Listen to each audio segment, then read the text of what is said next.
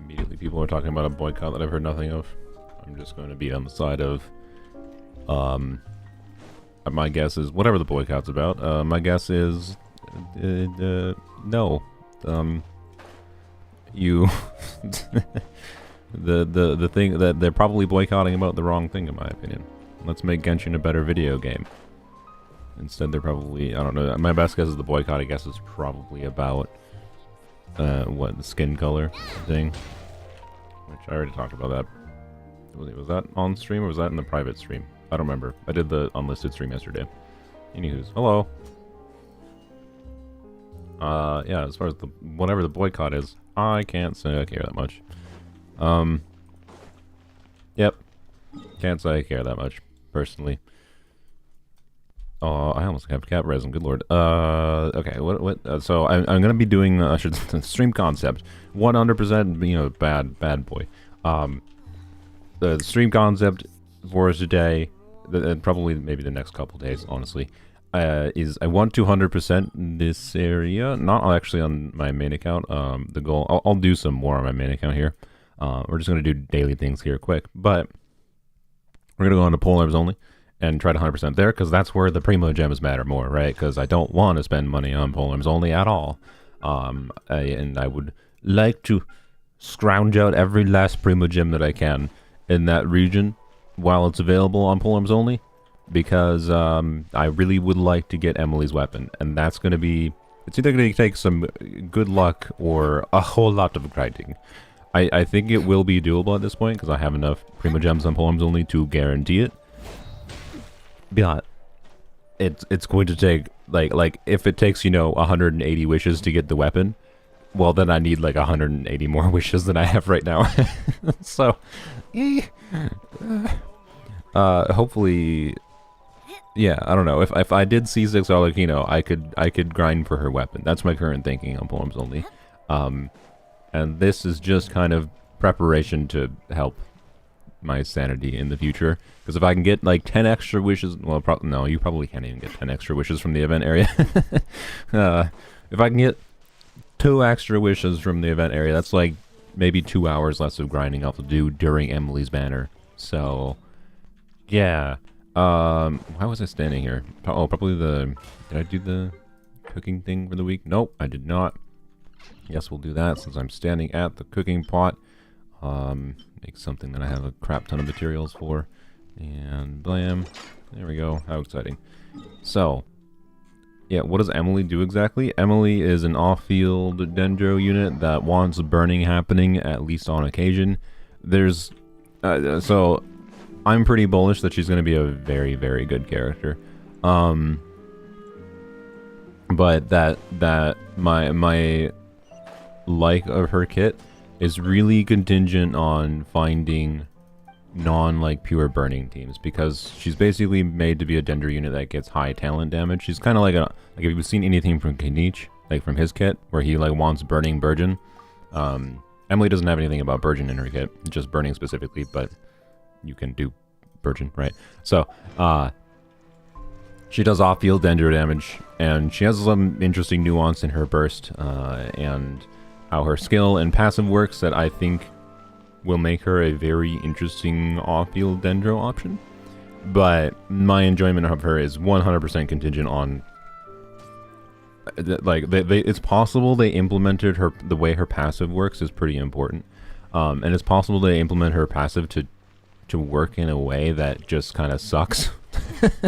and means like if you're not just doing burning all the time, her passive basically never triggers, and that will make her so much worse. So much worse as far as her personal damage output goes, and notably if her passive isn't triggering, we aren't getting extra like dendro application from her passive either, which is almost more important for me.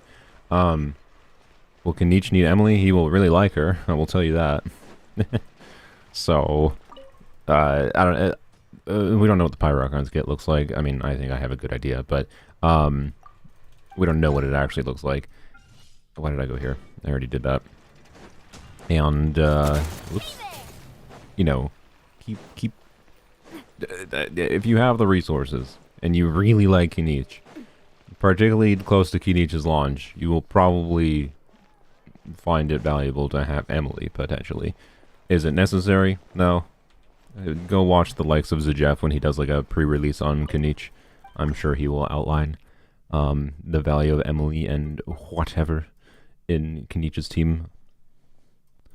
So it's just, yeah, she will be a compelling teammate for Kanich, that's for sure.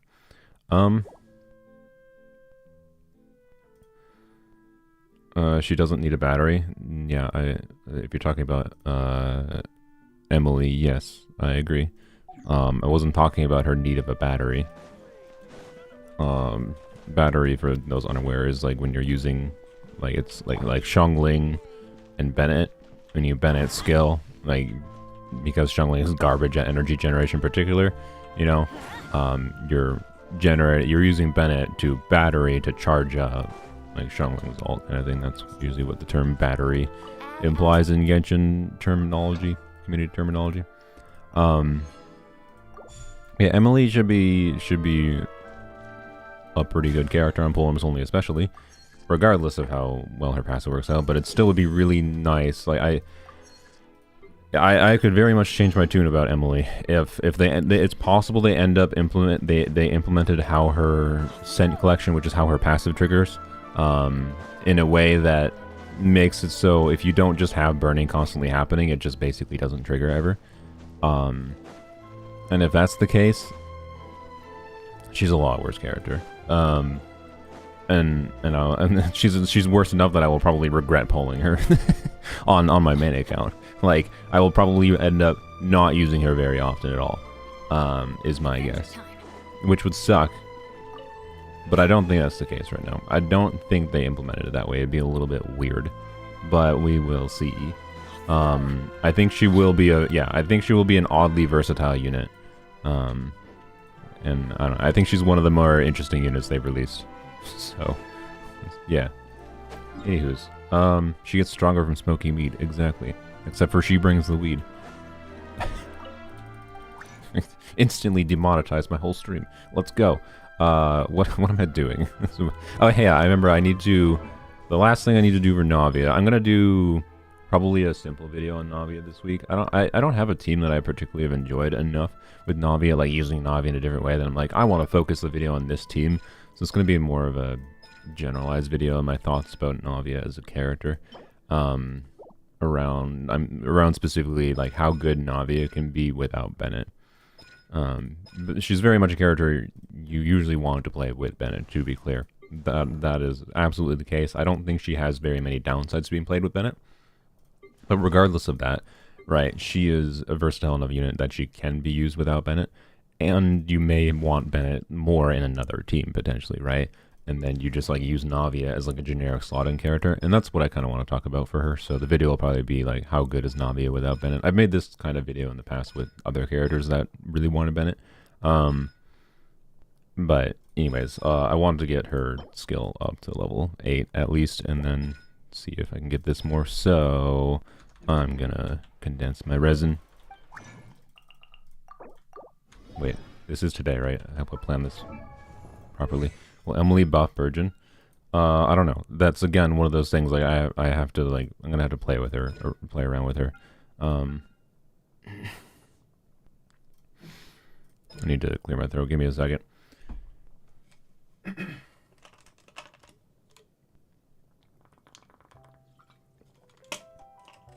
You're 82-202 crit ratio in Navia, and she still misses crit. Yes, 82% crit rate means an 82% chance to crit. That does mean approximately 1 in 5 chance that you do not crit. That is how that works. Sorry to inform you. What was I doing? Oh yeah. We're going to do this.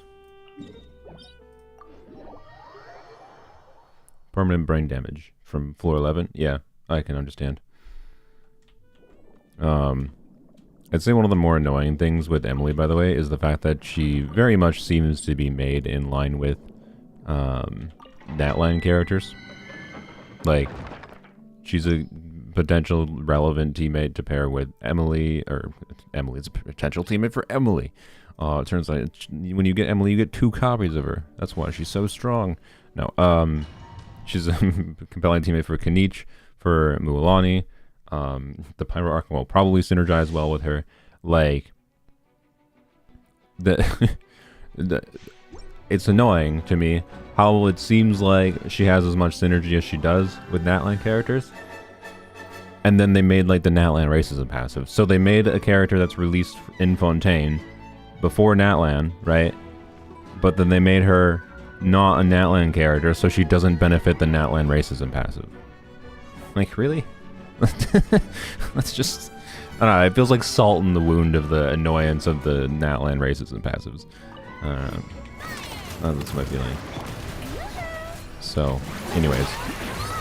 I don't think I'm going to regret pulling Emilie at all.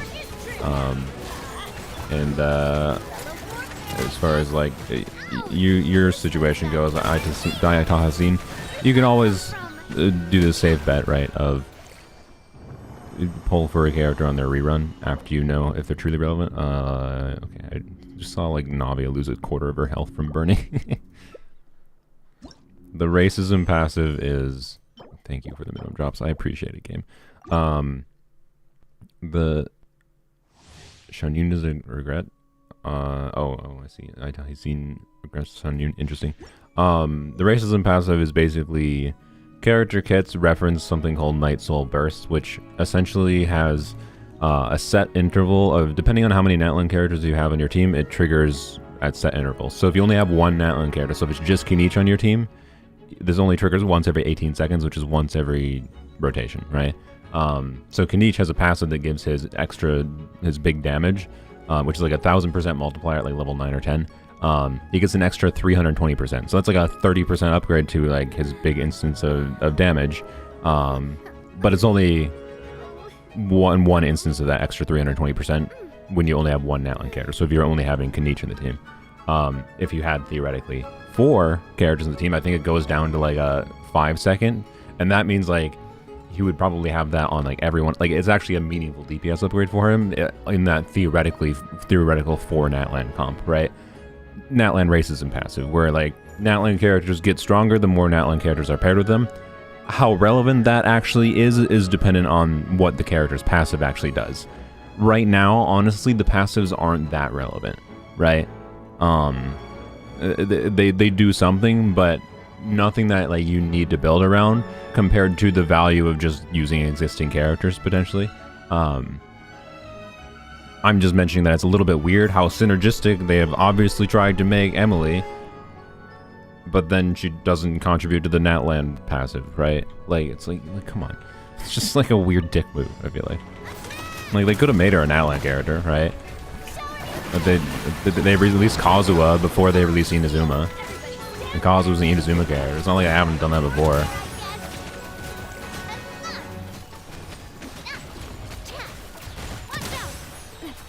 So, that's my feeling. It's Lithic Spear ability, but on crack. I mean, almost not on crack, because it's like... It's probably less relevant like Lithic Spear. Where like Lithic Spear, the difference of Lithic Spear being useful or not is whether or not you do leeway racism for Lithic Spear. Whereas with the Natlan stuff, like none of the characters right now need you to like, the difference between this character being usable or not is having 2 or 3 Natlan characters in the team. Like neither of them are like that, right? So it's not really a problem right now. It's just kind of there as an extra like incentive to do Natlan, and I think the main reason it actually exists isn't because they're... I don't think it exists because they're dicks and they want to force people to pull for more characters, like as a cringe mechanic to get people to pull more Natlan characters because they're stronger with existing Natlan characters. I think it's just a way for them to balance a character's strength only within the current year's release, right? Because the more restrictive they have, they make passives and artifact sets or whatever, the more freedom they have for the future. They don't have to worry about their Snezhnaya characters accidentally making Kinich too strong or whatever the frick, right? I think that's lame. I think it's really lame because it limits potential creativity for options having that restrictive of passives. But right now they basically just are something that barely does anything.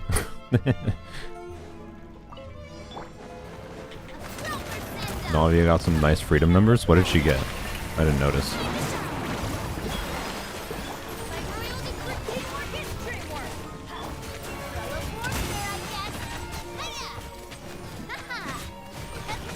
I like the number of colors in this team for damage numbers. You got your purples, your blues, your reds, and of course your... I was gonna say pea color, but your golden color for Navia. Oh, wow. Okay. These are some great drops. I'll do one more. This domain is scary with pyro characters, indeed. It's fine. It's fine. Bennett's not even on a healing build, and Fischl is only almost dead. I forgot to burst.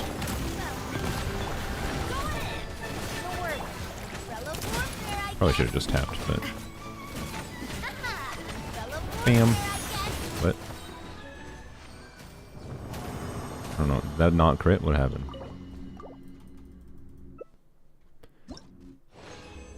UK, you are... I got gold. Thank you, game. I appreciate that. Alright, let's go get her E to level 8. You are... The opportunity... Okay, I'm sorry, Marcelo, your comment, I can't read it. You've deleted too many vowels from your comment.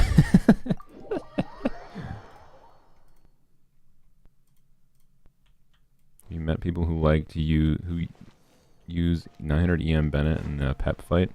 I mean, I would do it. I just don't feel like changing my build right now. This is not the... I want to get onto the actual stream concept.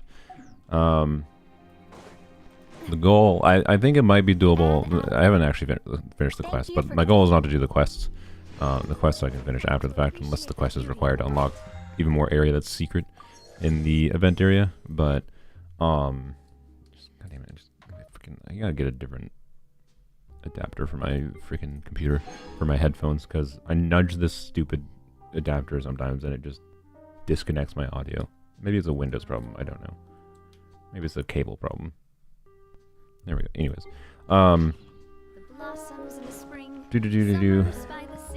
Oh, you can try doing double hydro Navia. Sure. I mean, yes, I could. Just, I wasn't really trying to make the most synergistic Navia team in the world. I was just playing around with different teammate combinations. And slightly different play styles with her. Equity. I have enough of these, right? Do I? I know I plan to... Oh, okay, I must have gotten some of these from the event. Okay, yeah, I should be fine. I think I might actually... I don't know. I'm not sure what I'm going to do on my main account for Emilie. I was originally planning to level 8 her...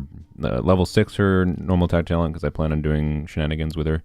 Not that relevant. Like most people should not level her normal attack. It's just what I do. And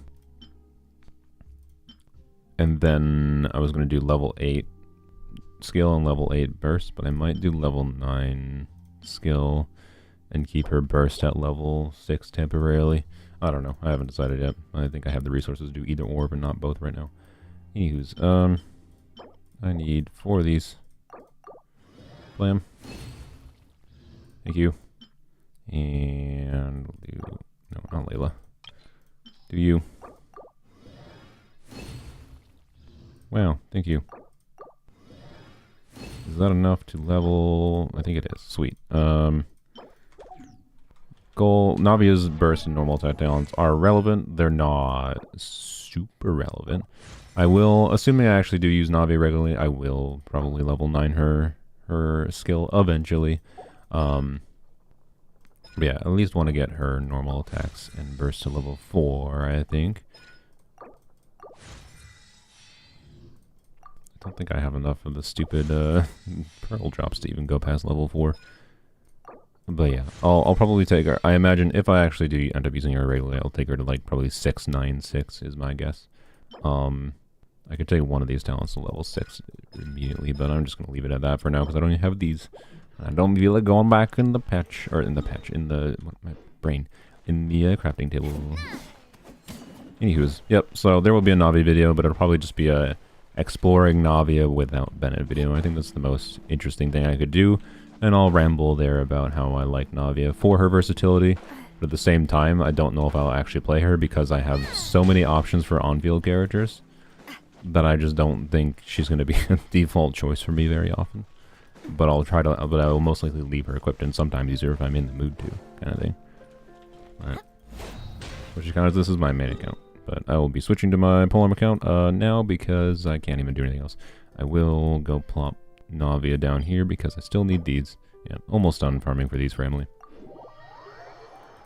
Theater's gonna be a nightmare for me. Oh god, yeah, the theater resets in a few days, isn't it? Ugh. Ugh. Okay, give me a second. Blimp. Turtle. Do we get a Kiwawa Burgeon? I mean, I will technically be doing Kiwawa Burgeon things this week, but that's not going to be the main focus of the team.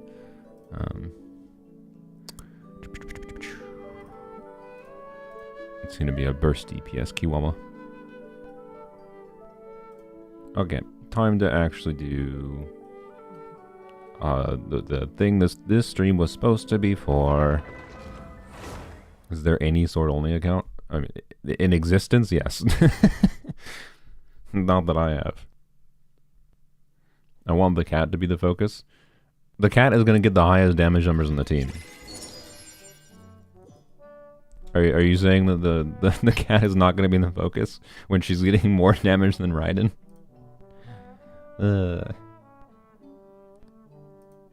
Like, I've already done an on-field Kirara video. If I'm going to do another DPS Kirara video, I'm going to change it up a little bit. So it's going to be the team that I showed before, but anywho's. Last night on Polearms Only, I did all the boring RC event things, so I didn't have to subject you guys to that again, which is good.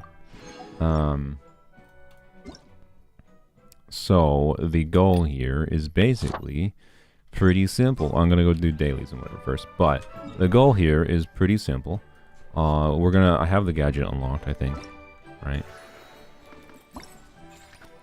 Yep, I did. Good. So yeah, I'm assuming, you know, so this I think just reveals all the crap on the map, so it should be very easy to get this area 100%ed exploration wise.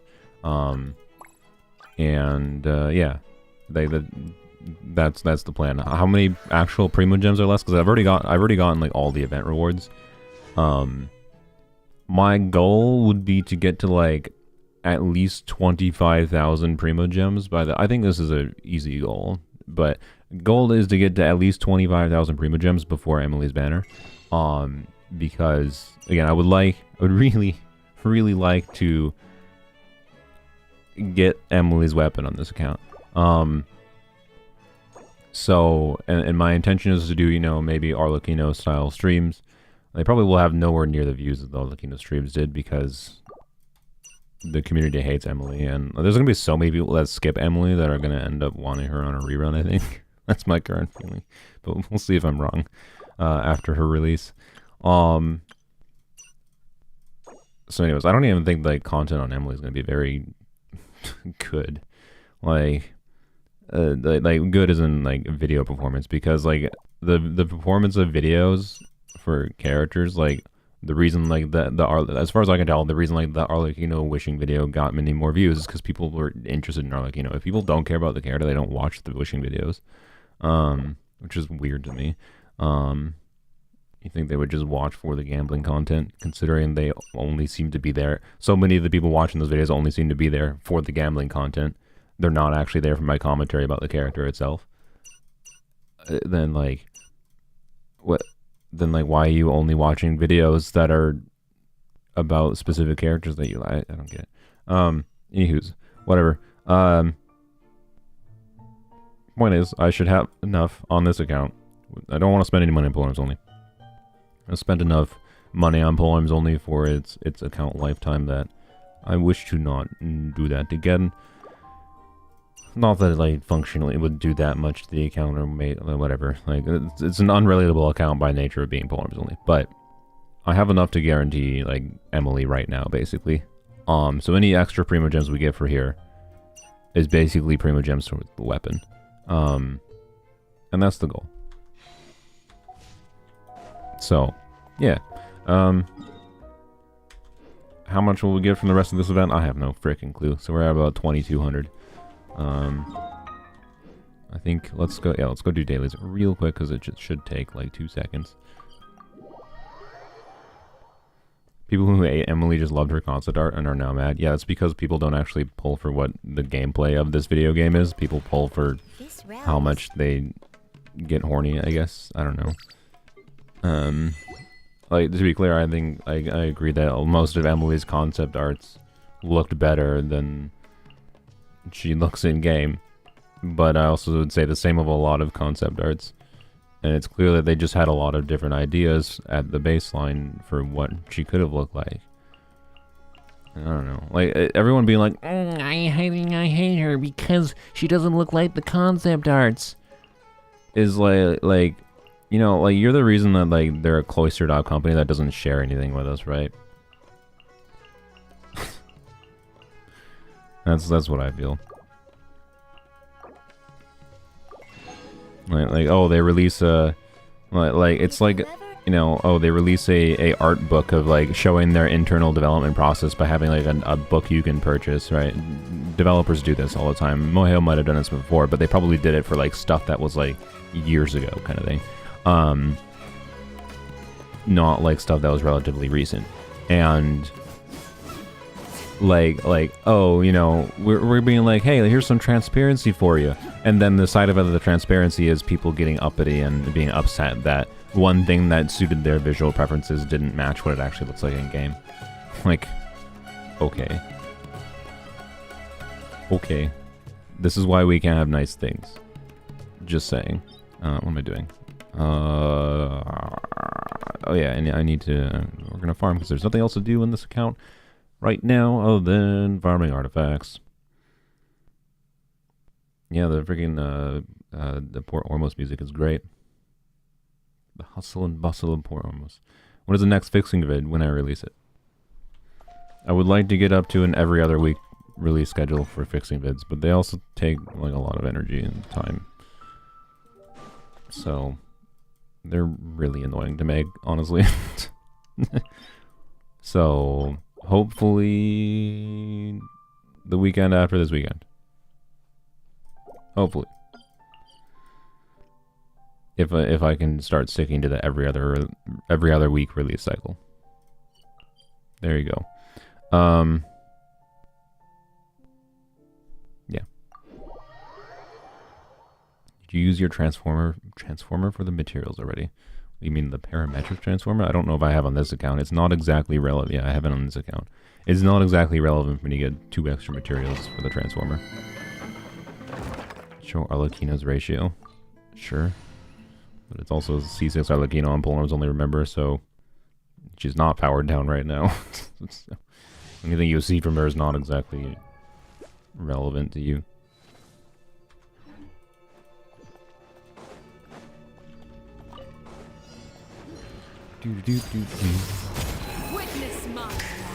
How was your dad? What do you mean? What does that mean? How was my dad? Why are you asking about my dad? Am I supposed to call? Was I supposed to call him or something? Did I say that and I never called him?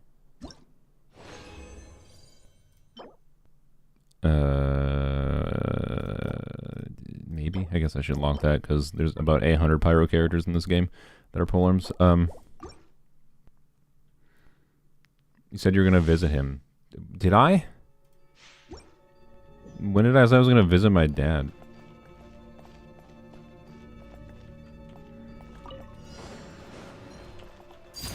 I don't know if I said that. I feel like I didn't. I said maybe I should visit them more, I think is what I might have said. But anywho's. Is the socks you bought good? Yeah. Thank you for asking. Very important that I talk about my socks. Wow. Beautiful. These socks are, I don't know. Maybe I did and I just don't remember, Flower, but I don't recall. If I said that, that was not what I meant.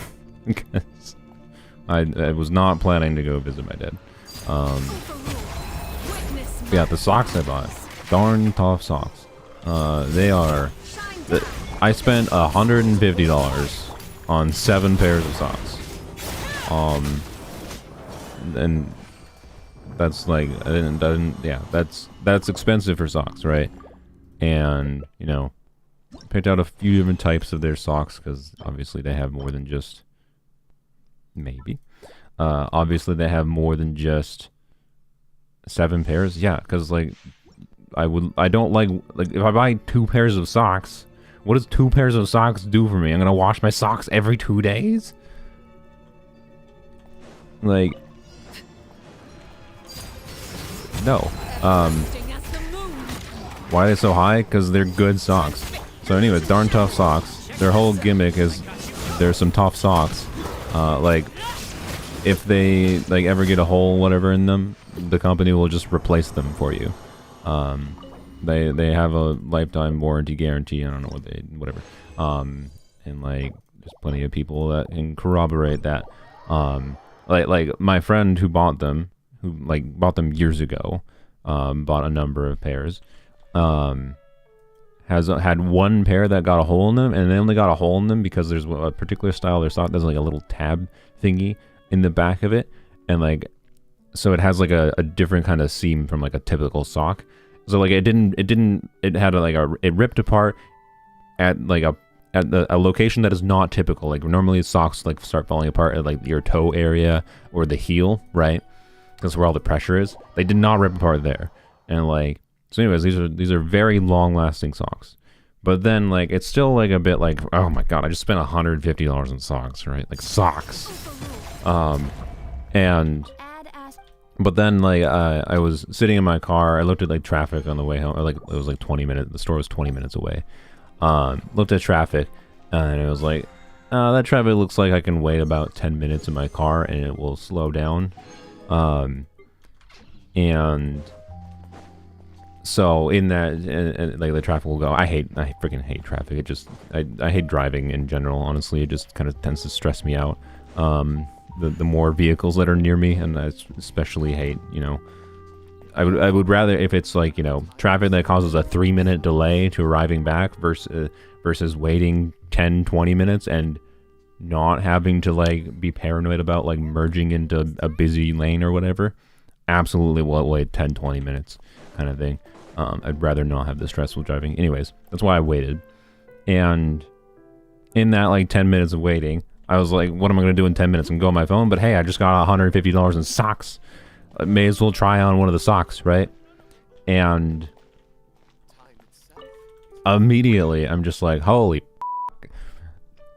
I've been torturing my feet my whole life. Like, they're so freaking comfortable.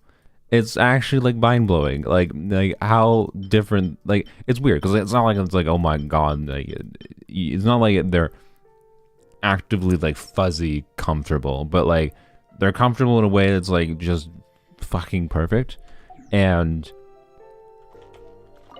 like wizardry is all I can say on the product maker's part. Like, this is very clearly a product that demands a high price because like the company believes like there's a difference in companies, like company philosophy for the products they make, right? Wherein companies companies make things because they want to make a good product, or companies make things because they want to make money, right? And I think the companies that actually make products that are worth buying are the ones that, you know, they end up charging more for higher quality products. Not egregious prices. These aren't $100 socks. These aren't scam socks. They're just more expensive socks because they actually cost money to make. And I mentioned it before, it's darn tough socks. Darn tough socks, it actually might be, the company might be Darn Tough Vermont, sorry, but if you look up darn tough socks, they'll show up. I mentioned it before. And anyways, like, they're ridiculously comfortable. Like, it was just funny, the immediate like gratification of like, you know, I just spent $150 on socks and I don't know if it'll actually be worth it for years. But then as soon as I put them on, I was like, no, it was worth it. How quickly did they get smelly? Actually, funnily enough, to be clear, they have different types of socks. Different ones, I don't know, might Holden older, worse or better, whatever. I did actually smell one of the pair yesterday, because normally socks definitely get smelly. Those socks. I was surprised when I smelled my freaking socks yesterday. They didn't smell at all. So, yeah. Darn Tough Socks. Not sponsored. Immediately, like, to be clear, a big part of the value is how long they last, and the fact that, you know, even if they do end up getting destroyed, like, as far as I understand, they just, like, kind of no questions. You can, like, you send them about, hey, here's your socks that have a hole, and they'll be like, here you go, here's a gift card, buy some new socks. So, freaking, it feels like I've been torturing my feet my whole life, is what it feels like. Like, I don't want to touch other socks, get them out of my sight. So yeah, whatever wizardry engineering they were doing at Darn Tough Socks, good job. Like, it's very, very clear to me that the people there believed in the idea of, you know, making a high quality pair of socks that justified a $20 price per sock. So, yeah, that's my feeling. What am I doing? Jesus Christ. Claim.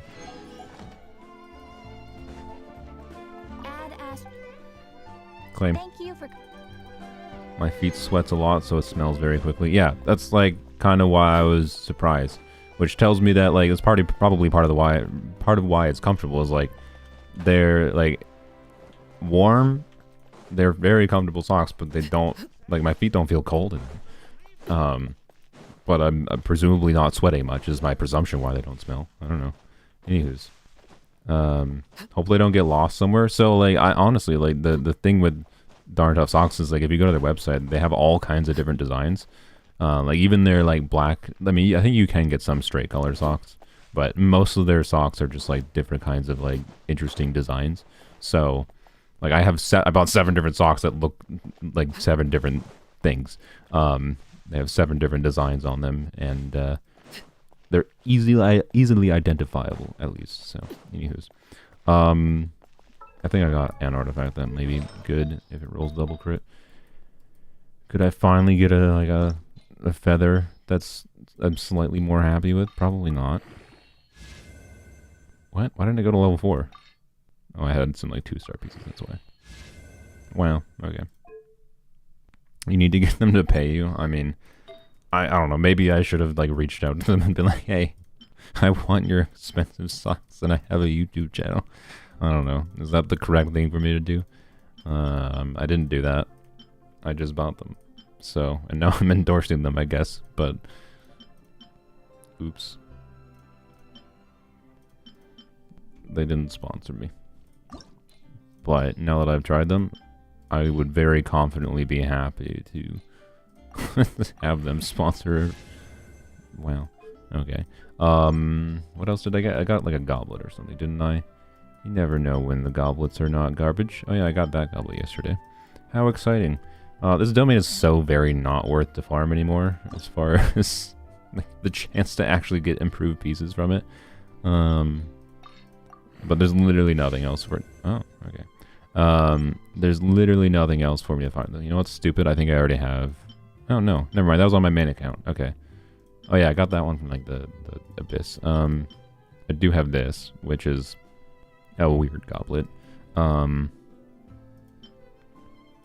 don't know. I could always use more pyro goblets potentially, so yeah, I don't think we need that. Kerpling. Wow.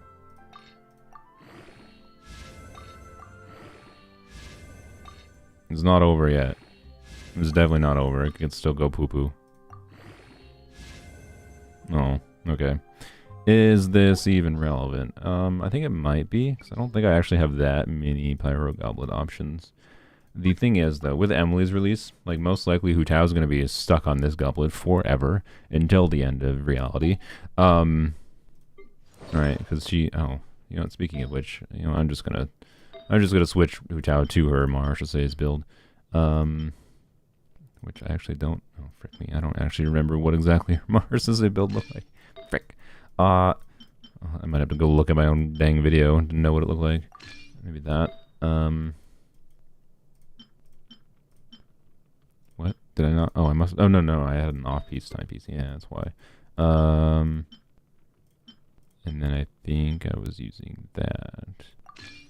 And then I don't know what time. What the frick? It was probably that. Yeah, it was probably that. Okay. There we go. I did make a video that like I perfected Hu Tao Polearms Only, and was it this one? I don't think it was that. I don't think I had that much crit rate. Did I use a crit damage circlet? I must have used a crit damage circlet. I feel like I don't have a good enough crit damage circlet.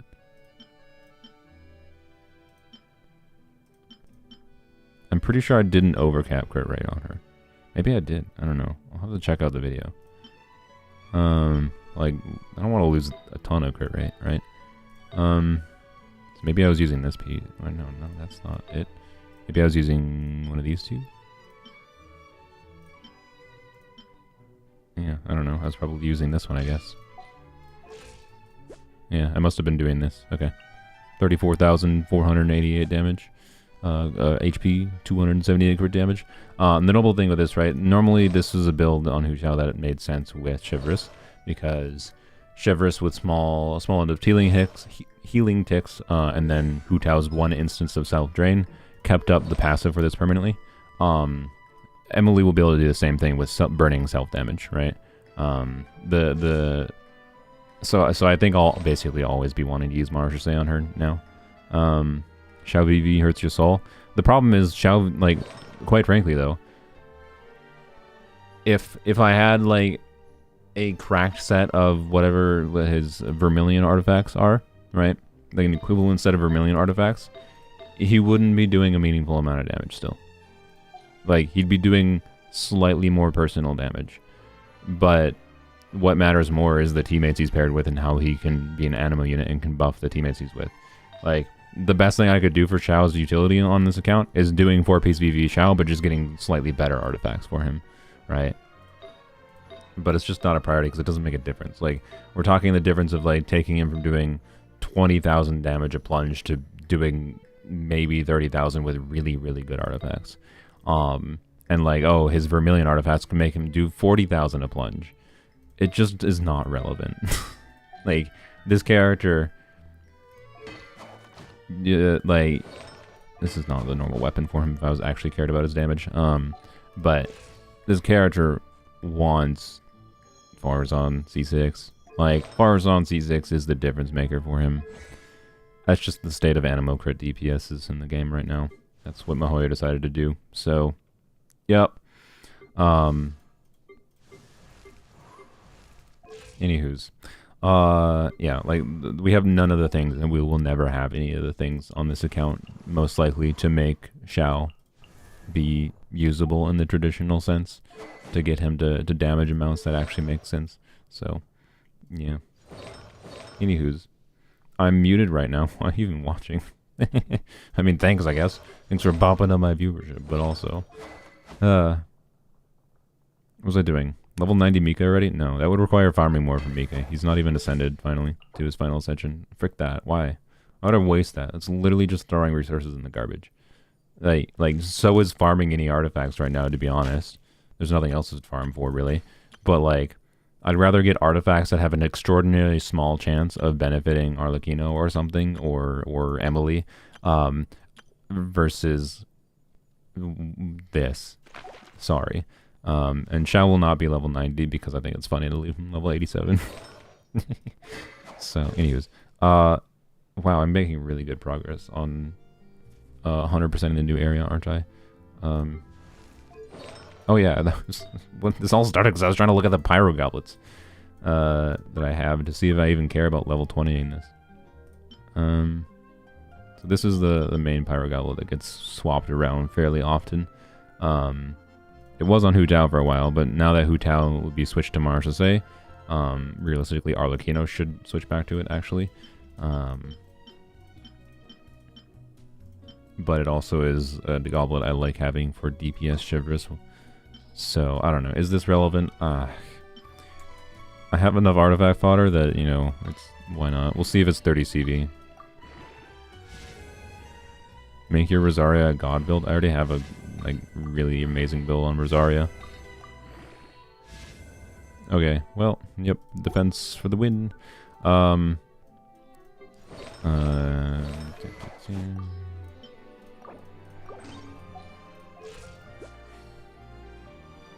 It's not even quite correct, actually. Sorry.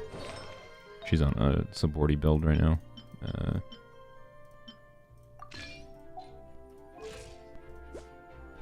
There you go. This is an extraordinarily good Rosaria melt build. Like, yeah. It's a she is now better than Xiao build. Sorry. And it works without Staff of Scarlet Sands. It's just Staff of Scarlet Sands is absolutely perfect. So, you know, lamb. Anywho's.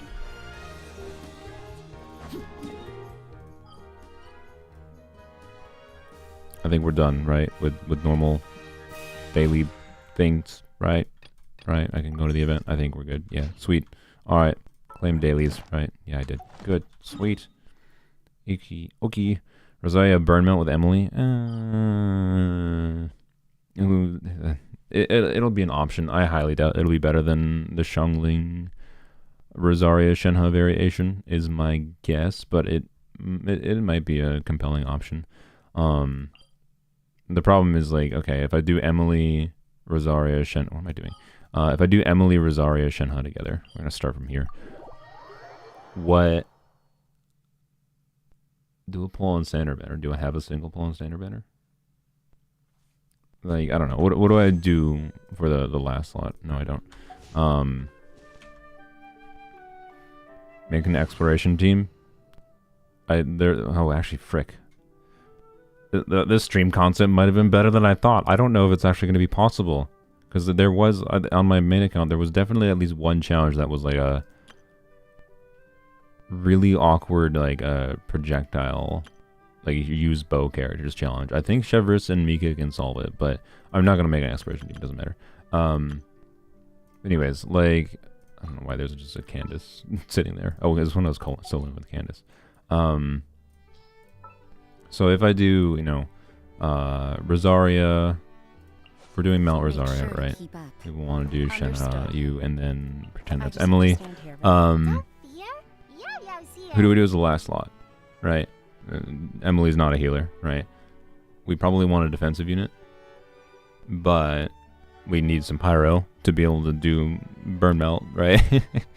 So, and again, this is one of those teams, like, if we're using up the burning aura for something else, if Mario decided to be dicks and make it so Emily's passive triggers in a collects sense in a way that needs burning happening constantly for it to actually function, it could make her a lot worse in this team, right? That's why it's a little up in the air. But like, it's Toma basically. It's just Toma. Where are we headed this time? Right. So, like, it hopefully will be good. But if you compare that, the difference between this team with Emilie is that, you know, Rosaria and Emilie are the primary damage dealers in the team. Whereas with the Rosaria Xiangling melt, where is it? There it is. I like how it's named completely incorrectly. Actually, I think this is the team that's supposed to be Xiangling, and it has Arlecchino, and then this team has Xiangling in it, and it says Arlecchino. Xianglings. This team, right, is Zhongli, gives some Res Shred, which is buffing, gives some, like, I don't know, this team, like, flows in a really, really free-form way. I don't know if that Emilie team will have the same exact feeling to it, and it's also going to be probably a lot less survivable. So, I'm skeptical is my point, compared to, like, how comfortable this team is, and how, like, it gives me value to, like, using Zhongli's burst, because it has, like, time to fit in his burst in between doing her skill, and, like, I don't know. Like, Toma is not as good of a keep the team alive unit either, so, you know, we'll see. Let them do as they please. We'll see. It's definitely a potential option. It's just on Polearms Only. I don't know if Burn Melt with Rosaria is going to be that relevant. I can't use this in midair. That's annoying. Oh, there we go.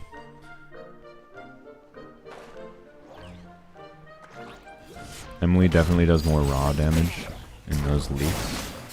What do you mean? Like, are you saying like she's gonna do less damage in game? Something with which to It's possible. this occasion.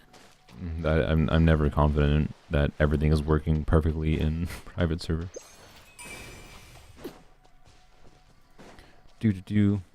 Why is Catane Toma bad? It's not bad. It's just clunk. It will feel bad when you accidentally skill before burst, and like I'm definitely in the habit of skilling before burst on him, to try to proc Fav, and like I don't know. I'd rather just get more EM and substats and get the energy from Fav directly. That also benefits the team, but also Fav wants like some crit rate, so like this is a much easier option for building Toma for some like Burgeon damage, for example, which might be very relevant for like Kanich. So, you know, it's a very good option, but you want to burst into skill, kind of, is all it is.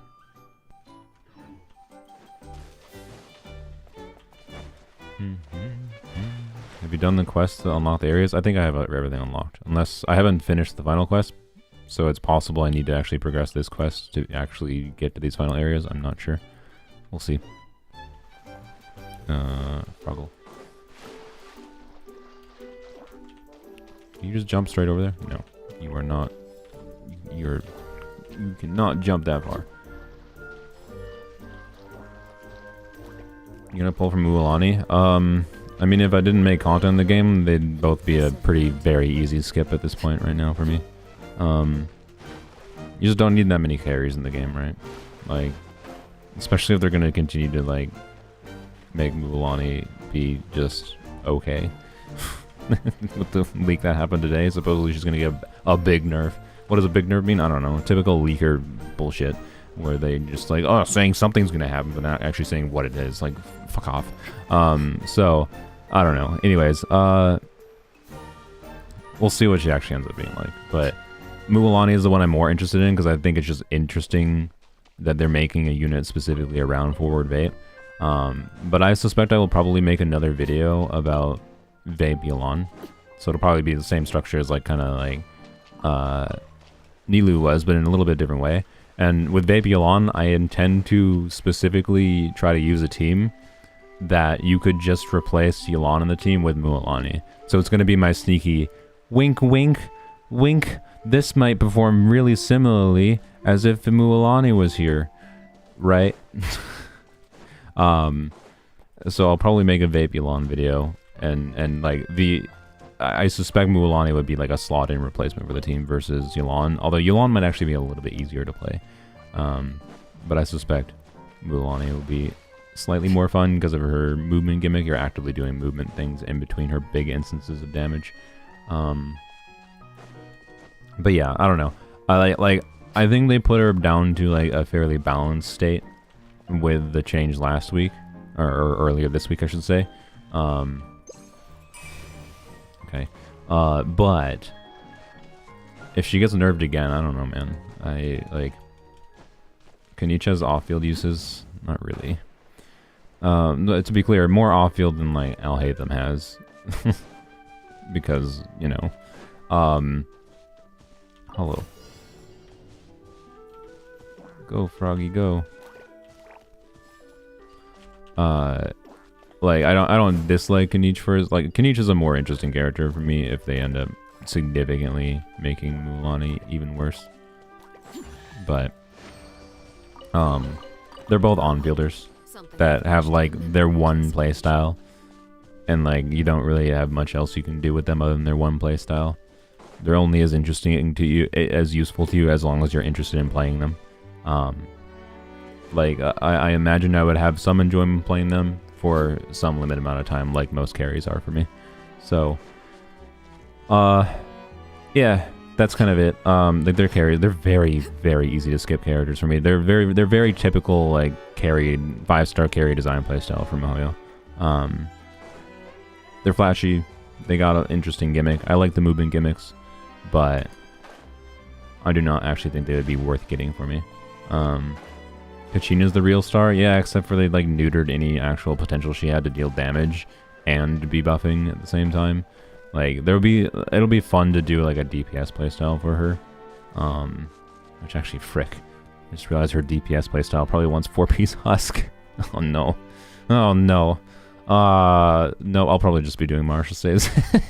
Oops. Because, see, that's the benefit of martial saves. I don't have to farm for 8 years for a meme build. I'll have to check if I have. Anyways. I will probably pull on whatever banner has Kachina, because I'm most interested in just doing 4-star funny DPS character, especially because she's a defense scaling character. Like, she's a fully defense scaling character as far as her damage goes. I think that's really interesting to explore. Who would want 4-piece husk? I mean, if you're trying to maximize the damage from Kachina, I think 4-piece husk would be best. Actually, wait, no, I forgot that she can, if she's on field, that she can just use the 40% crit rate set from the new region, right? Duh. I forgot about that. Oops. Okay, no, the 40% set from the new region with the 20% damage bonus, or is it down to 15% now? Is probably better. Probably. Okay, I think let's go over here and use this again just in case. Yeah, like what we heard about Xylonen yesterday, by the way. For anyone that doesn't know, Xylonen apparently she has some like. This is probably mostly confirmed in some level, but the exact values is likely to change. We don't know her exact kit. We don't have exact numbers like how much damage, like personal damage, she will contribute. We don't know if she requires field time. These are all very important factors. But she is Geo Kazuha. Like she does res shred based on like the elements that she crystallizes. And she probably doesn't have grouping, to be clear, but she probably has some form of own personal damage contribution. And then the artifact set gives damage bonus, right? So like reverse Kazuha, where Kazuha gives the damage bonus in his kit, and then the artifact set does the res shred. She does res shred in her kit, and the artifact set does the damage bonus. Like she's not going to be objectively better than Kazuha or anything. There'll be different situations where she's better or worse, but you can also use them both together. Wink. So like Xylonen right now, I'll be honest, like if you tuned into my previous stream, you probably heard me talk about how I don't think I'm very much thinking the Pyro Archon's not going to be the Pyro enabler that I want her to be. Like she's not going to be that much of an enabler of new teams. Xylonen might end up being a better support than the Pyro Archon. The Pyro Archon will probably be a good character, but that's kind of my feeling right now. That's my vibe. I saw all the things over there. We'll go there. I thought this was something I already did. I don't know. Oh, I see. It's the same style of thing.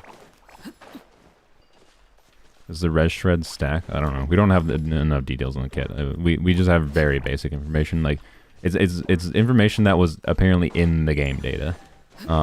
But we don't have like exact values. Why is it in the game data already? I don't know. She's supposedly coming out 5.1, by the way. So I don't know. It would, but right now it kind of seems like they might release a better support than the Pyro Archon before the Pyro Archon comes out. So like, yeah, I'm not gonna lie, I'm kind of hyped for Xylonen. That could be really cool. Wow, this is an artifact. Still instructors, and it's 3 lines to lock it.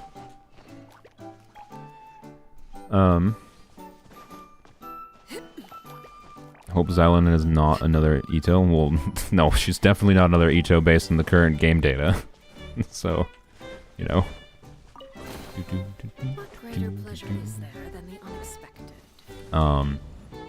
Yeah, so we'll see. Xylonen is the most interesting character that we've heard about in Natlan so far. And also, like, Xylonen is just, like, a way better version of Kachina, most likely. Which, surprise. Kachina is, like, the artifact set the character a little teaser of the potential. If, like, the character you put the artifact set on does nothing in their own kit.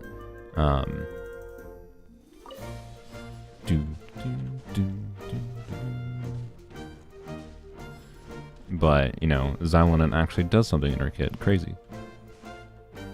And also, I think something people ignore, like, people are gonna, like, if Xylonen does a meaningful amount of, like, damage herself, people are gonna be like, oh my god, she's just, like, Kazuha power creep. Like, I think people are highly underestimating the, like, there's gonna be the same thing where people have always potentially underestimated the amount of damage contribution Kazuha himself does. Like, on a full EM build, the swirls Kazuha does and like his infusion on his burst contribute a meaningful amount of damage. And that like Kazuha is a damage dealer. He's just not getting your big 80,000 crit damages that you see. Xylonen will probably be a character that does do some amount of crits. Will it be off-field or will it be on-field? I don't know. We don't know that information yet. I suspect it'll be a little bit on-field focused for her damage contribution to balance her out a little bit, but she will probably have some amount of off-field triggering for her kit to be useful, but her damage output will be on-field restricted, is my guess. But yeah, Xylonen could fulfill that like ideal where, like, you know, Geo units by nature, the fact that they don't muck with what you have going on in the team, right? Like if you could, like, it's one of the reasons you can like slot Zhongli in, right, to a vaporized team, is because you know that, like, yes, he's gonna like do a little bit of crystallizing and he's gonna eat a little bit of your elemental aura that you would otherwise need for reactions potentially, but he's not gonna do it enough. That's a problem, right? Xylonen is can be the same thing, but actually just a pure buffing focus rather than like a defensive focus, like Zhongli is, and I think that's very cool. So it's like it fulfills that ideal to me, wherein I think Geo's main place can be as the universal element, where you could have flexibility slotting them into a lot of different teams. Like that's what I like about Navia's kit design, where like she's an on-fielder that, yeah, she has some like obvious better teams that are formed around her getting more damage, but you can have, what are you staring at? This Rock Forcers? Nothing? Okay. But you can get, wait, what? Are they just chilling here looking at rocks? Yeah, it was a thing. I don't know. Yeah, Xylonen I think fulfills the ideal of Geo in my mind, which I think is cool. Of being a flexible element. Kazuha already exists. She's basically just another Kazuha, but probably doesn't do grouping, and probably has some kind of restrictions for how to use her, I suspect. The obvious restriction is going to be needing to crystallize to get the element of damage bonus. Like, it's not that different from Swirl, right? Like, you need to have the element on an enemy to be able to get the buff going.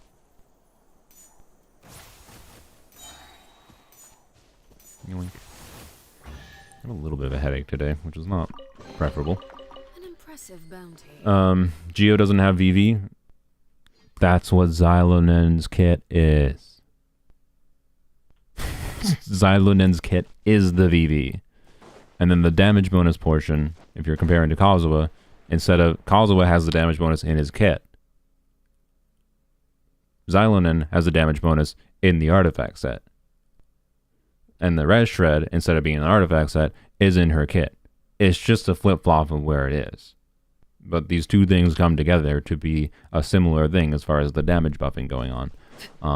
But notably, it does matter that it is happening a bit different. Like, you need to trigger crystallize of the elements you want the damage bonus on, or the damage bonus in the Red Shred on.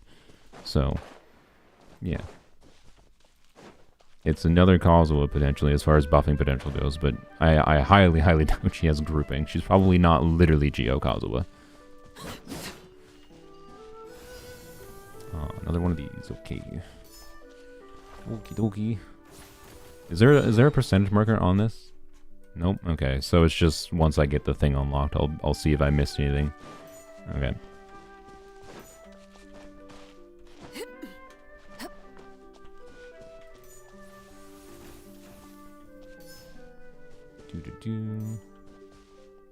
There we go.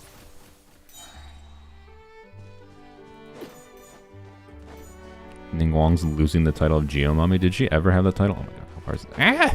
It's filling a hole. Did she ever have that title? Can I do this in midair? Yeah, good. Okay.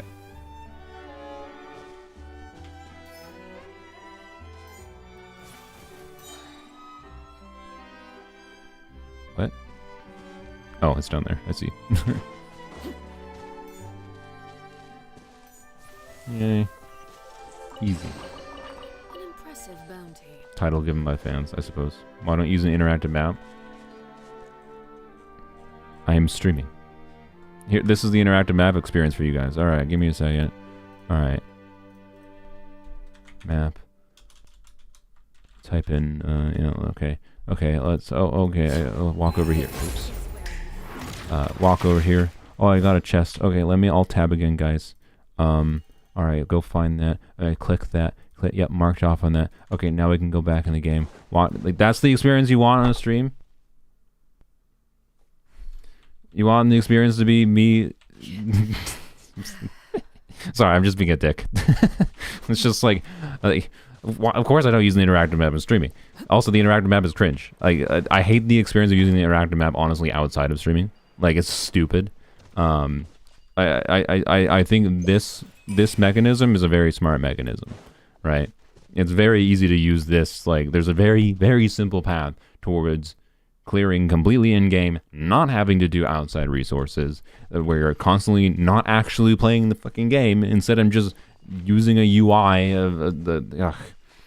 I really dislike whenever I have to use the interactive map. Sometimes I do feel the need to use it, but I dislike it. I'm not going to micromanage completioning this freaking game. It's useful as a micromanaging completionist tool, but I do not enjoy doing it. It's not what I enjoy. So anyway, sorry for being a dick.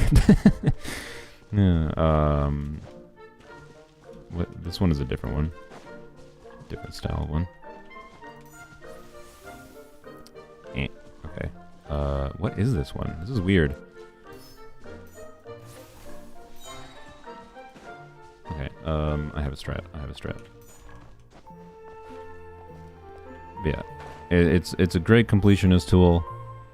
I am generally not a completionist, and if I am gonna do completion-y things, I much prefer using in-game mechanisms to get as close as possible. And the only time I like to use it is like, okay, where's the last few Oculus? Right, then I can like start using the interactive map to be like, oh, there's an Oculus here, I can try to like hunt it down. But I very, very much prefer using in-game mechanisms. This is a weird one. Alright.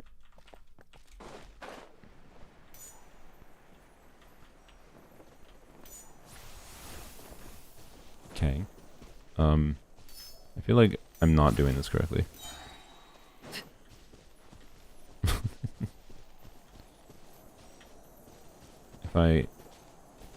What happens if I do this?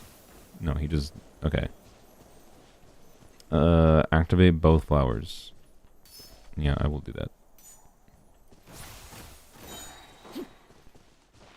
That's what I was considering doing initially, but I was trying to like see if I could get it to hit the flower and the ring at the same time. Alright, let's do this.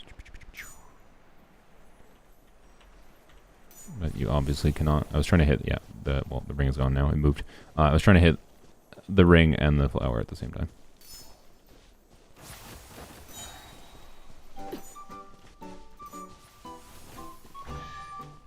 Yay. What greater pleasure is there than the unexpected? Okay. Did I... Okay, let's go double check over this corner quick. Oh, of course, can't use it midair. That goes farther down than I thought.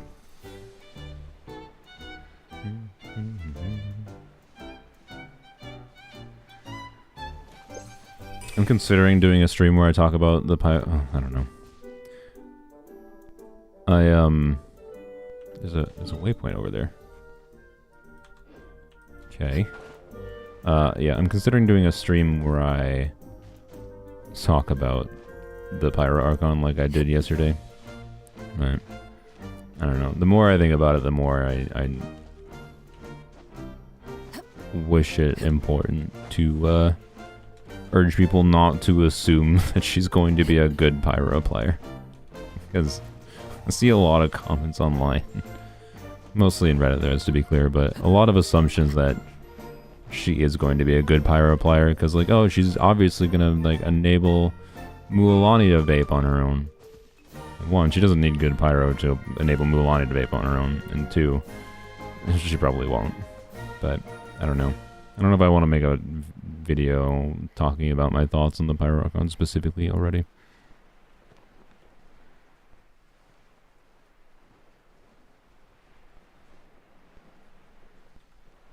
Okay.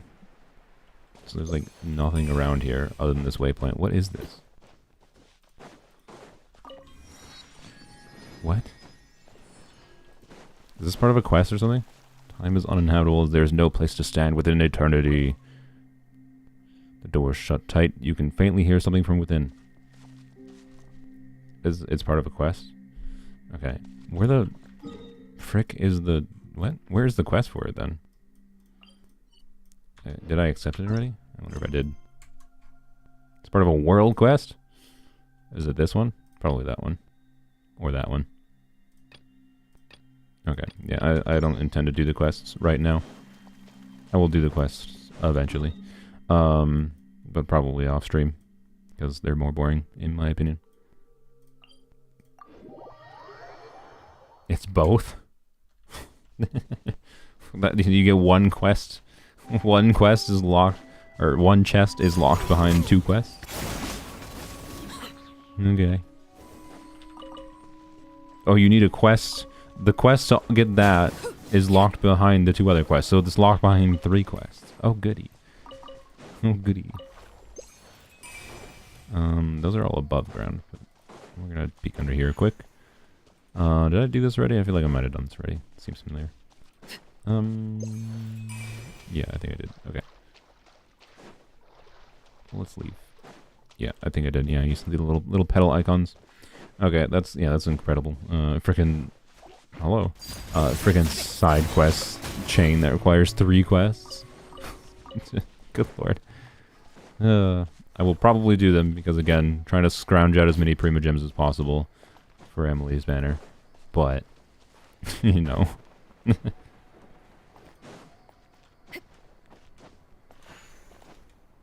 The story is so good though. Yeah, but I'll do it off camera.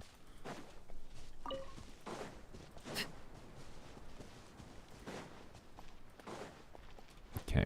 There's one down there. Let's get the one up here quick. And then the chest also down there. Okay. Take this up. Shoop. Oh, you're probably the ones I need to talk to, right? Oh, ah. Oh, it's another one of these. Okay. Okay. And oh, you came back automatically. I see. All right. Oh, it hit 2 of them as it. Okay, that works. I see. Oh, I missed. Frick. Oh, I hit it somehow. That counted? Alright, I'll take it. Oh my god, I missed again. Oh, it counted again. Overly generous. Yep, okay. Wait, we only need to go through the garlands? I thought we had to hit the things. What is the point of the things? They're just, I guess, meant to be an aiming target? Oh, interesting. Okay. I thought you had to hit those things. Alright. Wait, what? Why does it still say there's a chest here? Oh, it's down there. I see. Oh, it's that one. Oh, frick me. Okay, well, I guess we're gonna do that one. That one's gonna be a bit annoying. It's interesting that it says it's unlocked until you get closer. I wonder if you can snipe it before it locks. Frick.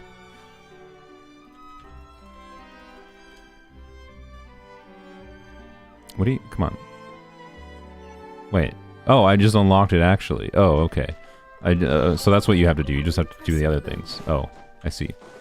I thought it was one of those chests that just like locks when you actually get close to it, so you can actually like sneakily unlock it somehow. No, I just actually already unlocked it. I see. I see by doing all the other little side thingies. That's good. That's good. Makes my life easier. Hello, friends. You did 100% mobile on 2 accounts. Please help me. Why? Why do you do this to yourself? I don't even think I'm gonna. I don't think I'm gonna 100% this on both accounts. I will probably try to complete all of the quests on both. Like, oh man, I don't know. I don't know if I'd rather do exploration on. It's just I'm assuming the quests will be more efficient for the rewards. Catch up with 4 flying squirrels within 60 seconds. I'm racing them? Where am I racing to?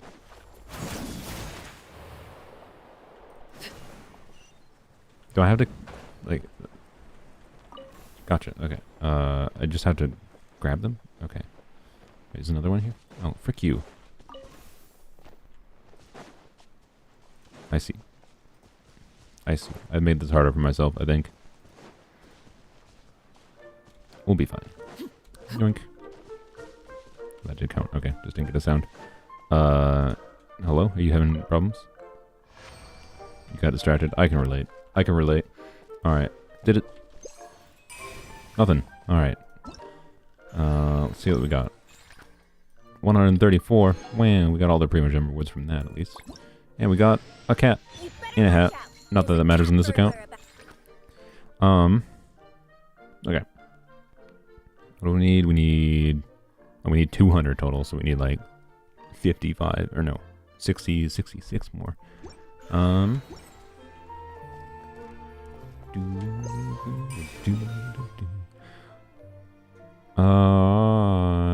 went, did I go over here? I don't remember if I went over here. Let's go over there quick. We'll go over here, double check, use the thing here. And then go over here again, use the thing. I gotta like, get like this area, get like this area, and get this area double checked. Okay, and I think that's probably basically all of this area. Still mad about the jiggle physics. Me too. Me too. I was talking to Binge about the Binge was talking about the skin yesterday. Is like how much he likes the skin, and I was just like, I mostly liked it too, other than minor nitpick until I noticed the jiggle things, and he's like, God damn it. So I'm glad people agree with me in that. What the frick is this? Is this part of another quest too? Anyone there? Please help. Do you need a hand? Please help. Paul. Okay. It's part of a quest? Okay, figures. We've been stuck down here a long time. I mean, if we get all the exploration done and don't have anything more to do, wouldn't surprise me if... I assume, like, 100... Technically, fully 100%ing is presumably locked behind quests. Because, like, a minor chest or whatever. You just get stuck again? What? Will you watch Deadpool 3? And I watched Deadpool 2.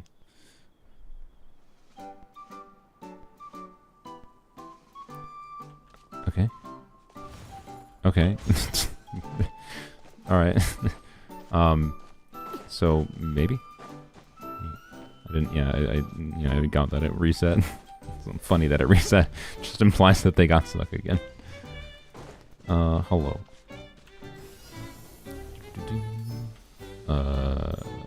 This is a weirder one.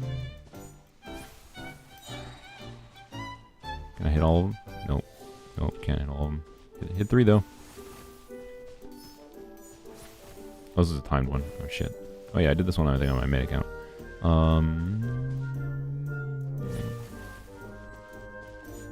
Oh shit. Oops.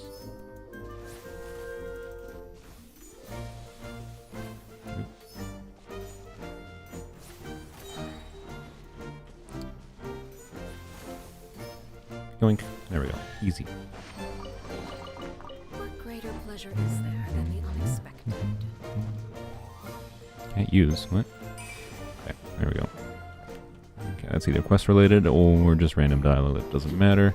Okay, so I think we're good this section probably. Let's go a little bit north though. Just in case. Towards the edge.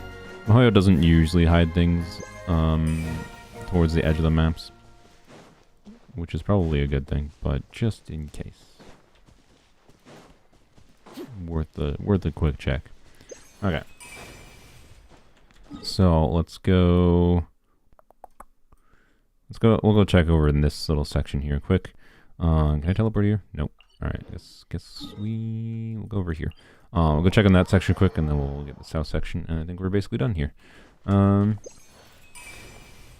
Alright. Other than the quests. This way. They cook with the music. Yeah, the music's really good. It could be a little bit of a longer track, I would say, but it's not necessarily that bad of a thing. What releases on July 26th? Oh, the Deadpool. I don't know if I'm gonna. I'm very much not a theater enjoyer. I'm a bit of a theater hater. Mostly because the experience tends to be bad. Oftentimes not to the fault of the theater, but oftentimes to the fault of the theater. So it's a mix of both my lack of enjoyment of there being a bunch of other people there, and the wrong button. And the fact that the theater is sometimes just as bad. So, yeah. Like, I remember going to see the Doctor Strange movie a while ago. And I don't know what happened. I don't think it was storming or anything. So I don't think it was like, I don't think they had any good excuse for it, basically. It just something broke, and like the movie ended up getting like rewound by like 30 minutes. And then like after 10 minutes of it replaying stuff we had already watched, someone went to like go and tell them because they fucking didn't notice, because presumably they don't, right? They're capitalism, they're not going to pay people to actually monitor this shit, right? So someone went to go tell them, and then they like tried to restart it, but then they restarted it from like 30 minutes before. So like I was in the theater for like an extra fucking hour watching a very subpar movie, in my opinion.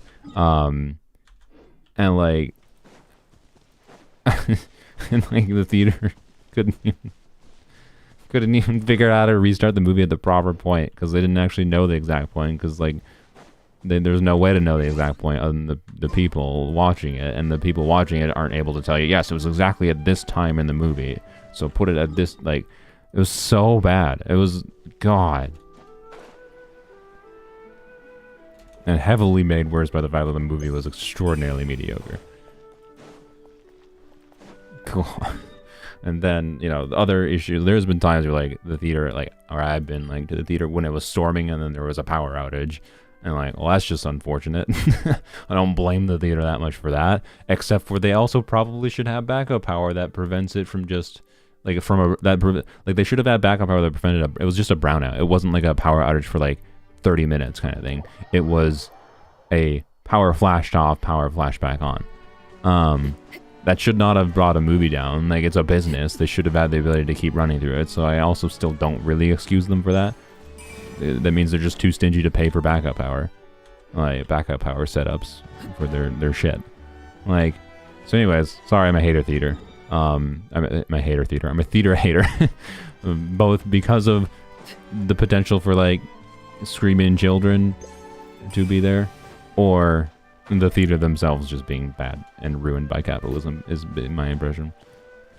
So, you know, why are theater sales going down? Gee, I wonder. That's my feeling.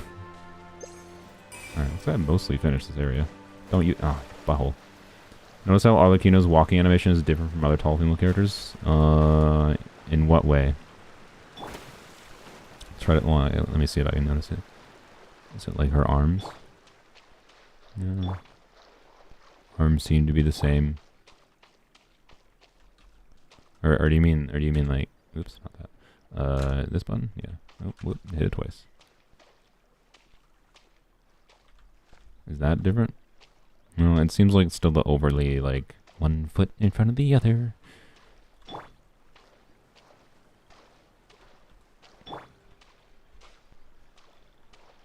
It doesn't seem that different to me. I'm not noticing anything different. She walks like a dad. Does she? What are you talking about?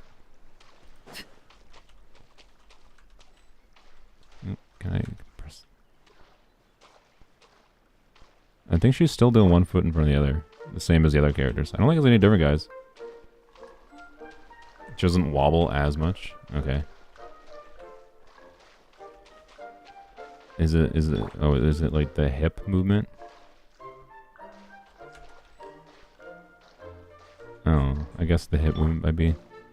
Okay, yeah, there's less exaggerated. No, I think it's still there, actually. I think it's just less noticeable. Because of the outfit. Yeah, I think it's just, I think it's still there. It's just less noticeable. Perceptually. I don't think anything's actually different. I wish it was. I would like that.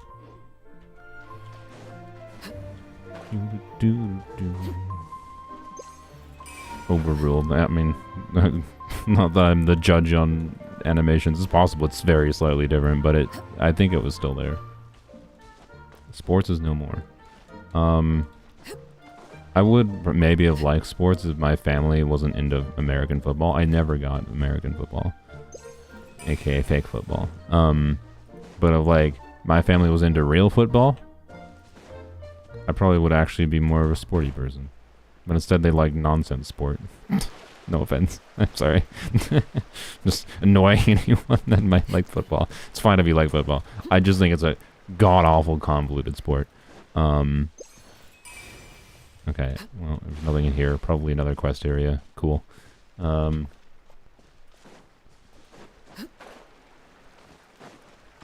we talked about the Muani nerfed? I talked about it a little bit where in like, I don't know, I don't get it. Like, I think she probably deserved to be nerfed a little bit before, but I didn't really like how they nerfed her, because they nerfed her, like, they made her even more restrictive, basically. Like, she had much more ease of consistent damage output in her original kit version, and they kind of rebalanced her to make her much more restrictive towards, like, you really gotta, like, play her properly, land that forward vape for that big damage number, and, like, build up to maximum stacks, versus, like, originally she wasn't that punishing to do that. And so, like, it made her a meaningfully worse character in a number of ways. It reduced her total potential damage output, but also restricted her playstyle, and made her damage even more loaded into her big hit, right? And I think it was fine, honestly. I think her nerf earlier this week was fine, but if she's getting another major nerf, I don't get it. Like even if she was better than Navia in single target against bosses, right? And like one of the notable things is, like, if this character can get, I don't know, let's say she gets 800,000 damage on a invested build with a forward vape setup, but like that's, we're talking damage numbers that are like, she's doing all of the team DPS damage numbers, right? But it's all one instance of damage.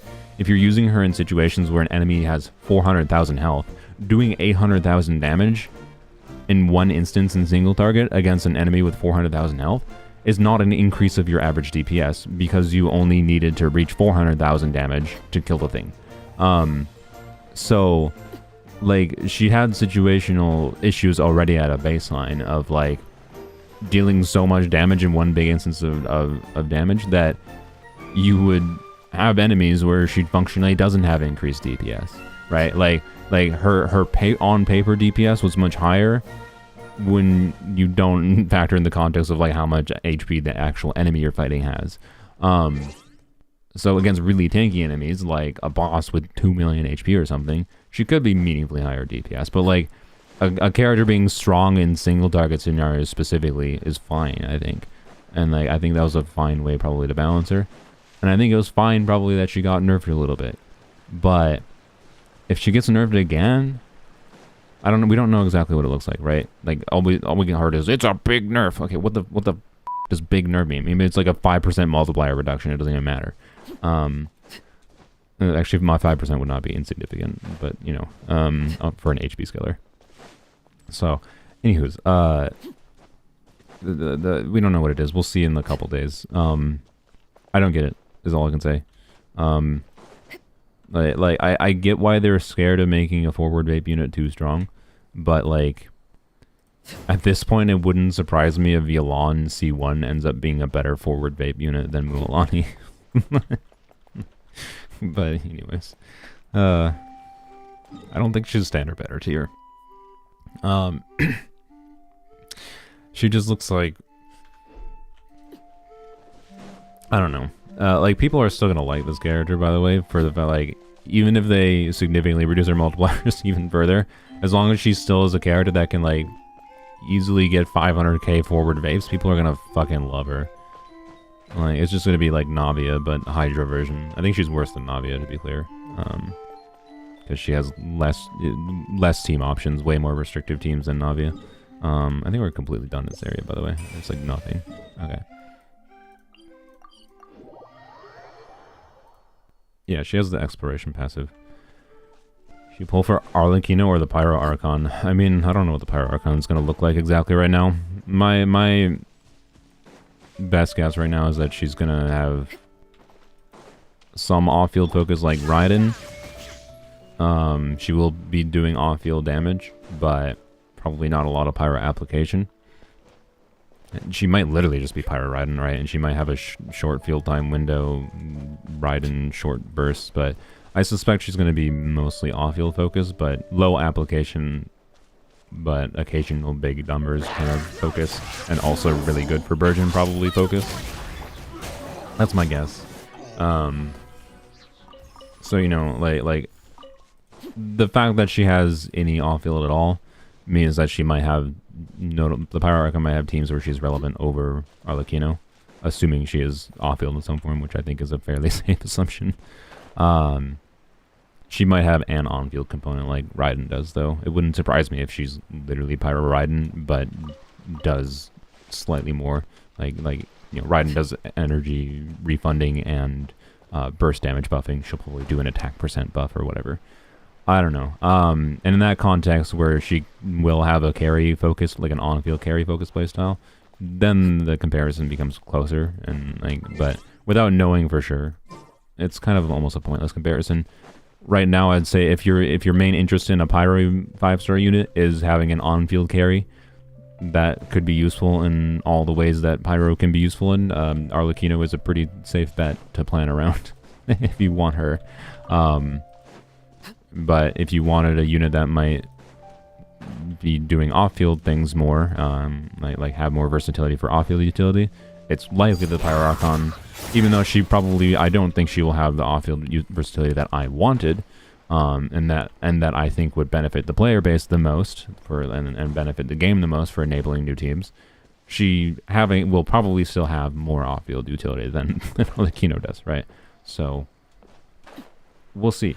But if what you want is a flashy on-field carry, it's likely Arlecchino will be a flashy on-field carry that is a better flashy on-field carry than the Pyro Archon, but I could be wrong. We do not know. Where did those go? Are they rotating? No, they went down here. Okay. More gonna appear? Yeah, okay. I have Shun Yun, so I want Xiao. I mean, you could say that for any character. I have Shun Yun, so I want insert character who can plunge here. Something with which to commemorate this occasion. Mualani is a carry with the Natlan mechanics. Mualani is just a forward vape character. Her Natlan mechanics basically just mean that she can use the Natlan artifact set. That's really all it means for her. Xiao does use Marche, but if you're doing a Farina team, or sorry, if you're doing a Shun Yun team, Farina is like a no-brainer teammate for basically, that's the boring thing about Shun Yun teams, it's like it's always like the Farina Shun Yun combo. You can definitely do Shun Yun things, I did it without Farina, but she's a noticeably worse character. She's still useful and perfectly fine, but yeah, it's the Farina Shun Yun combo that is there, and if you're doing Farina Shun Yun, well then Xiao enabling Marche for himself is not exactly unique, is it? So, anyways, and I think actually, I don't know, I think if you're doing like C6 Farazan, Farina, Shun Yun, I'm pretty sure Vermilion is actually a better set still for Xiao. But if you're using Bennett, then I think Marche is still competitive, if not better. Why did I come up here? Well, there's nothing here, so, you know, this way.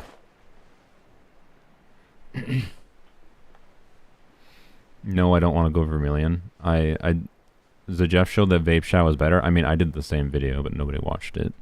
I think I released it like the same day or like the day before Zajeff had his footage or whatever, or I don't know.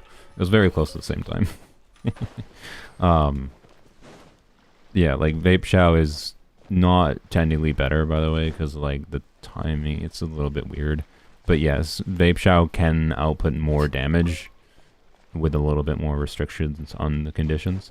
I wasn't saying Vermilion was worth farming, by the way. Simply that Vermilion was, it can be better than Marchese. Is all it is.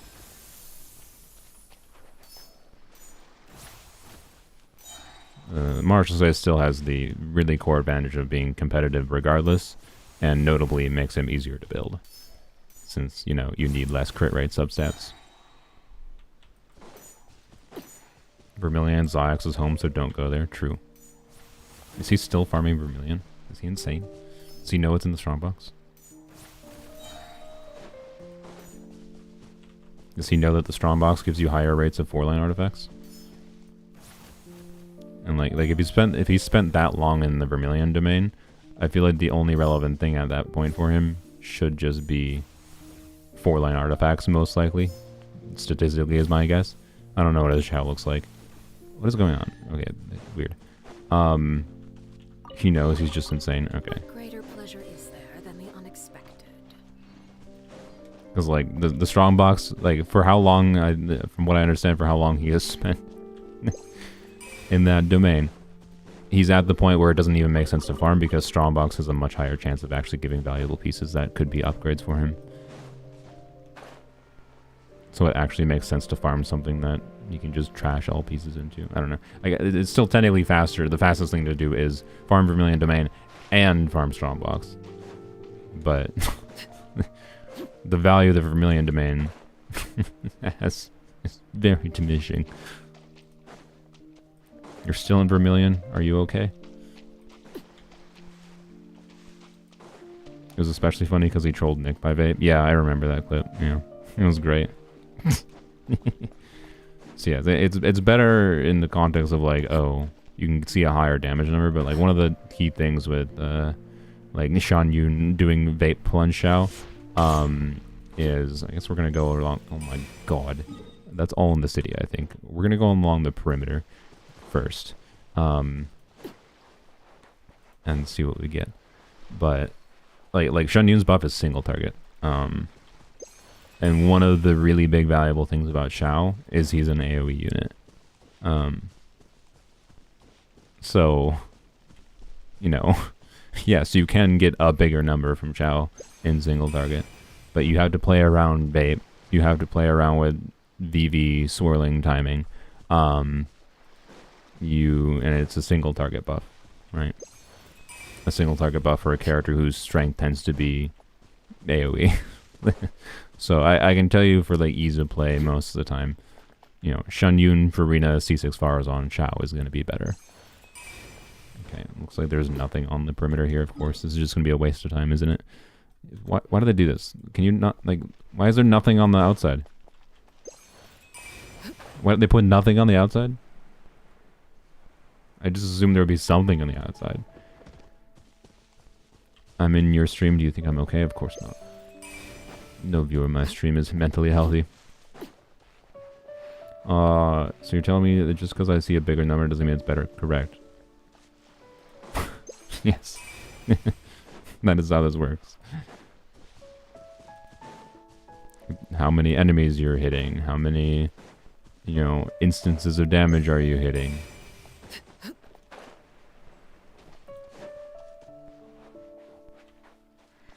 You don't have to play around any of that, just C6 Shao. Yeah, because C6 Shao is good. C6 Shao is meh. It's very meh. It's interesting that it's one of the rare C6s that, like, changes a playstyle, like, potentially meaningfully, which is cool. But as far as what it actually does for damage output, it isn't that relevant. Okay, there's literally nothing on the perimeter. Why? What's being mentally healthy? I'd like to experience it. I don't think it actually exists. I think it's a myth. I'm not even joking. I honestly think the idea of someone being mentally healthy is like based on the conception that like there is a standard of like how human brains should be. And I think that's a fundamentally flawed perspective, right? To assume that, oh, our brains need to work one way, right? You need to think in one way.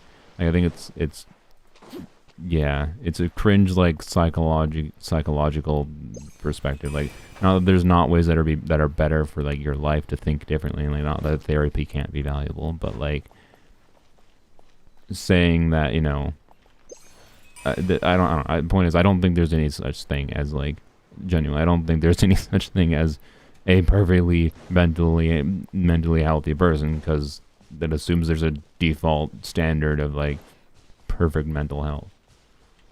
That's all. Anyways, I can say that because your show C6. Nice. Why did you C6 shot really? Okay, everything's in the city. Good lord. All right, this is a waste of time. Hello. Oh, I had a stroke there. It's fine. There's a sign. First treasure is hidden on the pile of stones under the tree in my backyard. I think I found your other treasures before doing this one. Okay. Form an orderly... What?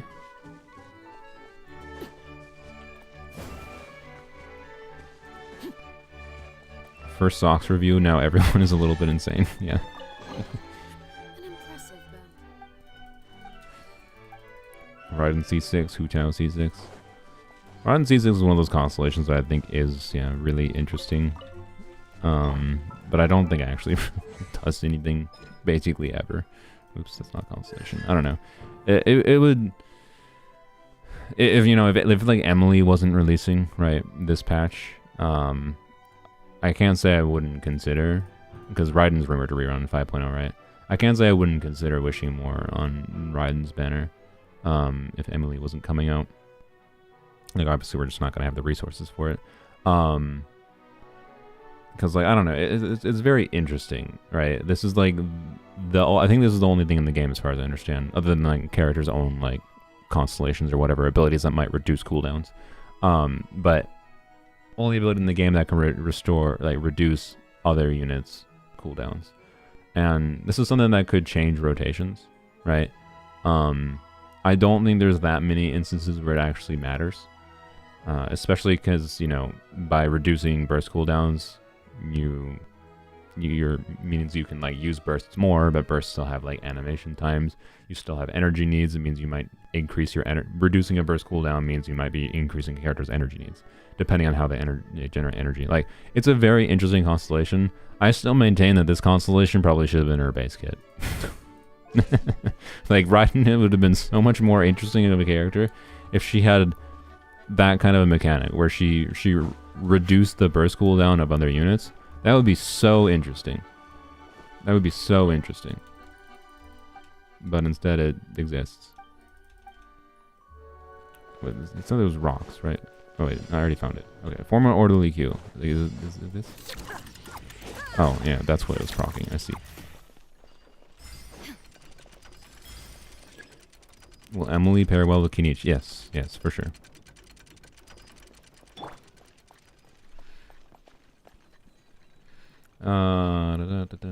Kachina Toma on Raiden banner. Whoops, C6 Raiden coming. I mean, Toma would be a surprise. But if Kachina is on Raiden banner, that would be a nice bonus. I suspect we're not gonna have the resources to be able to seize this Kachina. As cool as it would be, I don't think it's that relevant. What does her constellations do again? I know her C2 is relevant because it like I do want her C2. Let me check. Kachina. Oh, I forgot it doesn't come up in search. You have to go to the character page. Alright, there's Kachina. Constellation. C1 is energy refunding to her. C2 is... and also C1 also automatically makes her absorb elemental crystallized shards around you, which is interesting. That actually like increases her defensive utility a little bit on top of the energy refunding, but it's... yeah, it's a relatively minor energy refund. It like might only refund 3 energy, so it's like, C2 is like you get extra duration on her special state, which means more on-field damage. It also resummons her skill, So, yeah. Anyways, it seems decent. And potentially necessary to get her to actually do meaningful things, damage-wise, but also not really because she's still gonna have energy problems. So, is it actually relevant? No. C4, you get a defense buff based on opponents hit by her skill. It's not that relevant. It's just a minor defense buff. And then C6, when your active character's shield is replaced or destroyed for any reason, Kachina will deal 200% of her defense as AoE geo damage, but it only triggers once every 5 seconds. Like, her C6 can increase her personal damage output, like, in a rotation, potentially by, like, 80%, which is like, wow, that seems big, except for, we're talking increasing her personal damage contribution by 80% for a unit that had very little personal damage contribution in most contexts. So,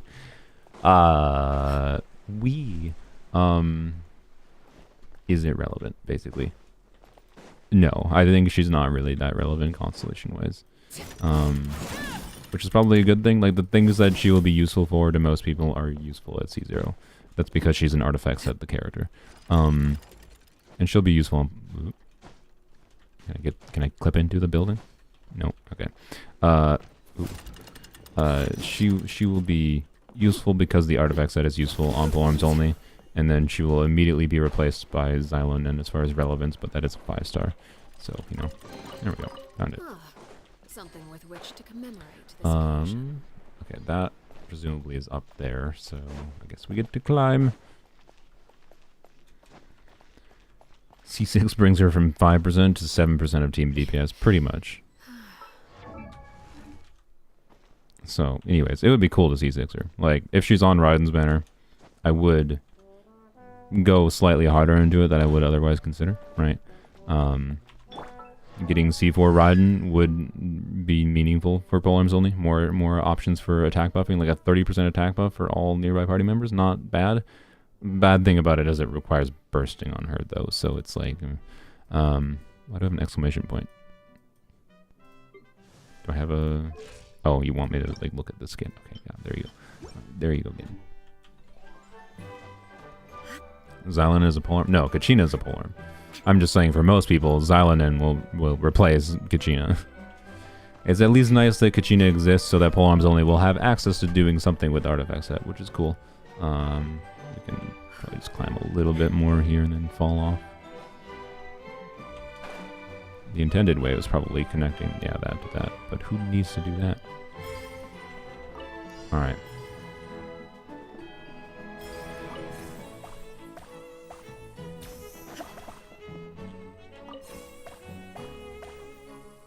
Xylan is a sword, by the way, I believe. Oh, this is what I was talking about.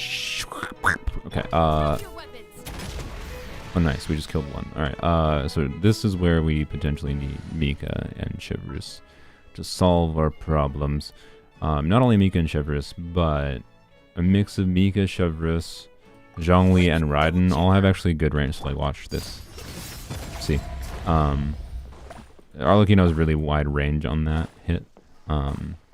So she can actually be pretty good at that. Raiden has pretty good range, so I don't think I'll have to use the Harpassum. But, oh god. Okay, this is a bit more of a struggle. Wait, no, you can... I got a solution. Problem solving. See, if we can't solve these, we can't 100%, right? So, we go over here. Wait, I also could have just Shivers. Okay, yeah, perfect. And do that. There we go. See? And then we gotta go back. And back again. I almost fell off. There we go. Got it. Easy. Only need Polearm characters in this game. No one needs other characters. Didn't even need Mika. What was it doing? What's an ideal Kanichi team? On launch, making no particular assumptions about the Pyro Archon. His best team is probably going to be Kanichi, Bennett,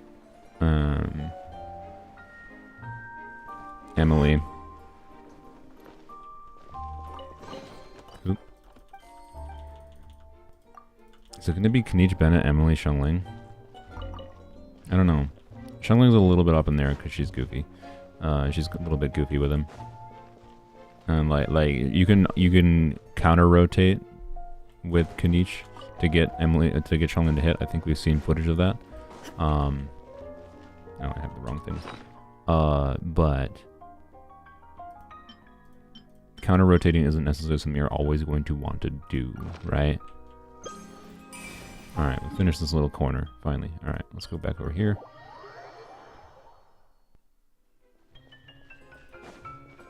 What's my Xiao's weapon at? My Xiao's weapon? I mean, I've gotten 3 copies of Jade Spear. Technically on both my accounts, which is funny. We'll probably be refining this soon. I can't think of, like, well, okay, actually. Asterisk. If we fail to get Emilie's weapon, maybe it'll actually be a little bit relevant to have Jade Spear as a bad stat stick option for her. But I also usually have this extra homo floating around. I just don't think... I think I will probably refine this eventually. Share one of those Jade Spears with me? No, they're mine. I need them on Polearms Only. I would share one of my main account ones with you if I could, though. Count me in. What are we doing? Hide and seek. Oh, God. Oh, God.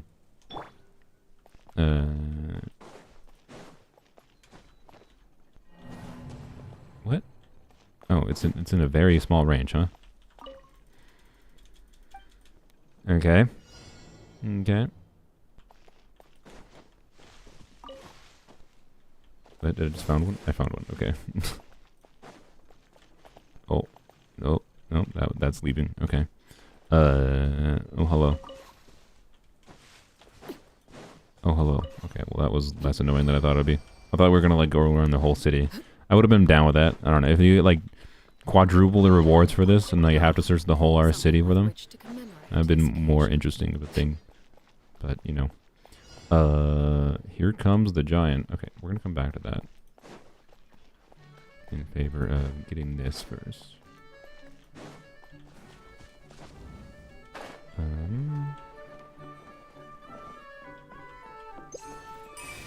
Just double checking things. Perhaps they use... Do I have to interact with them? Hopefully not. Okay, this is more of a climb than I thought it would be.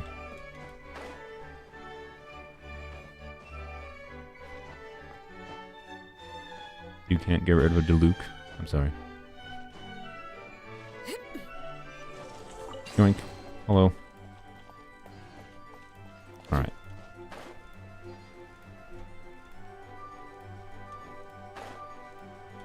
What is this? Another sign. Of a hidden treasure. City resident, grave in the bell tower. Head to the top. Oh, frick. I was just up. Already was up there. Oh, well, okay. This takes me all the way up, looks like. Ring bell. Didn't even make a bell sound. I heard nothing. What? Alright, Mahoya. Who do you have C8? Chow? Seems like a weird accident. Find and reach the destination. Oh. Oh, a pattern. I see. 1, 2, 3.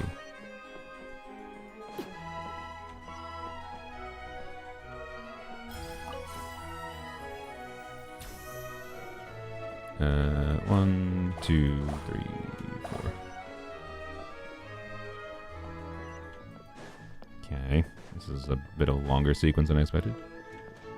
1. Oh, well, this is hard. 2, 3. I like how there's an arrow there. Why is there an arrow there? Just in case you couldn't figure out the direction there. Wow. Northeast of the city. Northeast of the city. They talking about there? Because I already did one that was over here. I know that. Is Island a better Zhongli for Navia teams? Oh, yeah. Well, depends how much you need the defensive utility. But if you're playing her with Bennett anyways, like, oh yeah. Oh yeah. She should be. Quite a bit of an upgrade.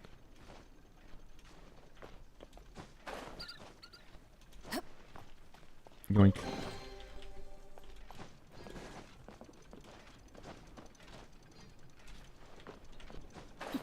But if you really hate getting interrupted, but honestly, I don't know. She's not that bad of a unit to get interrupted on. So, I don't know. We don't know basically anything about Zelena yet. We know, I mean, she has game data, like, for some reason she has, like, game data kit information. Like, we got information from in-game data that references her doing res shred, and then we know the artifacts that exist. So, like, we actually, it's a pretty solid, it's weird that we have this information now, but it was in the game data. So, like, I don't know what to tell you. It's pretty likely. It might change, to be clear. Especially the values, right? She might not do 40% res shred. But if she does any amount of res shred, and the artifact set, and she potentially contributes her own damage, she's going to be very good for Navia.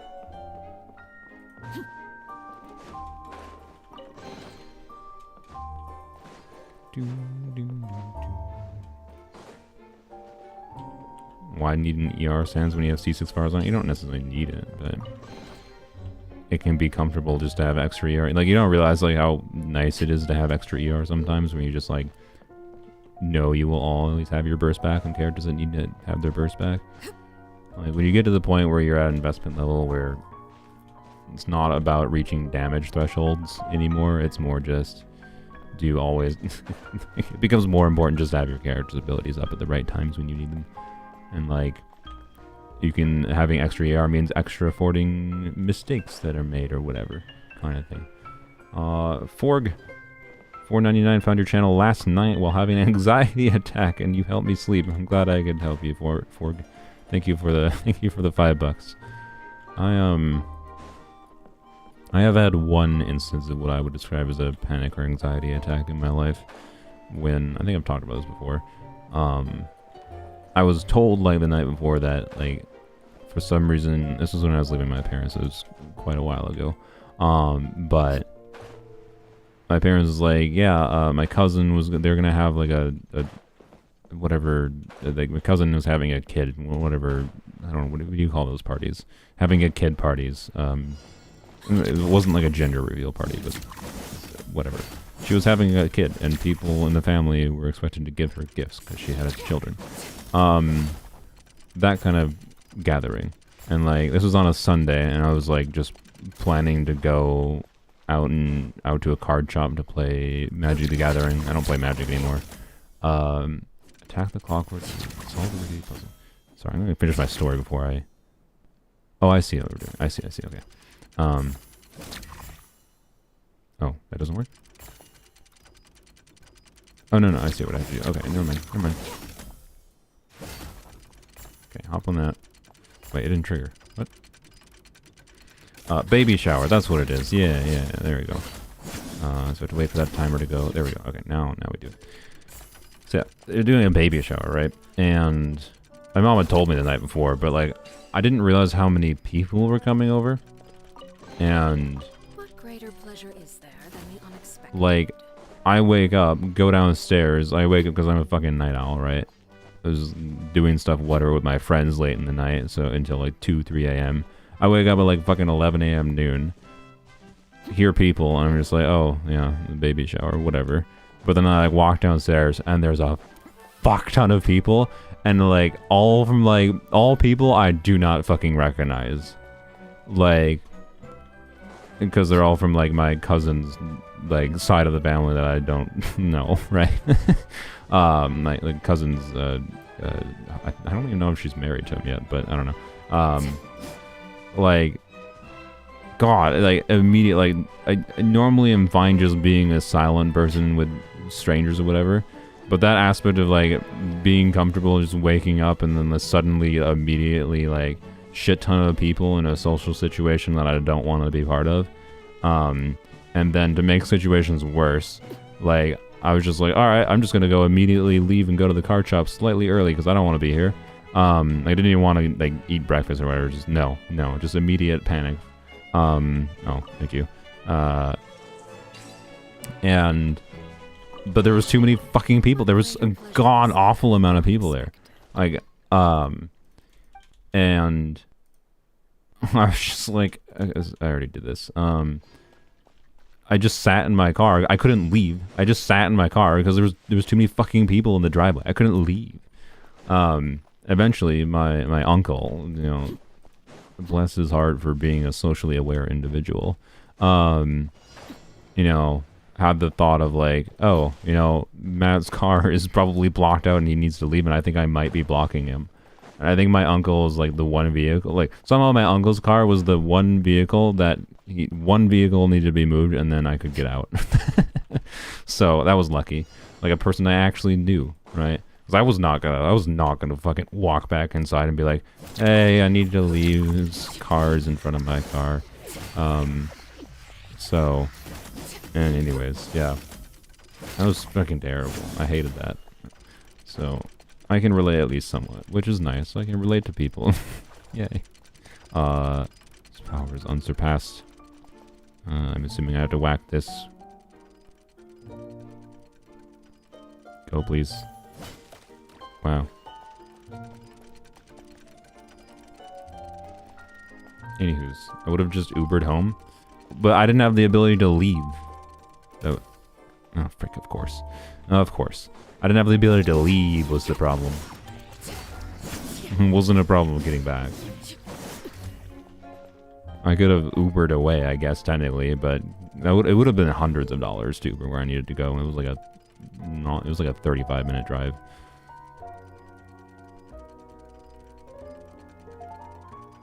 In hindsight, I could have actually asked my friend to pick me up. I think that was going through my head at the time of like, okay, I'm just gonna sit in my car and ask my friend to pick me up at the end of the driveway, and then just, oh, let's not forget to do that. What? So, anywho's, but yeah, that was a fun experience. But yeah, anywho's, I'm fine now. Like, I could handle that situation now. I want to be clear. I have actually gotten better as an individual in my monkey brain. And I could handle it now. I could be like, but also, it's yet another, you know what, actually, I'm going to talk about something. I'm going to kind of rag on my mom being not a great communicator. Like, part of the reason I went and got, and like, wanted to learn about human communication, like, I have, years ago, I vented frustration to my mom about how the reason I tend not to like talk to my family members at family gatherings and tend to be just a silent observer is because my family, on my mom's side at least, is very, very, very bad at actually making me want to talk to them. And yeah, so like communication is a two-way street. Like not that I couldn't do better and try to like encourage whatever, blah, blah, blah, blah, blah. I acknowledge that. But like, I don't think my mom sucks. I think this is just one of her main flaws. And I do love my mom, by the way. I want to stipulate this, but I don't know why I went up here. Actually, I don't think I was actually done back down in that corner. She I vented to her that yeah, our family is bad at communicating like anything, and it kind of sucks, right? And this was another that instance was that, right, where like, oh, she said there's gonna be a baby shower there, but there's a difference between a baby shower that has like 30 strangers in the house and a baby shower that has like my cousin and a few people, right?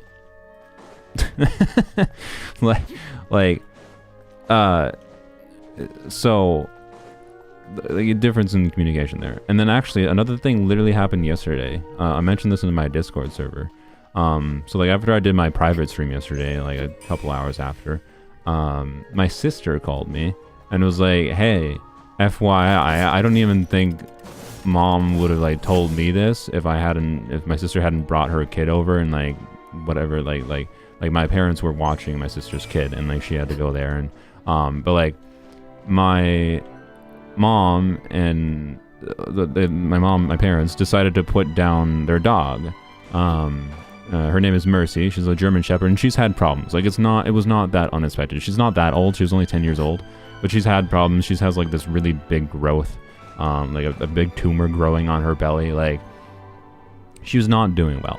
Like this in its own right wasn't that surprising, right? But And this is a dog, by the way, like 10-year-old dog. I think I lived with that dog for like 5 years. I like this dog. She was a great dog. Didn't deserve some of her health problems because of, you know, shitty inbreeding from breeders, right?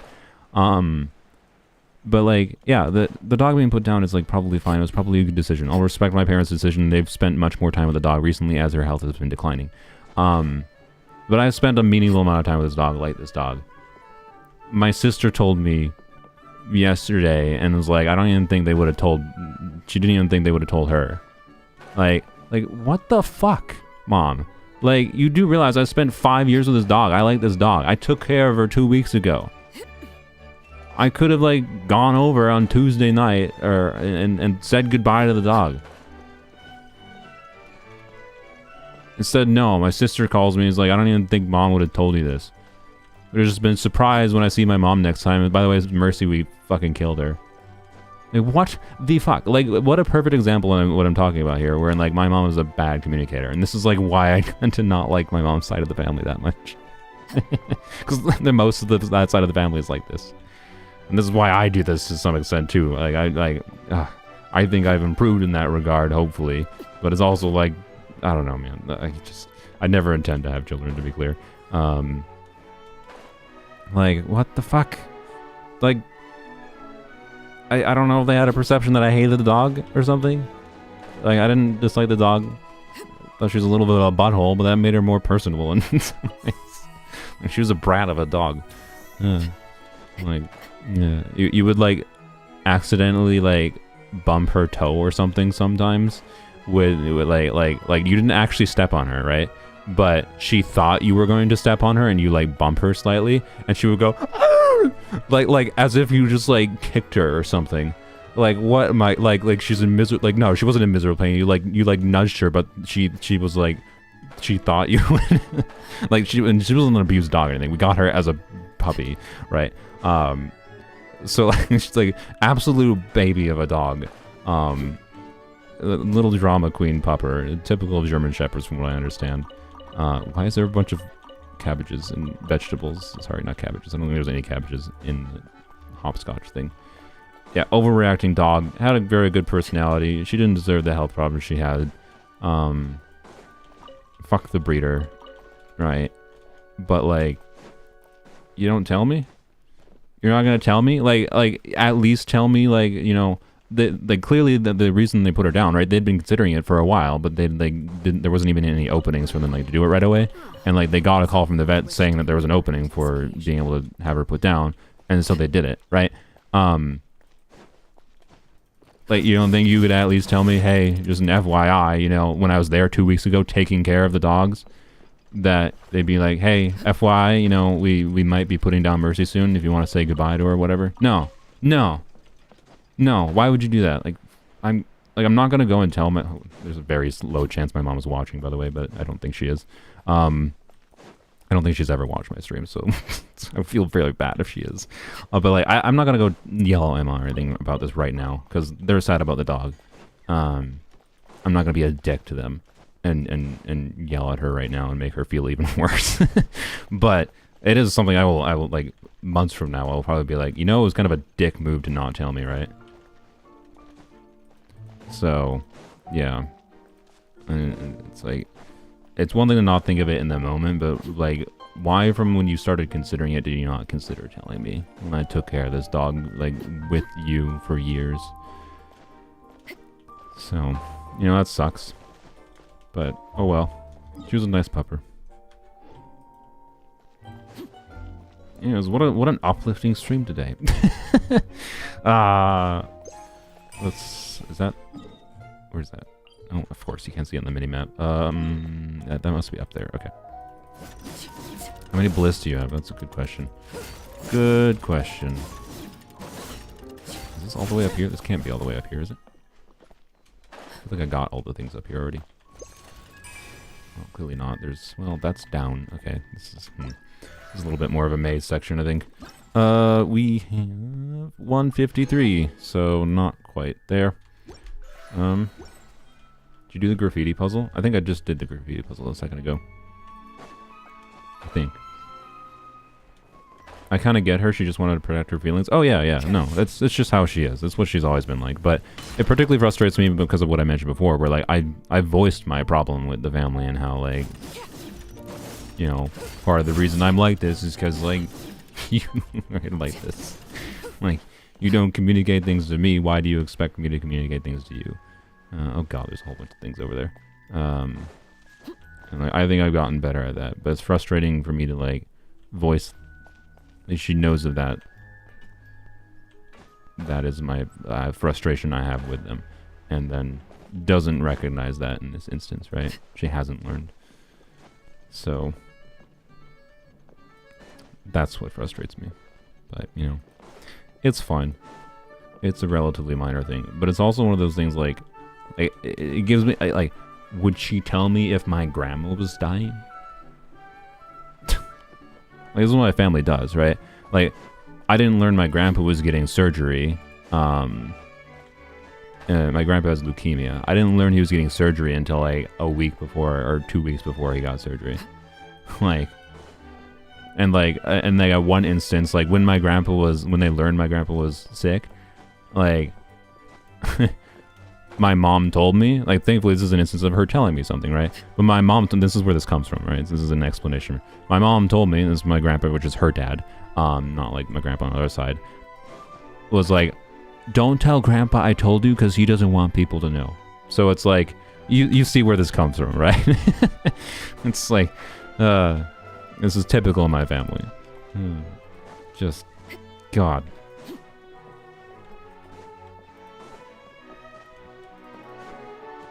Surprise, people are dead now. It's not actually a surprise, but we didn't tell you they were dying.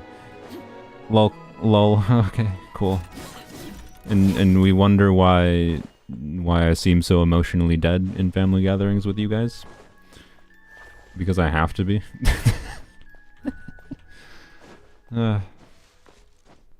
Drop all the way down? Oh, okay. There was also something up here that I saw, though. Oh no, that has a down arrow. Oh, it'll kill me. I thought there was something that was up here. Never mind, it also was a down arrow on it. Or is it right here? I think it's right here. No, I got these. What? Oh no, that's down further. Oh my god.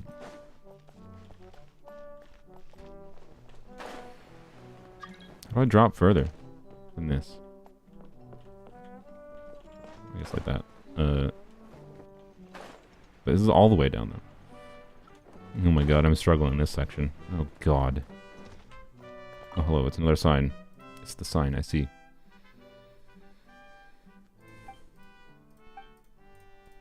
Oh, I didn't actually read it. I was looking at chat. Oops.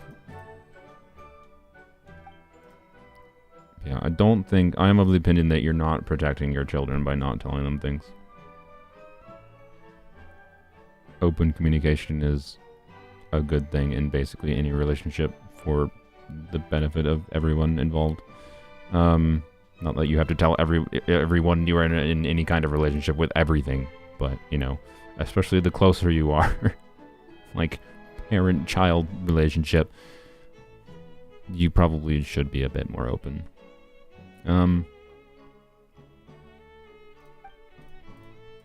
Okay, so this is a different graffiti thing from the other graffiti thing. Okay.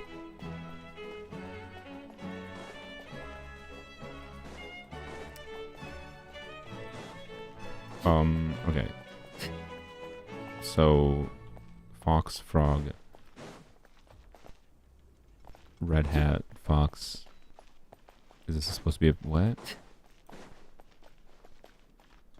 Oh, I see. Okay, you had to walk up to it. That's why I was confused. I was like, okay.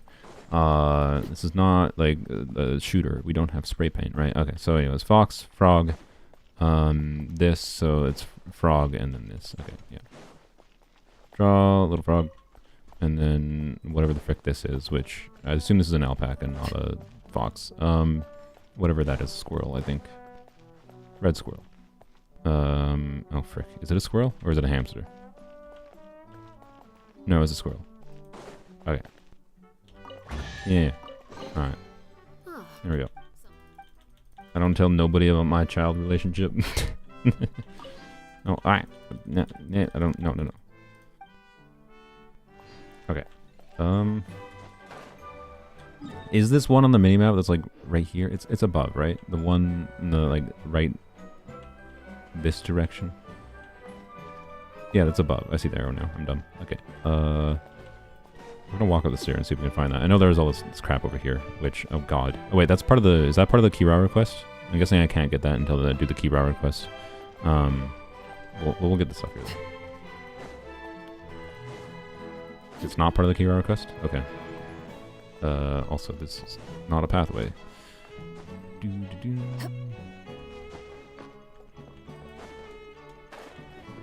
Whoa, whoa. Just dropped by accident. Okay, good. That means we can just get the garbage then. Oops. Get our stamina's back a little bit. Alright. This does not seem to be the most productive way to get up there. But it seems to be at this level, approximately. I don't think this is a way to get in here. Okay, this one seems to be a more annoying one to get to. That's for sure. Anything over here I haven't done? Yeah, I'd assume it's in the building in some form. Okay, well, there's definitely something over here I haven't done. Oh, I know. I think I know what this is. This is one of those annoying range puzzles. Let's go. This will be an actually interesting one to do for Polearms Only. Wait, where is it? Oh, it's right there. I see. There's also a chest somewhere. Where's the chest? I would like to get the chest first. I don't know where the chest is. Whatever. I guess we'll get that later. Okay. Let's see how this goes. Yeah, so obviously this part is not hard. Your phone auto-corrects child to child with an E. Oh god. How you know you have a problem. Level Saloon and ZZ. I am level 40. Okay. So we almost surely have to do this. Nice. Alright. And then Mika. This is one where we, like, I could maybe stand on the top of those and, like, use ride and whatever, but we're gonna just try it. Okay. And we're also gonna use this. I can't use this? Okay, there we go. Okay, well, they definitely have the range, at least. It's just don't actually have the, okay. Shivers is back, so we have 2 minutes to do this. It should be fine, right? What? Okay, the best strategy might be standing on these things.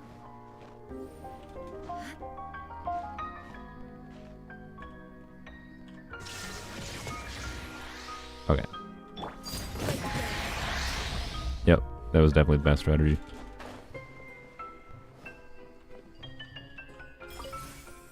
I think we're fine. I think.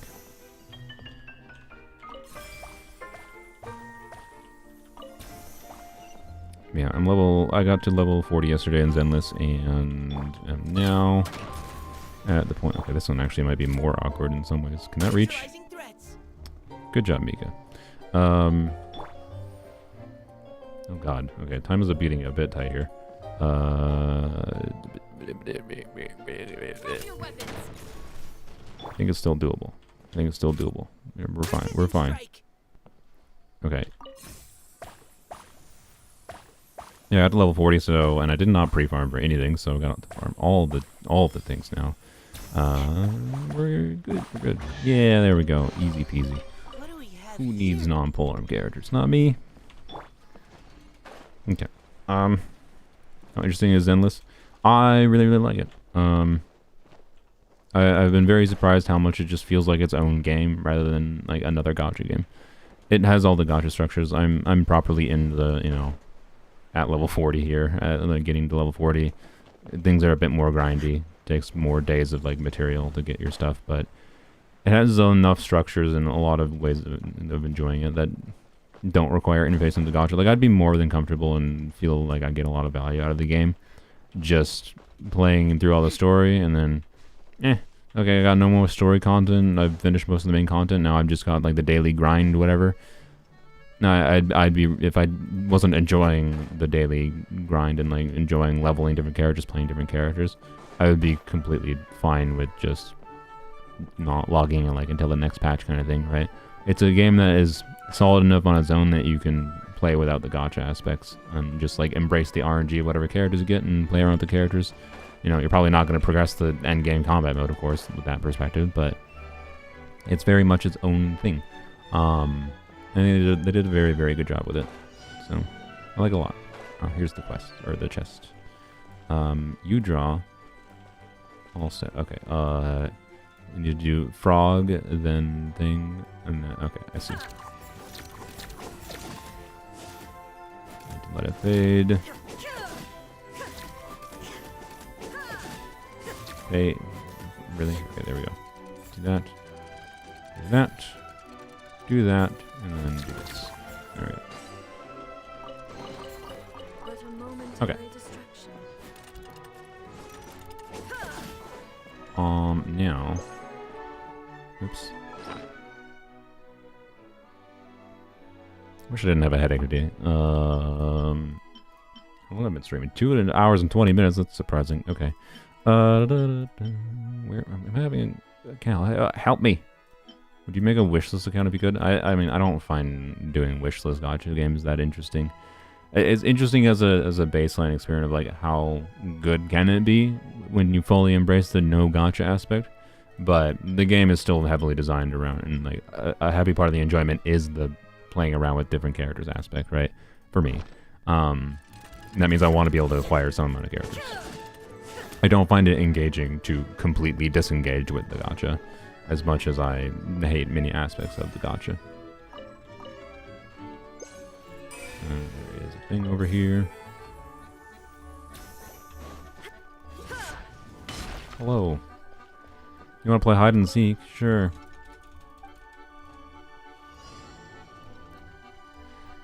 You can't live here anymore? What?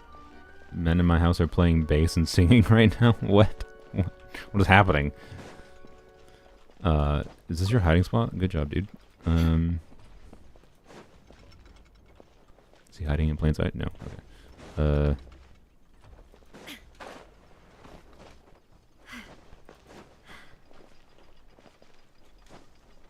Is he hiding out here? That would be smart. Hide outside the wall. Okay. Well, this one's a little bit harder, actually. Slightly. Maybe not. I lied. Okay. I thought I would have to go start climbing. I thought there was going to be some verticality to it. I lied. Alright. Dad, uncle, and another old man friend are all playing music really loud for context. Nice. Alright. Alright, nothing other than those 3 chests over there. Let's see. What is this? Awesome prizes to be won. Check it out. Challenges a test of the contestant's ability to work as a pair. Okay. Though each contestant has their own style, so due to the challenges differ. Shut those eyes and move those legs. Go. So hungry, gotta eat. What should I choose? Win with other competitors to unlock all rewards. Okay. Team up with the reckless figure.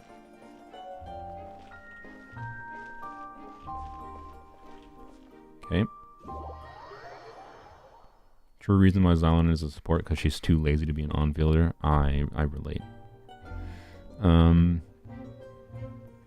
think I actually like in Serious Knock, she's like a leopard character, right? And those and like leopards are I think she's meant to be leopards, right? And I think leopards are like meant to be like they're quick bursts of energy, like trying to catch their prey type characters.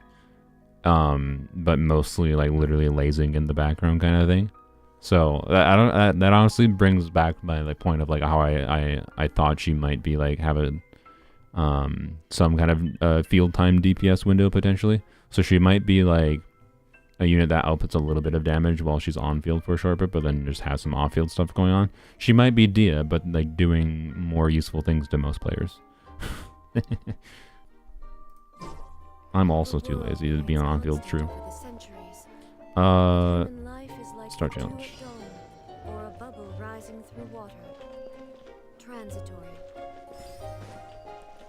Is bro so dumb that he would actually walk straight left after I marked that one off? I see. I have 2 of those cats sleeping in my room. Do they also give res shred? Imagine if she was a sloth. That would be funnier, kind of. Yeah. Alright, gimme.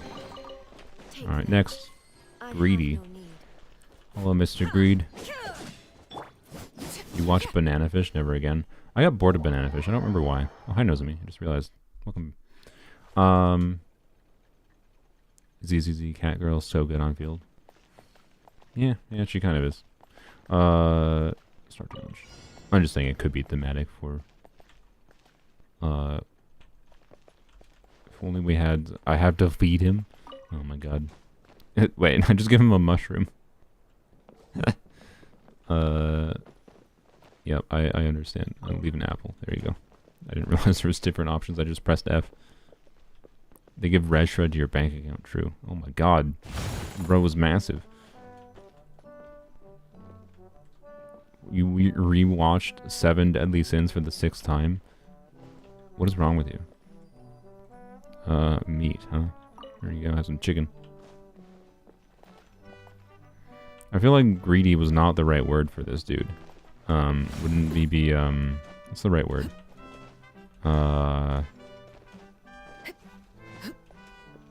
There's a word for it. Sweet. Oops, I just gave him a mushroom again.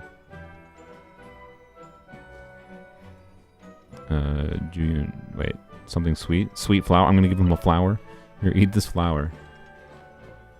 Glutton. Yeah, glutton would have been better. Yeah. That's the word I was looking for.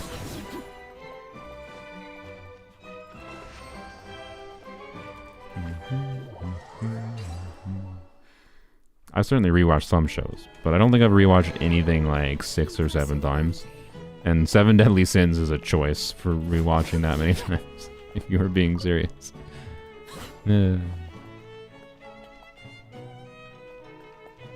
Okay, yeah. Watch Devilman Crybaby was certainly a cinematic experience. Devilman Crybaby was fantastic.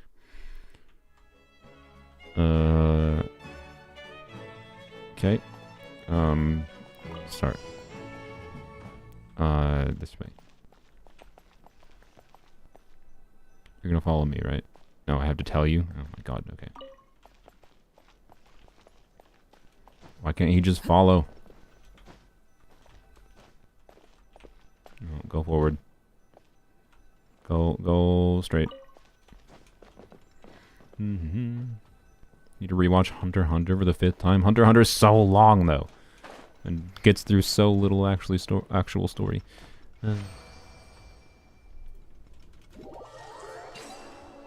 I liked Hunter x Hunter, to be clear, but also like people love the Chimera Ant arc, but it also made me completely tune out Hunter x Hunter. Like I'm just like I watched it, I enjoyed it, but I'm also completely done with it. I don't care. Like I know that like the manga's basically dead from what I understand.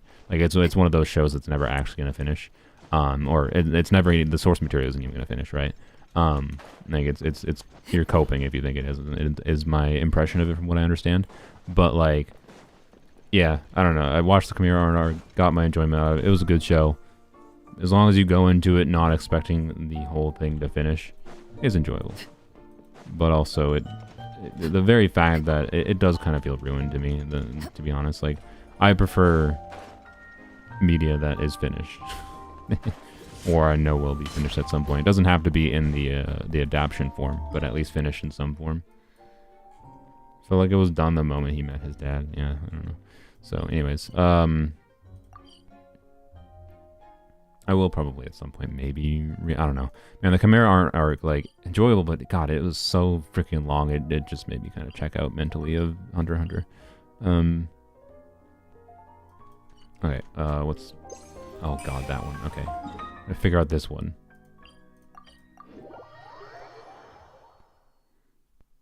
Hunter x Hunter's manga creator is married to the woman who wrote Sailor Moon, and cause he's ill. Oh yeah, that's what it was, he was ill. So yeah, like, it's not a, you know, it's not a George R.R. Martin situation where, like, quite frankly, fuck George R.R. Martin, just saying, for just leading, like, if you got, my opinion on the, like, for the Game of Thrones books is just like, fuck you, just be honest, and say you're not gonna finish it. Stop being a dick, right?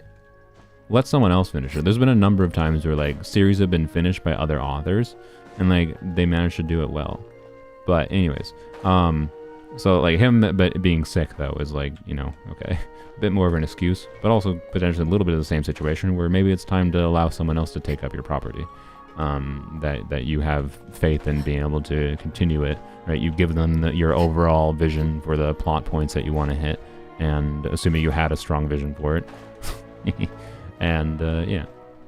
Anyways, but more understandable than George R. R. Martin, who's just a dick. Yeah, she's drawing parts of the manga for him. That's cool. So yeah. Anyways, hopefully Hunter x Hunter continues to develop. I guess I would not be against it again. It's been a while that like I've detoxed from the Chimera Ant arc, that I'm open to it. But yeah, George R. R. Martin will never finish Game of Thrones. Those books will never finish. I do not believe it. The series is dead. And I don't blame him. It's probably hard to have motivation after what the final seasons of the show did to it. But like, just be honest, bro, and say you're not gonna finish it. The world has already moved on. We'll be fine. Just be honest with yourself and with everyone else.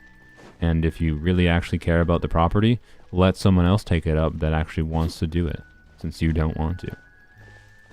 Anywho's. What was it? Oh yeah, there's a thing over here. Okay. This might be the last one in the city here. Surprised I haven't gotten to another threshold. Nope, still like 15 away. Jesus. Alright. I haven't gone to the third area yet, but I think this is probably one of the last things in this area. Your UID? I'm not hiding the UID. It's right there. And also, I'm not gonna like accept your friend request. I have like the friend request list is full. Sorry. Okay, we need to go down somehow.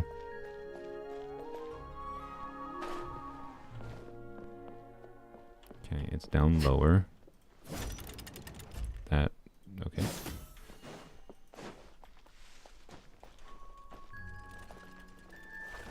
Wait, you know what? I need to test. Need to test.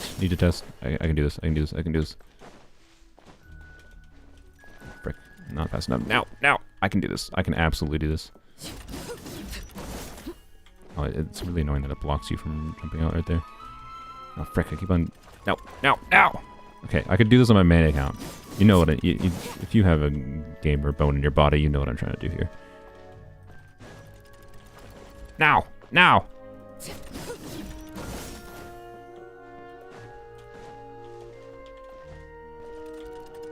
Oh, frick, I keep on getting stuck on that. Okay, Cloud Retainer could be, like, do this immediately. You know what I need? I need Shout. We actually need Shout. I believe. You called? I did call. Why are you almost dead? Alright.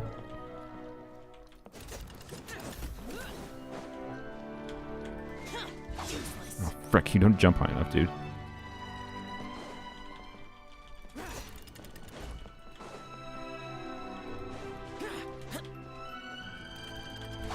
No, he got stuck on the... What? Wait, is there actually an invisible wall there while it falls down? Is Mihoyo that annoying that they couldn't let me get crushed by the elevator? Oh, I just phased through. Well, that's lame. That was literally the most lame thing. No, I wasn't trying to hit this. I was trying to get crushed by the elevator. As one does. Well, thank you, Xiao, for your help. Unfortunately, Mihoyo hates fun. I don't really know if I need you again, but we'll switch back to Toma. I guess the house work. Anyways, where are we going? We're going down here, probably. Still down further. Is it all the way at the bottom? It's still down further. Okay. This is where I was before, wasn't it? See, this is the problem. Where is this? Where is this? Don't switch back? Why? What do you mean? Oh my god, really? Game?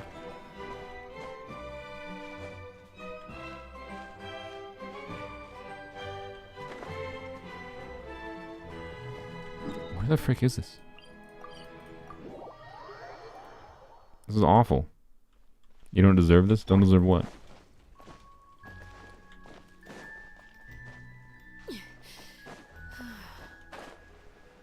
It's inside the castle. Where do I enter it from, though? That's the problem. Oh, is it just this?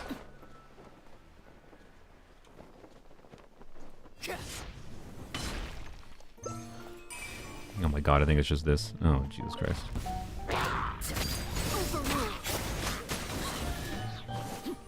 Wow. That took so long for so little. Oh my god.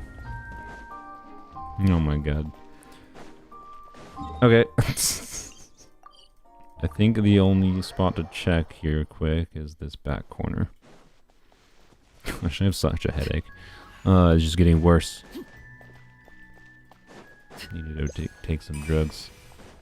Ibuprofen specifically, in case it's not obvious. Anything here? Oh. Okay. Alrighty. I think we're done. I think we're done with this section. I think it's just the section. Sweet. Is it from motion sickness? No, I just have a headache. I woke up with a slight headache and I thought it would go away, and it's getting slightly worse over time. Yep. Whoop. Didn't mean to do that, but hopefully it will. Toy bombs can be interacted with by pressing to pick them up. Okay. Place bombs on special titanium blocks to destroy them. Okay.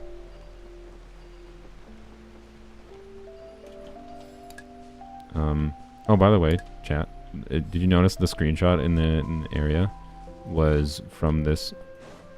Did I not put that there? Okay, was from this area. I didn't leave there, I just got blown up. It didn't show me there, but I was there.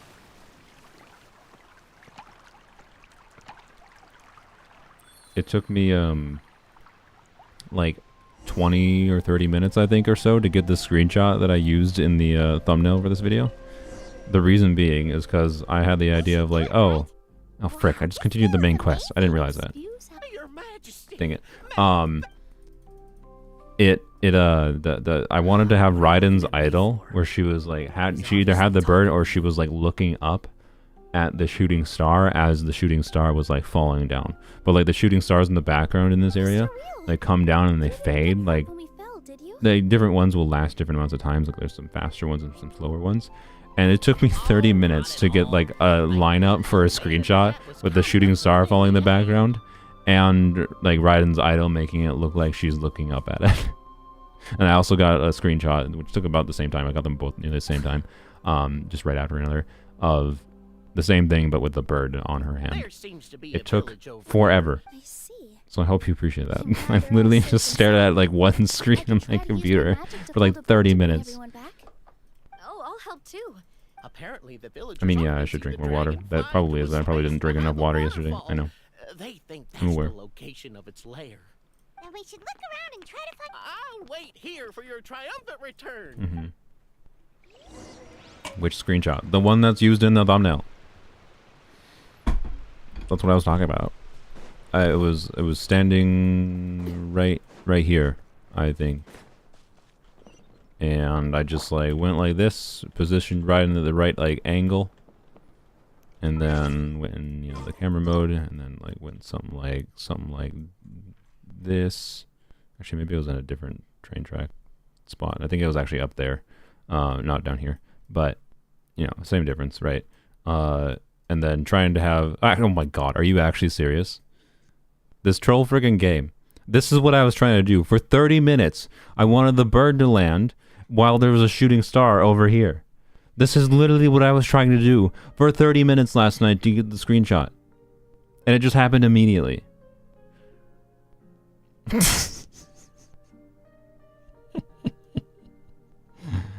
Like I just I wanted the timing of her in her idol while the shooting star was falling at that time. Freaking troll game. Okay. Go back up here.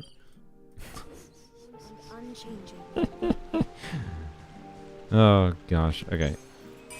Yep.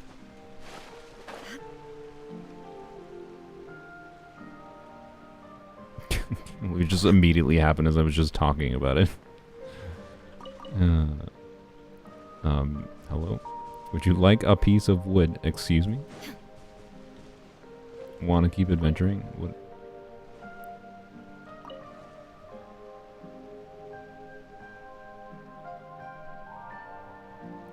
Life is like a bowl of wood chips. Never know what flavor you're gonna get next. Do you eat wood? What?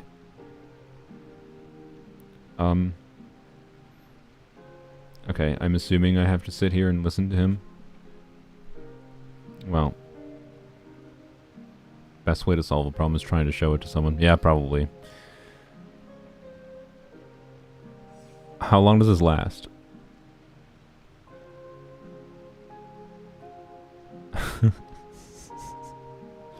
Is this MiHoYo doing some self-commentary on their own dialogue? Wherein, you know, you talk to a person and then, you know, you meet a person for the first time and they talk for like 10 years? Because that's what MiHoYo does a lot. Like, I appreciate that you're self-aware of your dialogue, MiHoYo, if that's what this is. Oh, it's a Forrest Gump reference. I see. I've actually never watched Forrest Gump. Take them. I have no need. Okie dokie. Thingy over here. Ah, I see. Connection point not found? What do you mean? How is that auto connection point? I had to aim in that one. Okay, odd. Alright. Take them. I have no Odd, odd, odd. All the goodies. Okay. We need a red cap. I have to aim this. What's broken now? That didn't work. Oh, I see. That's why. Yay. Take them. Okay. There is something below me. Is there? I don't know how to get underground right now. We'll get the other stuff first. Never heard of Forrest Gump. Yeah, it's I think a fairly iconic movie, but it's a little bit older. It might have been released before I was born, actually. I'm not sure. Anyone give me a push? Push. You're welcome. A rabbit and a fox kind of thing. Alright, guess right to win prizes. Yeah.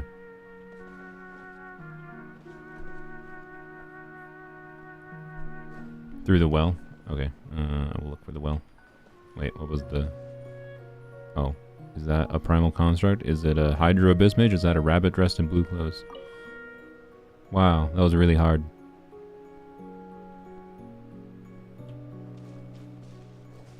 Is this a super giant squirrel? Is that a Riche-Ballon cat? Cat? Is that a fox wearing green? I think it's a fox. Wow. Truly the most difficult thing I've done in this game. I thought it was Updog. True. Movie was released in 1994. Yep, there you go. It was indeed released before I was born. Can I just like go in here with a small character or something? Probably. Maybe. But I imagine this is the easier solution. Yoink. Whoop, whoop, whoop. I think I've already gotten something that was up top here. I came here. Yeah, there was some paper thingies up top. Okay. Let's go get this. How should we decorate? I get to decorate? That's a bad choice, sir. Bad choice. Bad choice. Very bad choice. Can I can't aim. I love... Thank you, game. You won't let me aim up. There we go. Perfect.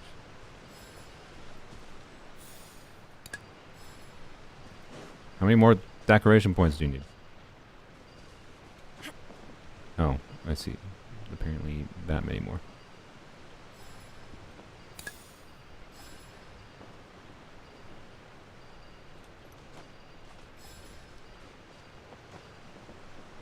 The steering wheel goes here, right?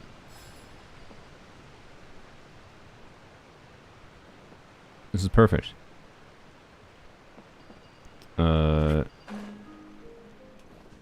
Yes, I share a birthday with Bennett.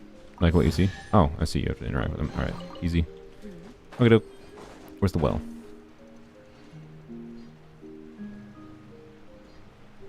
Well, I don't know where the well is, but this might go where I need to go.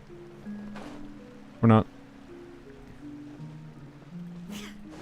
Okay. Wait, you know what I just realized?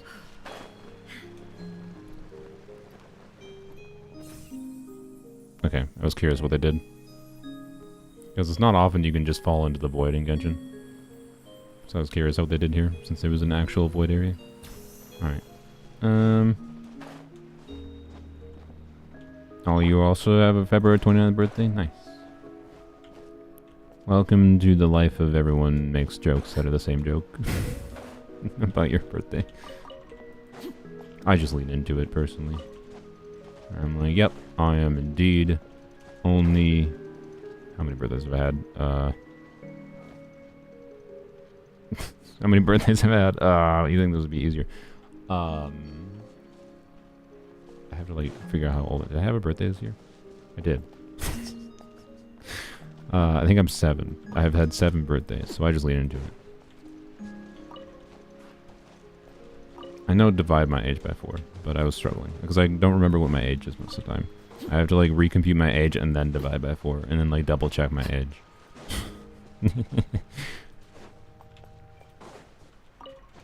Where's the... I was told to go down the well. I don't actually see a well here. Like, I'm not blind, right? There's no well here.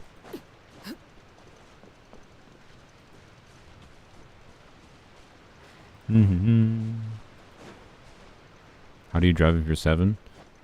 Just live life dangerous. It's right next to the foxes, is it?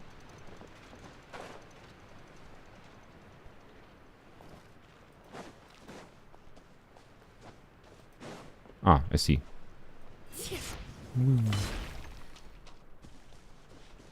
Oh, there's a mole there. I see. Okay. And a mint. Very important. Let's not forget to go over there. Hello, sir. Oh. I thought it was going to be whack-a-mole. My instinct said whack-a-mole. It was not whack-a-mole. Okay, I hate this aiming. Share a birthday with Honkai Impact 3 guy. Congrats. Otherwise, you're in the middle of Child and Bezo. Hazo. Bezo. Basil will probably be a character eventually.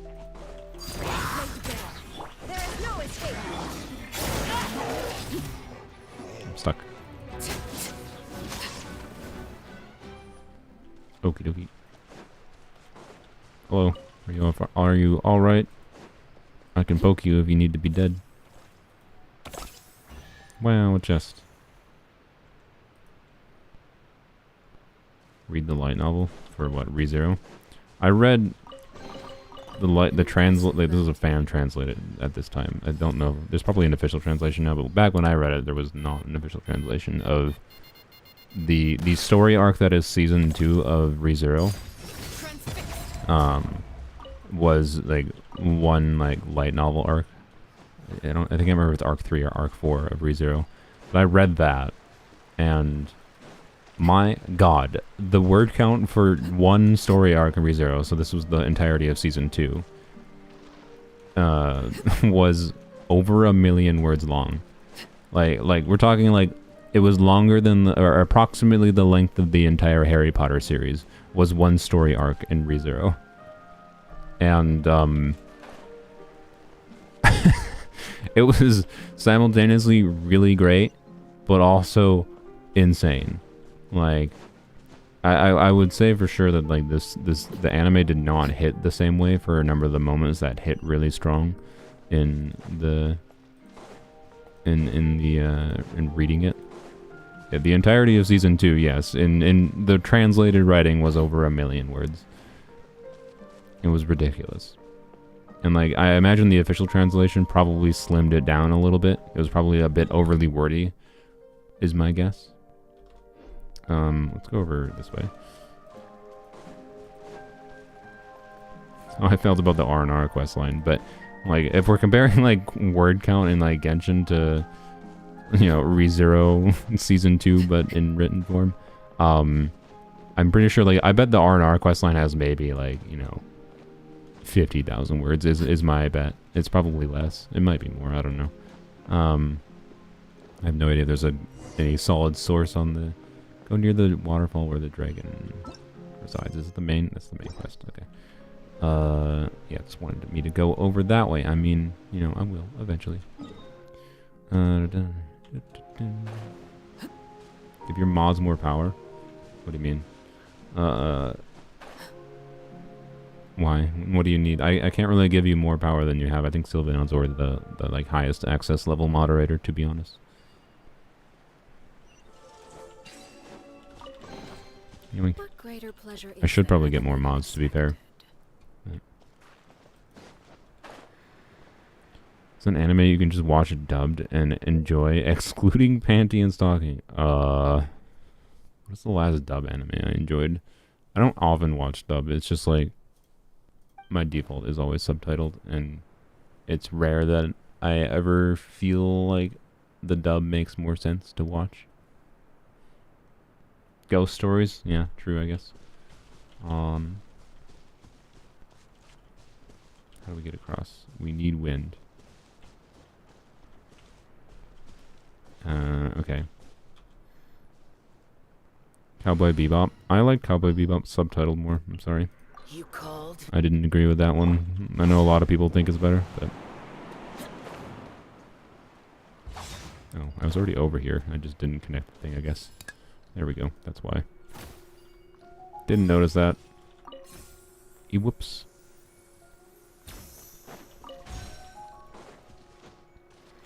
Okie dokie. Okie dokie. What are we at? Not even close. Frick me. I'm quitting. Not quitting. I am quickly getting to the point of potentially quitting. Not quitting the 100% goal, but being done with this stream. I just kind of don't have the energy in me right now.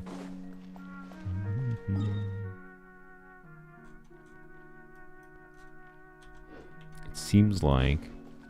I don't know. It's kind of weird. Like, I feel like it's going to be a bit hard to... I don't know how many... I guess it depends on how many paper things are over in these islands. But let's go over... I don't think there's any more here, right? Yeah, it seems like there's none more here. Let's go over here. Have you done the 3 statues quest? Yeah, I haven't done like any of the side quest stuff. I haven't even finished the main quest here. So, you know. Hello. Where's everyone gone? I have to go find your mole friends. Okay. Sure. I don't know if they're nearby or not, but... I know there's an underground section of this one. I went under there briefly before. Shoop. I must stack these higher than him. Okay. Is it going to let me actually put 2 blocks together for once?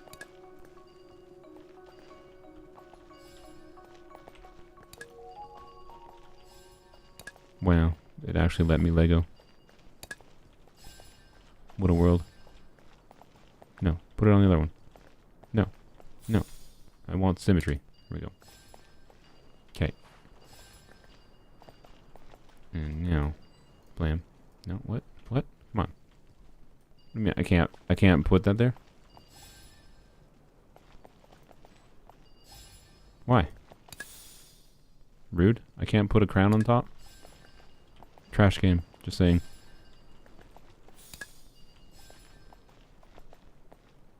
It's higher, you dingus. It's done. Really? Okay.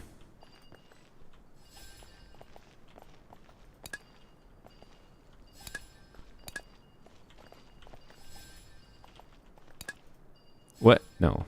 No, no, no, no.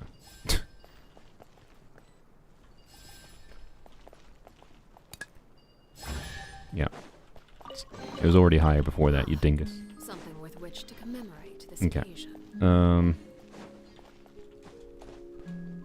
Whoop, janking around there. What's over here?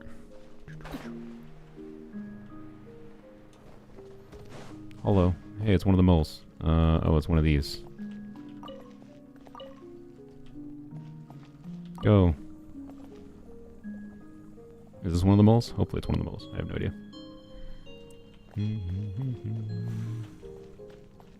There's a lot of this event. I'd say the puzzles are just a weirdly high amount of waiting, I will say. It's probably one of my main quests with any, main problems with any of the exploration here. It is one of the moles. So, you know, it's like just standing there, press 2 buttons, and then wait for 5 seconds for like, okay. It's not that big a deal, but it's a little bit not the most engaging thing, is what I would say. Alright, is this... No, this is underground, apparently. Okay, can I get underground from here?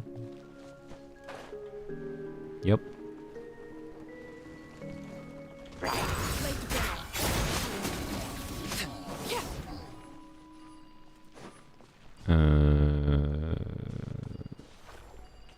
I'm just gonna assume you're supposed to put blue here. Can I... What? That one has a hole too, of course. Right there.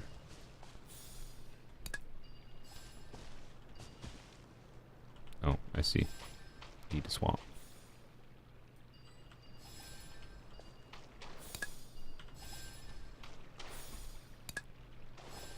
Yay. How exciting. Alright.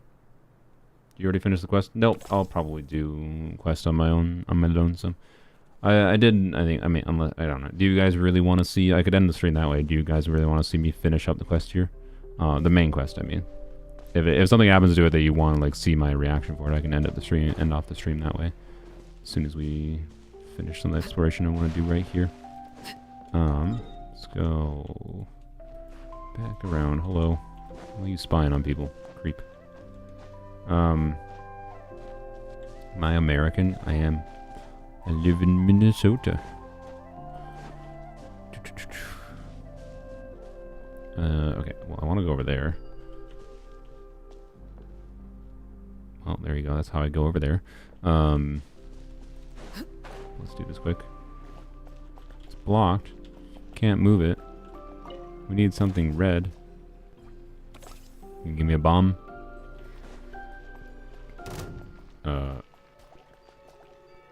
Sure. I didn't expect that. Is he gonna burn it down? What? If he burns it down, why can't I? I think I'm just supposed to kill it. It would have been better if you just used the slime itself. There we go. Thank you, sir. Why do I have to aim still? It's so weird. Kind of jank.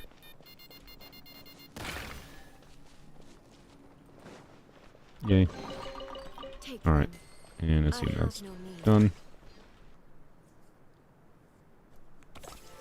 Would be fun, but when you did the Kyora quest, it was difficult for you to pay attention to it. Yes, indeed. But, I mean, to be fair, the fact that I'm tired right now and not as... I don't have that much I'm talking about right now. So it actually might go slightly better for paying attention to the actual quest itself. Right, my brain is not. I can tell I'm not active enough right now. I'm not rambling in the same way I usually ramble and yap on about whatever. Let's go back over here. So I'm actually a bit more focused on what I'm doing in game right now. Crazy. So it might actually go better because of the fact that I'm tired. So I will do it if you guys want. I guess I should do a poll. I have no need. Finish. Quest. Oh, I held shift, but apparently caps lock was on, so it's lowercase. There you go. You decide. I am falling. Is there anything else over there? I really want to get up there. I really want to get up there. There's nothing there. I'm like 90% sure. Kind of want to get up there though. Just want to hear my thoughts. Sure. Yeah. I don't know. Maybe I'll really like the end bit here. Are Okay. Okay, I want to go.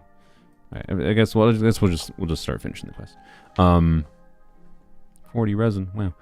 We'll go start finishing the quest. I think 70% voting yes, and then I don't know. It's definitely not going to take that long for me to 100%. Like, it wouldn't surprise me if I only missed very, very minor things once I actually get to the 200 here. Right? I'm at 175 now, so you know, need 25 more things. But I feel like by the time I actually get this, it's like the VAT. I'm assuming this is the same as it was last year's event.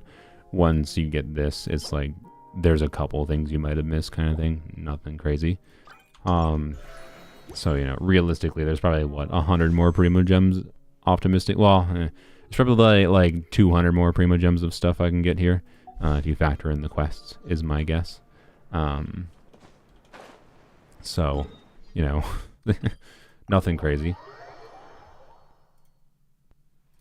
Max is 242. That's actually more than I thought. So, maybe more like 400 Primo Gems, optimistically. Which is cool. Yeah, there's the this is Polearms Only, so I haven't done the Kirara quest yet. So I have the Kirara quest, I have the 2 or 3 quests apparently here, and I have this quest here. So you know, at least like freaking 5 side quests. That was where like 100 of the Primo Gems in my, at least 100 was coming from my estimate there. How many days till Emilie? 12 days, 2 hours and 56 minutes. I don't need to get her a weapon right away or anything, right? So I'm not like bent on, oh, I gotta grind right now. And in fact, it might be more fun to grind after the fact. But we'll see. It's possible I, you know, just win the 50-50 and then wish in the banner, weapon banner, and then get the weapon easily, right? Just have decent luck. If I just have decent luck, not crazy, it could go well. And we don't need to do any of this stuffs. But if I do get that lucky, then I'll probably actually go for constellations on Emilie, because they could be pretty meaningful for her on this account. Or for her C1 is a little bit less so, to be honest. But quick, take out the dragon. And I probably won't go for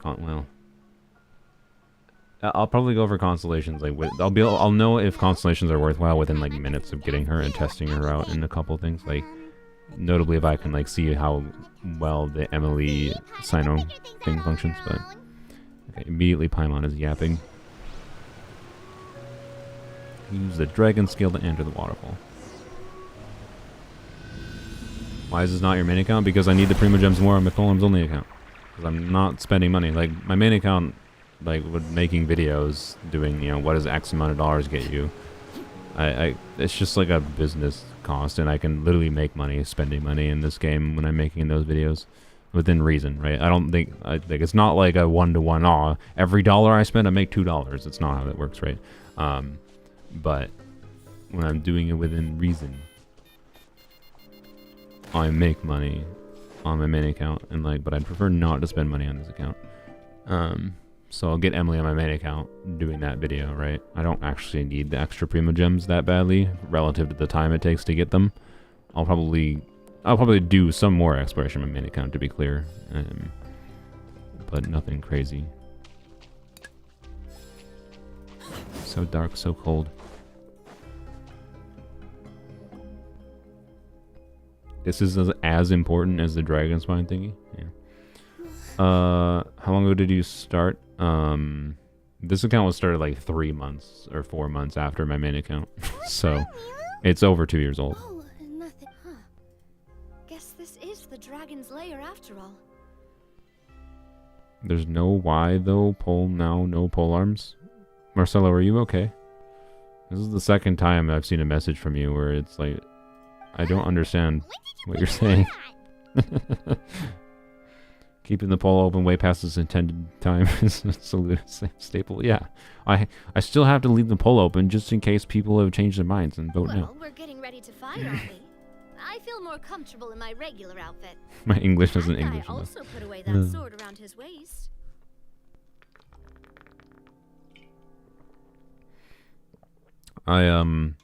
You did the dumb thing trying to get Ziphos, pretty much got all the other weapons on the banner except that. Yeah. This is why I warned it. Oh, you see what his name is, by the way, in this account? I considered it. I considered pulling for him just because I named him Polearm. What else was I going to name him? It's Polearms Only. Of course he's named Polearm. Do you need to He's do a polearm anything character, with therefore I Navia, can pull but for him. Hyman's getting kind of No. nervous seeing everyone else serious like this. No, it's dumb. I'm not going to do that. If I use that logic, then by the same logic, Raiden is a sword character. I can't use Raiden's burst kind of thing, right?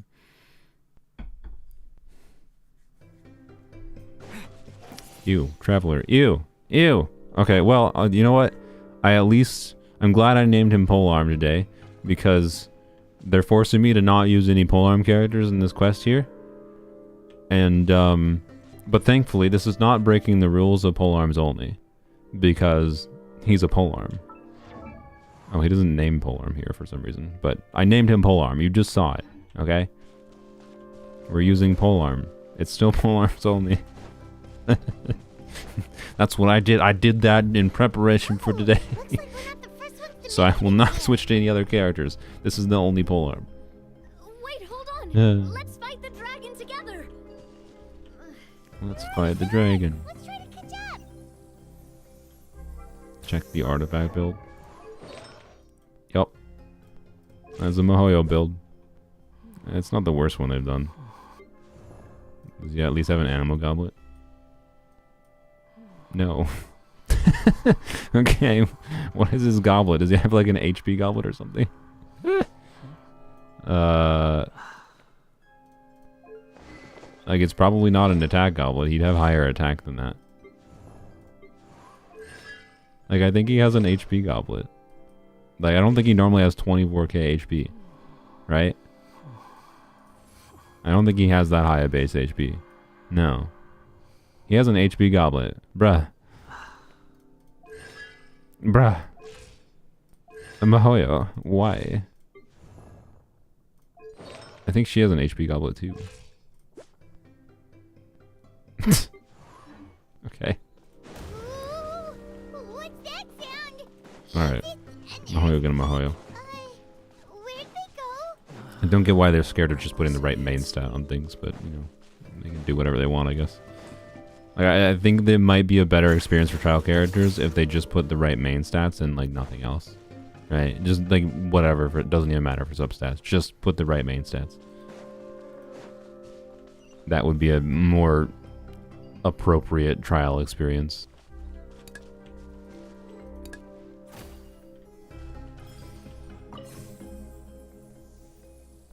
You need to be on your dodge game for this portion. It'll be fine. Probably.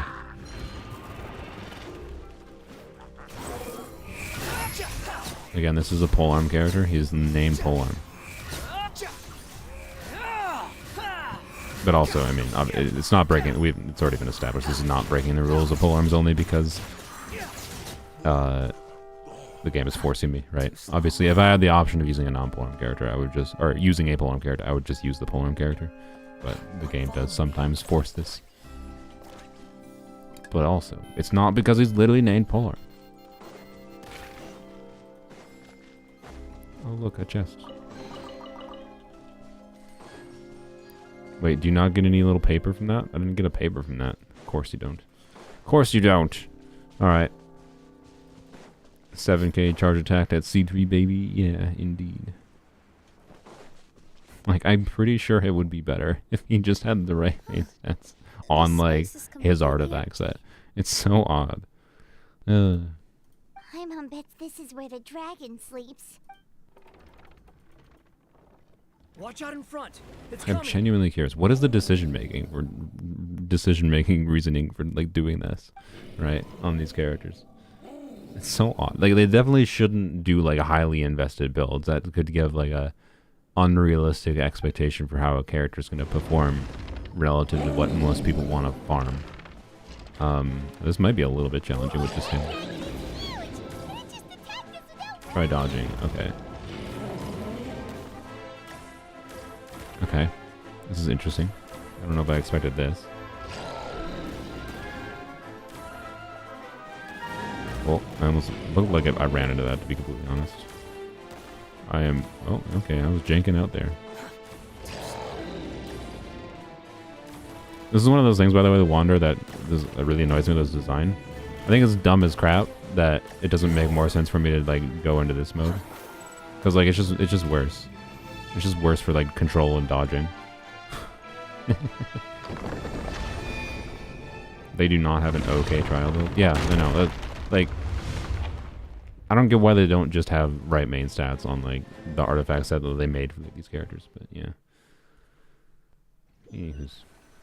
Like, there's a reason they decided to do that. I just don't know what it is. He's here.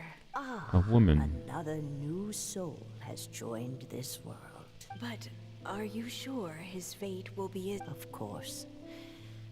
Predictions are never wrong. I just don't like that kind of story. Then you need only do as you said. Okay. You're right.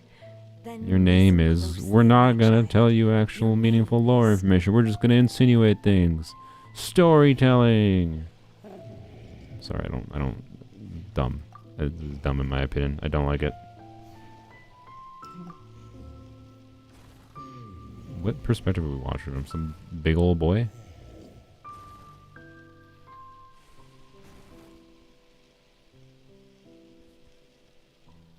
No healers on the team. There's a crap ton of random hits from the floating Legos. That's why they have HP stats. Ah, yeah, they might have done that. For that. That is probably the reasoning. Oh, we were the dragon. Legasp.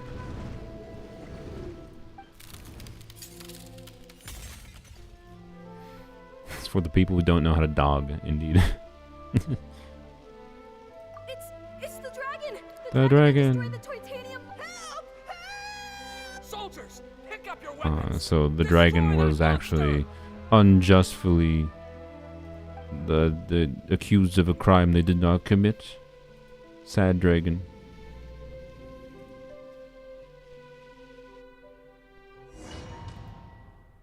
Wow. Truly beautiful. Misunderstood dragon indeed. Yep.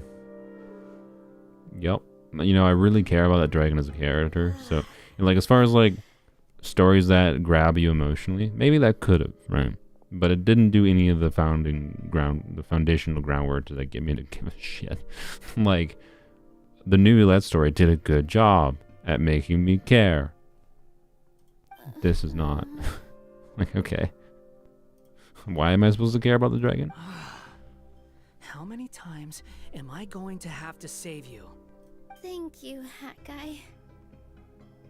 Yeah, it would have been almost more fun if the dragon was just an evil dragon. I don't know. Anywho's, The dragon's I'm gonna assume we're gonna get to talk to the dragon here. It's the new region, a Pyro region? What do you mean by Pyro? I mean, it's the Pyro Nation. Like, it's the Pyro Archon. Sounds like we all saw the same I don't think it's on things. fire, usually. Like, there is lava, but it looked like Cheeto dust lava from what I saw of the footage they've released. Well, we definitely saw a different side to the story. New Emilie story had a lot of in-your-face exposition. I mean, yeah, I didn't say it was perfect.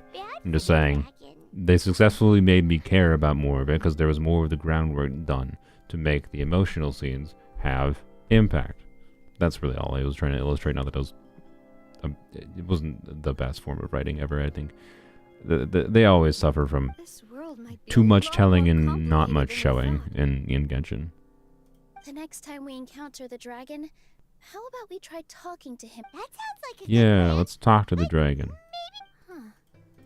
If the world above... Just keep walking and don't fall behind. Okie dokie. But yeah, let's see. Let's go meet the dragon, hopefully. In less than... Ah, it's not a polearm. It switched without me realizing. Wow. This place looks a Let's lot go different from see the dragon lair. what the dragon is like. Maybe it will change my tune. I'm so glad I have a flying polearm character. So glad I have a flying polearm character. I'm not gonna lie, case in point of why I don't like Wander.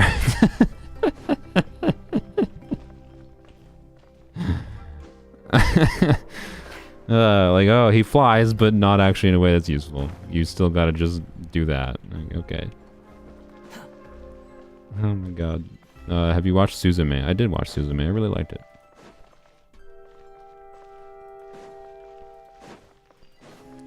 It's a bomb. If you're ever in trouble, here's an explosive. Thanks.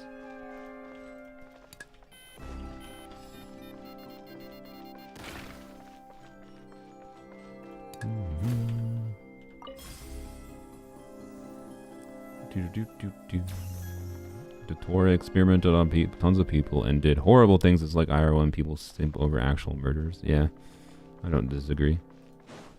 Hello, there's people here. There's a chest that doesn't give me a paper thingy. But hey, it's a chest.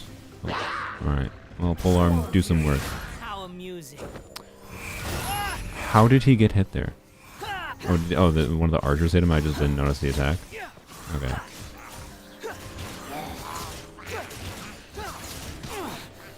I swear to you, I actually dodged that, but you know, whatever. Search for failure.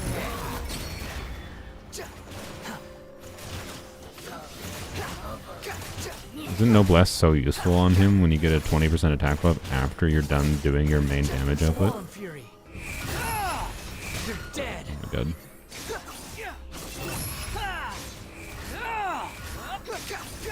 Oh yeah, he has a signature weapon, so I should be doing more normal attacks, shouldn't I? I forget. I forget. Too slow. Yeah, rare polearm gameplay indeed. Heal up over here, thank you. Too slow. Mm-hmm. He got knocked out of there immediately just from a couple elite trails. Hello dragon. Can we talk? Seems Can angry. we have a chat? We just want to talk to you. Bye.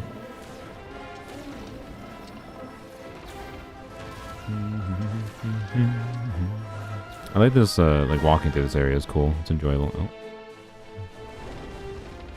Oh. A leg. Oh no. What will I ever do? Wow, so dangerous. More dodging, are you ready? I think I'll be fine. Oh my. Like, look how little height he goes up, man. I just...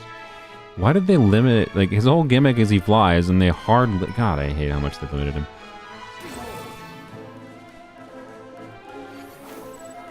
Like, let's... Oops. Can I even get over there? Right. Here, give him the best shot possible. We're gonna stand right on the edge. Be completely fair to him, which honestly isn't really fair. He should be able to do this comfortably without.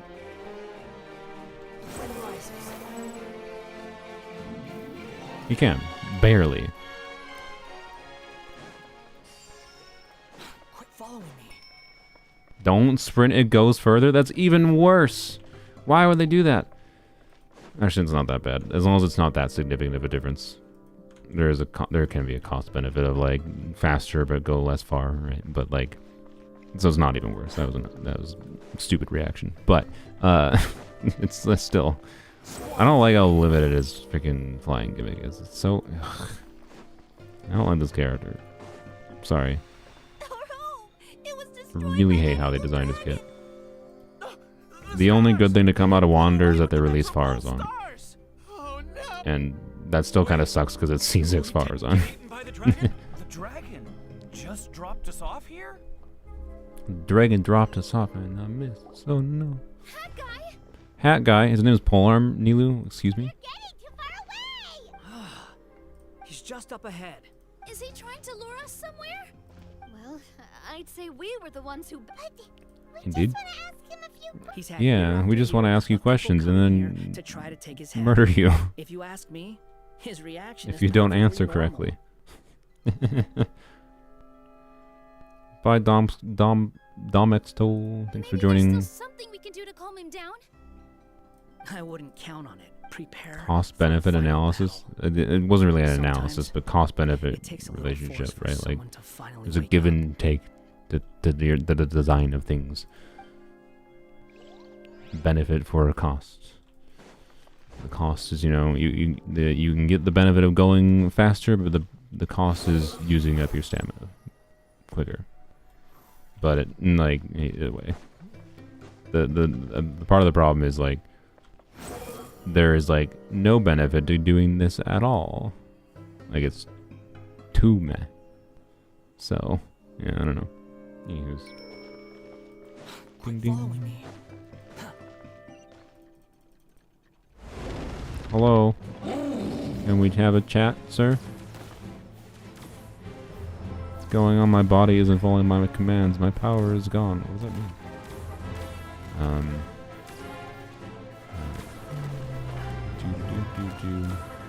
Wow, very dangerous for them to have projectiles literally nowhere near where we're actually walking. Wow. I'm not gonna lie, this story has been some of the most. I say this right now, and I might die. I don't know. It's been some baby gameplay. Oh, I was trying to see if I could put this in his mouth. Apparently cannot. Are we Okay. really gonna have to throw a bomb Okay. in its mouth?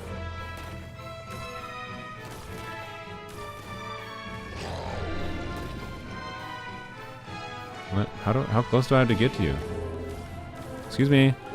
That annoys me. That kind of annoys me. When am I supposed to throw it in?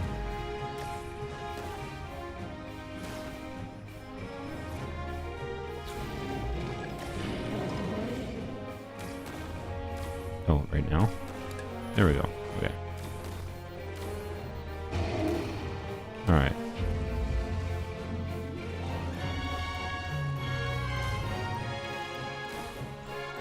Oh, we have to continue on. I see. Watch out! If you fall, Wow, it's projectiles that are underneath the... Yeah, didn't even have to actually avoid it, because you just don't do anything. Alright.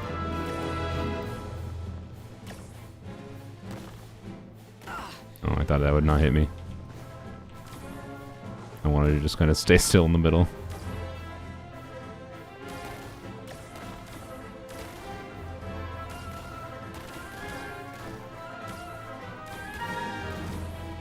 Oop, that spawned on me. No. you're dead. Ow.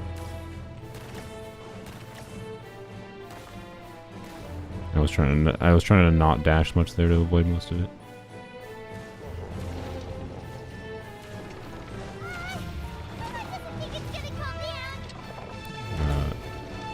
Have to use the ladder? Okay. Over here, you wicked dragon. Schmeck, die. Die. What? Oh, okay. He just fell over dramatically. Didn't even look like he actually got hit. Can I go over there? Oh, there's a thing.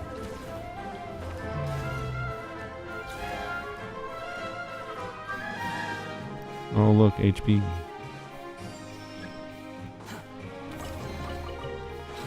Going.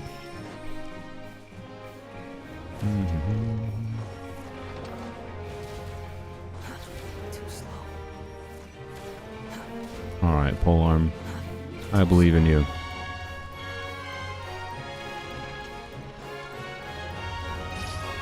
Wow. Wow.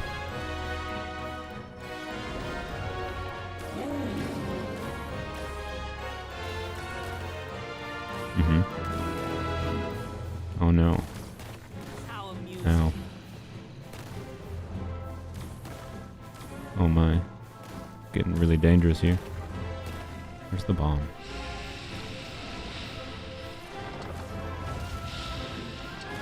Wow. This is some Elden Ring gameplay if I've ever seen it.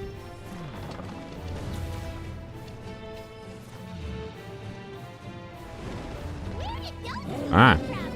It's a Hydra. Don't get hit. It's getting serious by spawning more heads.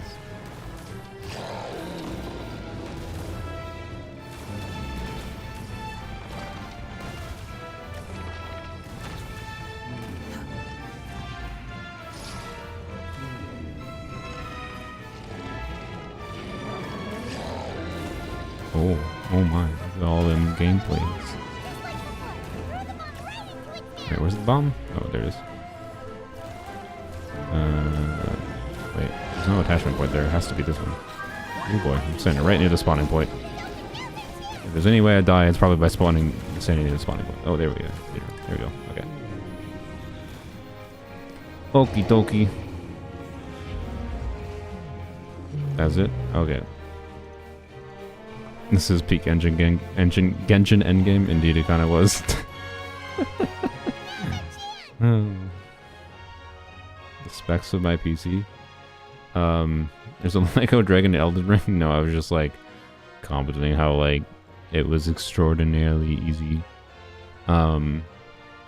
Like mostly standing still and moving very slightly easy. Can you autoplay? There was a thing. Oh, PC specs, Ryzen. Can you continue? I have autoplay on. You're not even having any dialogue and you're not autoplaying. What's the thing? I don't know. RTX 4070. This is a good computer. Got a bunch of RAM because it's nice to have a bunch of RAM for video editing. Inside the Polearms in the mist. black mist. Ryzen 3700X, which sure I you have want an to upgrade for, create but this haven't child, installed it because I'm Em? lazy. Even after what I told you about his fate. He will be abandoned by his creator, and eventually... I know, B. You've told me already. Yes, I did build my computer That myself. sad story with the disappointing ending. Disappointing It's what ending. happened in the real Genshin world, in a isn't it? nutshell. That's exactly why I want to change things in a different How world. nice of them. His I story don't can understand why they a they happier feel this ending. need to like be like, oh, we're gonna get some dialogue from these characters, His heart but is so and full like of we're gonna love. give you the story that's from different characters' understand, perspective, Anya. but you don't get to know the characters' names because you gotta figure that out yourself. Wink, wink. Simulanka is destined to parallel that of his real Like, world. this just makes I think this just makes the majority of people not There's care, still a chance, right? right? Maybe it's a shot in the dark, but I just have think to it's bad try. storytelling. He deserves a better life. Although Like, ooh, I'm looking at a low help of others quality when the time chair. comes. Woo! Dear, the choice is yours. Since you're so persistent, let me tell you a secret. More boring fate talk. I agree.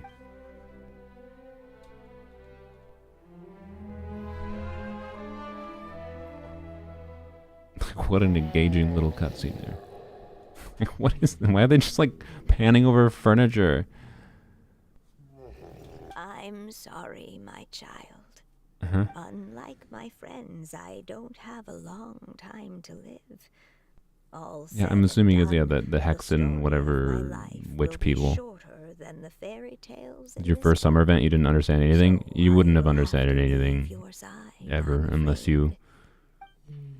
agree, or unless you are like into the lore nuance and like on an external perspective, like you know watch lore YouTubers It's and whatever okay, kind of you know. thing. Like you got to be It's really into it, like okay. motivate yourself to care about it. Once I'm gone, I will become a star in Simulanka Okay, and watch over so this you witch is dead, from basically. above. Is that If the you lore implication ever here for feel this for lonely, M? Just look up towards the sky.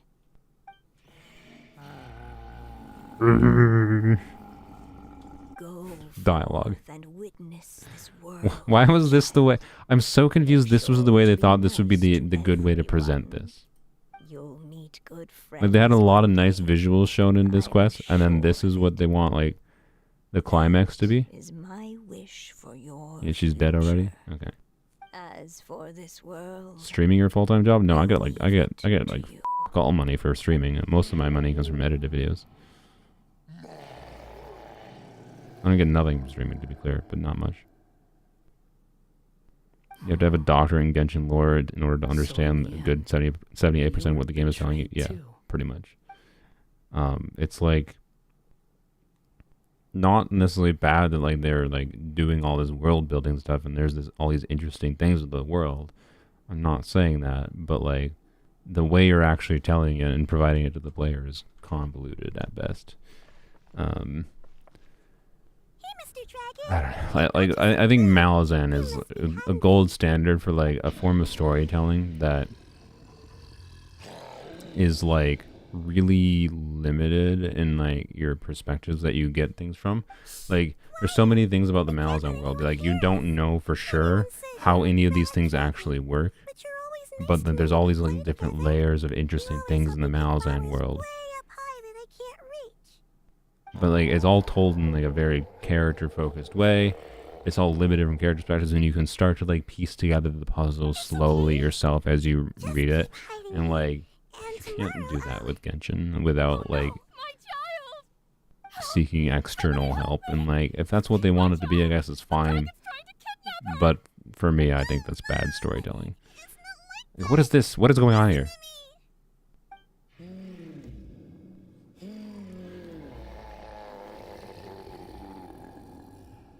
Okay. So you're hated by people too. Yeah. You played Hollow Knight? I think the storytelling in that game is great. Yeah, I agree. Like as far as like we're not telling people much, but like letting people like get the vibe of like what the overall overarching story circumstance is. Like most people, if you start talking about like what your thoughts on the story of Hollow Knight were, if they also played through it, they'd be like, oh yeah, and then you can like have your different perspectives on like what like may have happened and blah blah blah, and like Hollow Knight is a perfect form of like vague storytelling that is perfect for like a world building level. This is just like, I don't know, it's just like this weird nonsense. It's what Genshin usually ends up being on a lore level.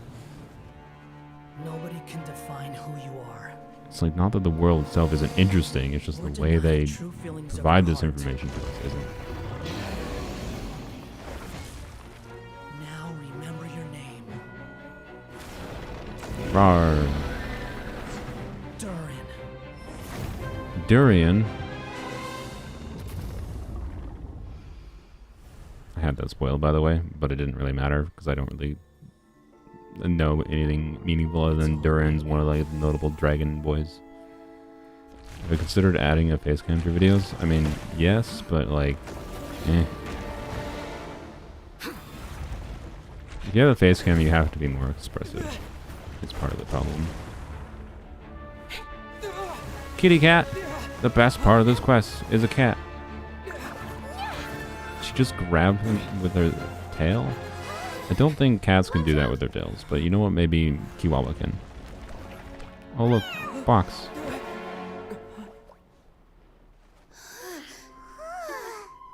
Wow. Zajef begs to differ. What do you mean? About face cam? But Zajef is a very expressive individual most of the time. So, I don't know. I'm not saying I shouldn't, and that I shouldn't, like, if I want to be a good streamer boy and, like, do streaming properly, I should do it so you can see my reaction to things. But, like, you have to, like, condition yourself to start being more expressive when you do that. If you actually want it to be a method of engagement. I heard people saying you'd gone to fight the dragon, so I followed you. And some people are naturally inclined towards it. I don't think I am. Wait, didn't someone else fall through just now? Shouldn't we do something? No, we don't care about him. Oh yeah, that guy. Well, he can fly, so he'll probably be fine.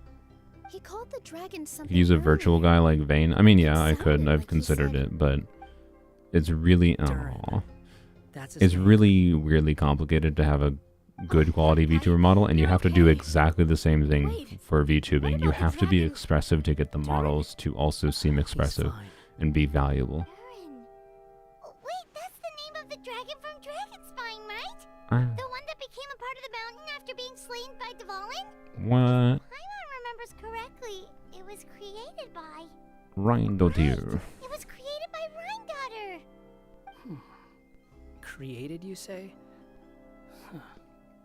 So, what exactly happened down there? You've been acting weird ever since the end of the fight. Yeah, they cost a lot of money and take a lot of work to get working, and a lot of actual effort. This, if not the same, if not more effort than would be required for face cam in the first place. I think I would actually prefer a VTuber model over a webcam personally. But it's also like, it's the same thing, but just in a different form. Huh. I thought it was strange. Yeah, I know that's Albedo's creator. I do know that, at least. But I never heard any stories about the dragon attacking the village. The people we met Indeed, along the way are it was probably manufactured workers from the Titanium mines, or guards who rhetoric came here to claim the to dragon's head. sway politics Durin and votes or probably something. allowed them to live here because there was nowhere else for them to go. When I first came to this world, a voice spoke to me and said, "You are the hero of this world. Now go for So I'm assuming like this world was like Save the created by the Hexen Circles Who is the person behind this or whatever, voice right? anyway? And why did they bring us all here? Come with me. The answer to all this can be found below." And they summoned Durin's spirit or whatever here.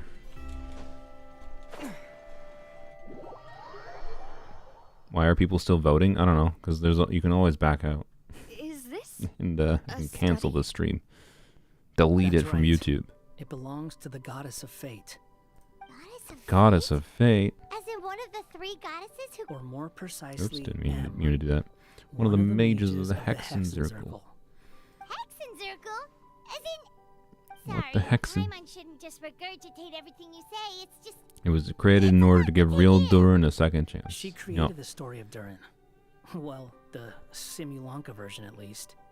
These records should cover most of what you want to know, including the identities of the other two goddesses. Read them for yourselves.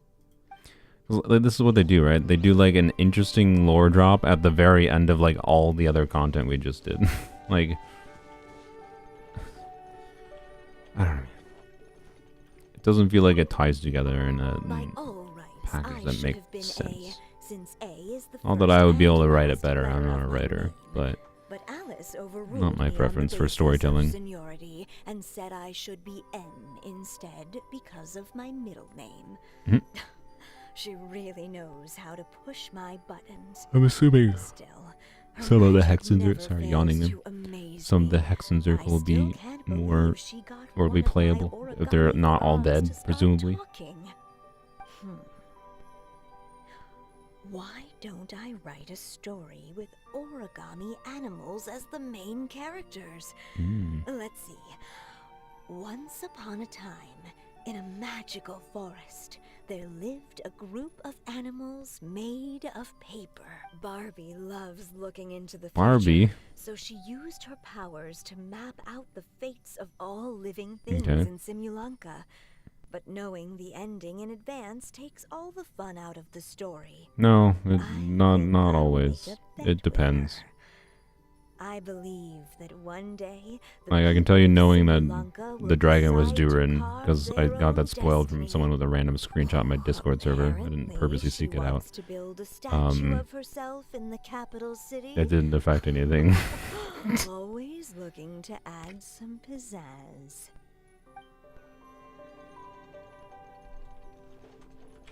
Keep. Yellow. What? Yeah, what? My dear Okay. sisters, I fear my Oh, pen Barbie is just Barbaloth, I will see. run dry. The old hag. Even now, as I write this letter to you, Dexterity's my failing me. dexterity is all but failing me. Thank you for the time we spent together was the most wonderful youth Okay. I could have asked for. A So she says died that happy. even after I'm gone, the goddess of fate in Simulanka Like, why are they will referring to each other as continue A, to B, C, exist D, elemental and P? carry on I- granting people's wishes. It Like, why does makes this me vagueness need to be there? glad if Like, you why in a ever private want letter to to herself or to feel other free people to is she pay a referencing her visit to the peers goddess as with a statue. code name? Like when Just they're code names for like they hiding information, but like there's a purpose to hide the communication, it can make sense. That was that not like a letter that was not trying to hide information? It's What was the point of the code name? Simulanka Durin. And he's looking up at something. A star. This must have been after M passed They're away. nicknames. I don't think they're nicknames. I mean, maybe they are nicknames. Maybe that's the justification, sure. But, like, I think the actual reason is because they like vague bullshittery with their lore. Titanium miners dug too deep? So deep that they dug I think it's right an through to external the logo on writing the next decision. I page. mean, not a actual... There's an actual character reason for these characters. A good character reason for these characters to act this way. The Forest of Blessings. Like if I actually knew their names, I would be able to like actually be a little bit more invested in this like year-over-year Hexen Circle stuff. Look at the size If of like those footprints. referring to If Alice there's as ever any Alice, lands, then or no wonder people are so Alice but terrified of it. more letters because her full name is Alice Saria Karivadidi, right? Like, You missed your mom. but just saying A, like.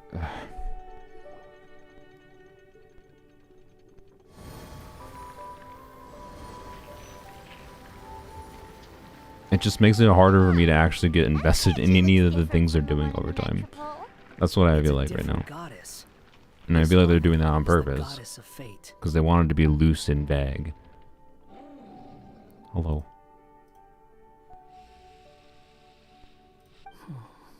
It's all right now, Durin. Nobody here wants to hurt you. Aww. What if Emilie isn't a Polearm character? It seems unlikely. I'm the one who hurts people. Are you? Don't say that, Durin. Paimon made a mistake. She was wrong about you. She can also be using the letters because she can't write anymore. That'd be a little bit weird considering she wrote the other stuff along with the letters. But, you know. The world above is still terrified of me. So that's why you made that Go wish? prove them right. So stupid. What if Risley isn't a physical Polearm? Okay, but there's a difference. Emily's already in the game data. Risley was rumored to be a physical Polearm Anyone with or eyes cryo can see Polearm or something that all you before wanna we do had is any get information along about with him from everyone. beta at all. It was a rumor months beforehand. Emilie You already just wanna make exists. friends, Many people have to played play her. with, to talk to. People who accept you, or at least accept your apology. I haven't seen Emily's name card. Maybe the most character development in this story so far is with Wander. And that's cool, I guess. Like, there was some amount of, like, interesting character development here, maybe. But that's only because they had no idea what kind of dragon you really are. Like, I'm really not invested in If you had Durin heart as a to heart dragon. them, I'm sure as they'd a come to person, as a understand you and character. see your point of view.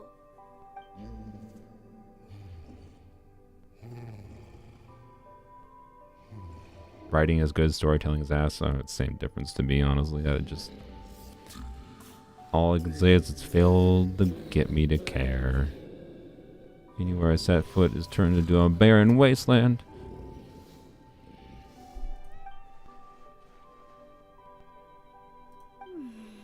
The curse. The curse. Did you break it, Magic Fairy Is it Nilu? your true wish to live side by side with the people of Simulanka? How do you manage time between your main account and this one? I mean, on an average day, it doesn't take that long, but I just do things piecemeal, like they kind of want you Then to. close your eyes. Do a and little make a bit wish to the every day or goddess of whatever. fate. We will help make your wish come true. How could you not be invested? He only appeared in one limited event over a year ago. True. Just trust me. Shame on me. I, Nilu, the forest fairy.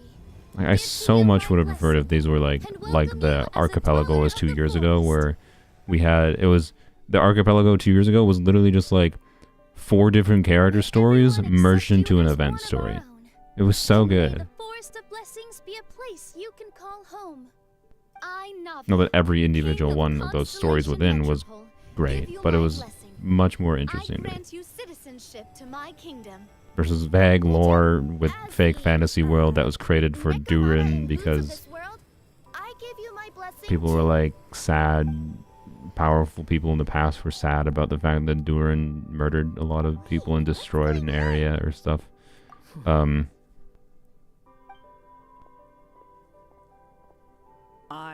It's 4.8 in Genshin still making a story related to Wander's situation in life. Yeah, I guess. recognize you as a resident of Simulanka.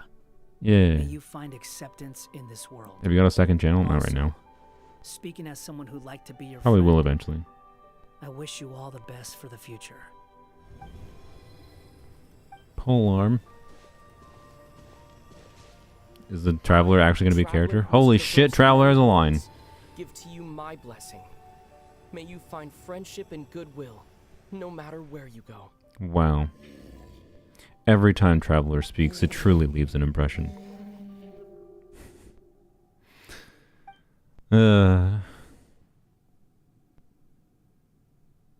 As for this world, I leave it to you. I mean, thanks, I guess. Huh? What? Why is it blurry? Why are you all staring at me? Baby Durin. My claws. Are these my claws? And my wings? My tail? Does this mean? Wow, you look so cute. Quite a radical transformation. Not that there was anything Let wrong Zach with the way speak. you looked No, before, Mahoya doesn't let him it's speak, so I'm not gonna let him speak either. It is you a cute get what I dragon. mean. How do you feel? Are you happy with your new appearance? Does anyone have a flower with them? What? Or even just some water or paper from this world? There's water right below your feet. Here you go. Cat for the win, as always. Well, my stomach just growled really loudly. You probably didn't hear it, but They're not changing. I can touch things. Without changing them. Hey, that's great. Wait, can you change water into toys too? Now the residents of Simulanka won't be scared of you anymore. Yay. But Yeah, he's a what dragon about all the Pokemon. things that I did Does look very before? Pokemon. That's simple. Just go out there and atone. You could fill in the Why didn't you select Lumine for one of the accounts? I did select Lumine. Lumine is the character selected on my main account. And you'll come along and help me, right, Hat Guy? Huh? Why would I do that? Because you said you wanted to be my friend. I said no such thing, but you know, Wander is more than welcome to that. Well, maybe I spoke too soon. Huh? But I thought... Come on, Hat Guy. His name is Polearm. All right, fine. I'll go with you. You know, autoplay? Thank you. I don't like how the autoplay sometimes just gets hung up on like one short line and it just stays for like 10 seconds. Not usually 10 seconds, You're but... the first friend to call me by my name. Wow. Let's go back up. Does this mean we're gonna get to see the bigger version during the future? I mean, it's probably gonna be like a pep. Or you saw a pep like loomingly in the background and then all you thought was like a pep's drool or something. Whatever the Dendro Nahida boss is. Yeah, okay. Paimon just never thought we'd see the day. That's all right. Mm-hmm. Let's also head back up. Don't be scared, Durin. We'll be... Thank you for your Your thoughts on watermelons. This is the happiest This is a more interesting topic of conversation than Durin. Sorry, Durin. Watermelons are one of the best fruits ever. But they're a bit of a pain in the arse as far as like they're a mess to cut up, and they're also extraordinarily hit or miss. Like a bad watermelon is a really, really shit fruit. But a good watermelon is some of the most delicious stuff ever, right? Oh look, a lamp. You mean you still don't remember me after all the times we've spoken? Real Durin is massive, yeah, I imagine. I know that voice. It's Mom's friend. Mom's friend. There are watermelons with a seed? Yeah, I think so. Oh, well, okay. Seedless watermelons are not actually seedless, to be clear. But seedless watermelons tend to be... They don't have many of, like, the harder black seeds. Watermelons are literally just water. They don't get the appeal. You've never had a good watermelon, I don't think. Good to see you. You've changed quite a lot. How far into the white part do you eat? I usually, like, bite into the white part. Like... I eat all the red flesh, assuming it's a good watermelon. Yeah, I like the sound of that. I don't eat the entirety of the white part, but I eat, like, into it. I don't mind eating the white part. Are you the goddess of creation? Yep, that's right. But although it's the most impressive sounding of the three, to be honest, we all made an equal contribution toward the founding of this world. If you've ever read any of M's stories, you'll know just how enchanting the worlds are that she writes about. So enchanting that I just had to step inside and explore it for real. Is she speaking in real time, or is this like a message? I was assuming. No, we asked her a question. Okay, it's real time. Good. So Alice is 100% alive. Is the other one dead? Because M is dead. Alice is alive. Yeah, go see your daughter. Yeah. Don't worry, all will be revealed. After the more we learn about Alice, by the way, the scarier of a creature Klee is. Like, Klee is the daughter of a god. And she just, like, casually creates bombs. Like, Klee needs to stay in prison for, like, the benefit of society. Yes, exactly. Especially because her godmom abandoned her. Words and emotions often carry far more power than any spell. Mm-hmm. It's all thanks to your magic that Mini Durin. Why'd you abandon your child? Come say hi to me, little one. Oh, look at you. You're as cute as a button. So you care about this dragon, but not your own child? Was it always part of the plan that we'd come here? Plan isn't the word I'd use. If you ask me, Fate works in mysterious ways. Works in mysterious ways. When Durin of Simulanka Didn't Klee like bomb a cliffside? And I mean, she also like bombed lakes to go fishing. Just kills like the lake environment. Like, oh my god. Melon is better than watermelon. What kind of melon? There's a lot of good melons, to be clear. You were selected by the goddess of fate to come and save this world. Now that you mention it, Yeah. that's what I was doing when I was transported here. I was reading a fairy tale to some children in the Fleuve Sandra. I think I just happened upon an old book and decided to use it. I just clicked a UI interface. What a crazy coincidence. Are we gonna say that the traveler was reading too? Yeah, that was it. We just received a strange No, we didn't receive a strange book. I just clicked on a UI. I mean, I know it happened in lore, whatever, because I think that's like what her voice line said at the start of the patch when you logged in the first time, whatever. But what actually happened was I clicked on a UI button. Yes, that does sound like me, doesn't it? How much would you say you spent on your main account in Genshin? I don't know. It doesn't even matter for me. Like, again, like I spend money on it at this point because it makes me money to get more characters in the game, right? Within reason. But like, it's definitely in the thousands of dollars. There was definitely plenty of times where I regretted spending money, but now the reason I spend money is very different from the reason I spent money in the first like year-ish. With this blessing from beyond the story, he might even be able to explore worlds outside of this one. At least $1,000 was very stupid, is what I would say. In fact, anything past like the initial $1,000 that they had spent on my mini account has been just like for content's sake, essentially. Every story has an ending, but if the story becomes reality, it should have the right. And also, I'm not actually spending that much of my money. Like when I'm doing the what does $300 get videos, that's not me spending $300. I get a free top up usually from Buy Months Bargains, and then I bought a couple of top ups, but they're also discounted. So I'm spending usually half as much as like those videos usually are titled as. But it's the equivalent of buying 3 $100 top ups. So in game. You can either take the boat at the Broken Sea or touch the giant bookmark at the Cliff of Prophecy. Okie doke. All you need to do if you want to leave is focus on the place you want to go. So all we had to do was want to leave, and then we could leave. Wow. Huh, didn't I?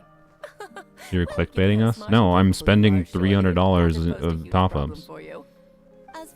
The difference is that the way you get the top-ups changes the amount of money you actually spend. If you go into the game, buy 3 top-ups, that's $300. It's $300 of top-ups. I think that answers your questions, yes. And you're saying I haven't actually spent $300 per those videos. I wouldn't actually be making like any money on most of those videos if I had actually spent $300. I want to start protecting Simulanka, just like Mom Mom told me to. Now we know how easy it is. I'm so tuned out of the story at this point. I'm sorry. Is there anything meaningful I missed that Alice said there that was actually interesting? It's not every day that you get to come to such a magical world. I, for one, plan to explore it a little longer. I'm glad to hear I'm not it. telling other people to Maybe spend I money should to make invite more some money. other I'm friends saying to join that's you my too. situation By where the I can way, make more money Natlan, spending more I'm money in this game. delighted to see you've made If I some new do it within friends. reason and I do it I'm smartly. sure Em would be very proud of you. Now, before I depart, You are spending $300 on top-ups. you a It's blessing it's as 3 well. top-ups. It's 3 $100 May your top-ups. future be as $300. rich and 3 times colorful as $100. the stories But Em that's not used to actually tell. my end cost. Because I'm getting those $100 top-ups through Guess this is a where the service that hero's is journey discounting comes them to an end, huh?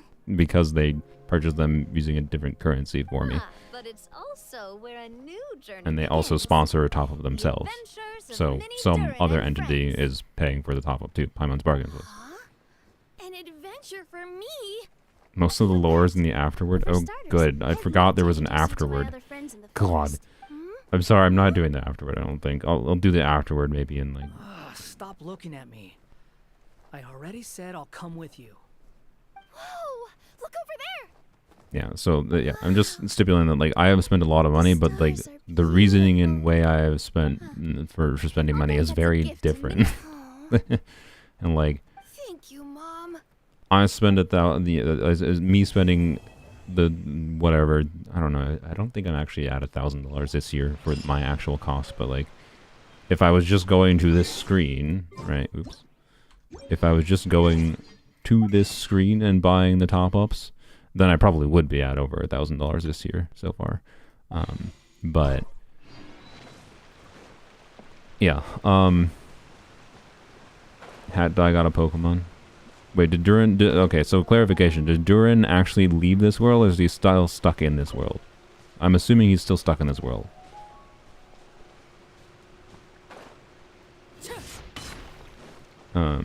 He does leave? Oh, interesting. Okay. That's kind of interesting then.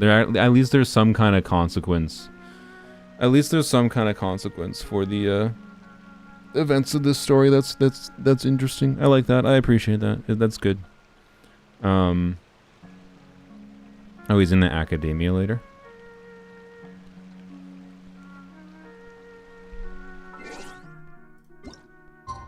How long is this afterward quest? Is it another 30 minutes? Because, like, I'm tired. I've been streaming for 4 hours. I still have a headache. No, like, he can leave and come back. Oh, okay. The NPCs in this world can freely leave. I see. The afterward is long. Alright, I'm not doing it right now then. It's very long? Really? Okay. Well, I will do it when I feel like it. Yep. Okay. Creates the option for real Durin. That's the real implication. Yeah, no. Like at least if he can be a real being and he's not just like a manifestation in a separate world from hyper powerful beings, like, and he's actually a thing that can exist outside of this world, then that is much more interesting.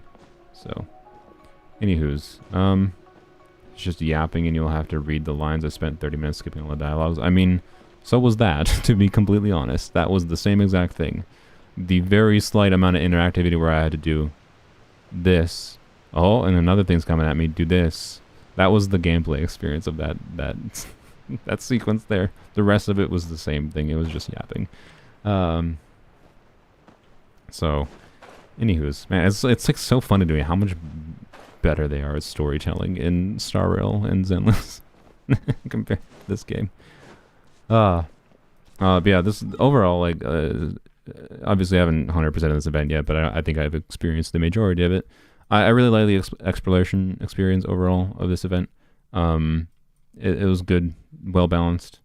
It is yet another instance of it's kind of weird, right? How they, like, the amount of development effort, right, that has to go into developing this area, like, is not insignificant, and like it's just gone in a month. What? Like what? I don't know. What does it feel like to the people that work on this? I assume they're so used to it. Like, yeah, I don't know. I work on things that just are temporary and it's fine. But like it's like the game data is still there. It's never gonna be playable again. It's so odd. I don't know. It's so weird, man. Live service games are weird. But like especially this kind of thing. Like this is a lot of work. A lot of work, human like man hours and like effort had to be put into making this. And it's just gone. Yeah, I hope they enjoy their work. It just would feel weird to me, like I don't know, maybe validating in some ways because artists are weird, right? Some artists might actually enjoy, you know, creating something that is deleted from existence after a short amount of time, right? But yeah, it wasn't very tedious. I don't know, the story sequences are quite long. I am probably not actually going to finish the story sequence on my main account versus just doing more exploration because god, that took a long time to get 20 Primo Gems, so I'm probably just going to do exploration on my main account to finish out this event there. And I will continue to try to 100% this. I don't know if I'm going to do another stream focused on it. I think I'd rather do something else for a future stream, to be honest, at this point. Deleted or just unavailable to masses. I mean, yeah, the game files will probably still exist, but presumably when they end of life Genshin, you know, they're not going to... I'm just going to assume Mihoyo's not going to be a bro and do what game companies should be legally required to do. And like if they're going to end of life games, they should make all of the, like, what the game is open source, in my opinion. Basically, like, just give everyone the game for free, and then, like, the community could figure out a way to get it to run locally properly, right? I'm just going to assume they're not going to do that, and they're going to be dicks, and they're just going to, like, end of life the game 10 years from now, whatever, and it's just going to be gone, right? So, anywho's, interesting event. It's still weird to me that they do these, but it's still kind of cool. It is one of those things that I don't know. I don't think it's like that inclined towards their like FOMO. I like obviously there's a lot of FOMO aspects to gacha, notably in like banners and like, oh, you gotta play now if you want to try to get the character that you saw. Like them advertising. You know, I don't know. These characters are a bad example, but like let's say that you know you see an advertisement for Arlecchino or whatever, and then you ended up playing like several weeks after the Arlecchino banner is done, like. Lol. FOMO BS, right? But I don't think that these events are intended as a FOMO tactic. I think they're more just meant to be like, hey, we tried to make something special once a year as a reward for like you who play the game recurringly, right? That's kind of my vibe on these kinds of events. I don't think there are really good reason to specifically like, oh, like I need to tell my friends you gotta play Genshin right now because you're gonna miss this incredible thing that's only here for 30. Like, no. I think it's just yeah. I think it's cool to do this every year, and they do it. I don't know if it actually makes them that much money. That's my guess. So. Anyways, you always get ads for limited characters like a week after the banner ends, exactly. Stupid. So anyways, enjoyable event. I do, yeah, enjoyable still. It does not, yeah, I much, you've already heard me, whatever. I like the storytelling of the Golden Apple Archipelago from 2 years ago, the 2022 one, much better. Narration footnotes. Oh, that's the Kira request, yeah, okay. So, anywho's, think it's too late to start Genshin now for new players? No. It's just a bit overwhelming, I think, for anyone starting now. Like, good God, man. Good God. Like, I don't know, man. Like I started Genshin right when it went to the Inazuma story. Like I started Genshin the patch they added Enkanomiya. And like you started half a year ago. So like Christy, where are you in the story, right? How much of the story have you played? Because, like, I think there's like 100 hours of just story content for like the main story content at this point. It's freaking crazy. You did all of it? Like, yeah, I mean, half a year is plenty of time to do all of it. Like, anyways, I don't know. I am very curious. I have no idea what my experience would have been like playing this game, starting it today versus 2.5 years ago. You just finished Fontaine last month. Nice. You start with Sumeru. It's not that bad. I have everywhere 100%. I mean, you played a little bit then, Flower. I don't know. There's a lot of content in the game, is my point. I think it could be easy to be overwhelmed by how much there is to do. But, yeah. Anywho's. I don't know. No ways there's 100 hours of story I would have been doing in my life for the past 4 years. I'm pretty sure it's probably up to, having, to be clear, I think a lot of the story is written in a really time-wasty way. But, like, it takes several hours to do, like, some of these sections of the story. And, yeah. I do think it's... Yeah, 100 hours over the span of, 4 years of development in this game is fine. I agree. It's just if you're starting as a new player, it's just like, God, story. It just would feel like it goes on forever. That like, oh, when you finally finish Natlan, or like if you start today, it's theoretically possible that you would maybe finish the Fontaine storyline if you play the game a lot. By the time, 5.0 comes out, and you just be like, Jesus, I finally finished. And then, surprise, new region, new story. Like, it's kind of crazy how consistently they output additional content. It's just, for many of the players like me, it's not the kind of content I would like to see them go into. And I'm not the happiest, and the way they write the story isn't that in line with how I enjoy stories, so... Yeah, and the story content is very much free, so... There's like... Yeah, I don't know. Anyways. Kind of silly. Should you pull C0, R1 Kinich, or risk it and save for C6 Columbina? I mean, first of all, I think Kenich's weapon's gonna... let me double check what is Kenich's weapon. Oh yeah, they rebalanced... Actually, I forgot. They rebalanced his weapon, didn't they? Maybe it's a little bit better now. It's definitely a little bit better now. Yeah, it has 741 base attack, 11 crit rate. Before it had 608 base attack, 11 crit rate, which is really odd because he also had the artifact set that gave him 40% crit rate. So with his weapon before and the artifact set, he had like 80% base crit rate. Or 70% base crit rate, sorry. Which is a bit silly. So this is better now. But also, it's way worse as a generic stat stick, even though it was a pretty ass generic stat stick before, to be clear. Because it was just... But now it's even worse. Because, like... yeah. I don't think R5 Serpent Spine is better, to be clear. I imagine an Cop, but I highly doubt it's that much better than R5 Serpent Spine, basically. And it gives a bunch of elemental skill and burst damage bonus that you build up, but you only build up the stacks for the elemental skill and burst damage bonus, with burning and burgeon happening, and you have to kind of have it happening constantly.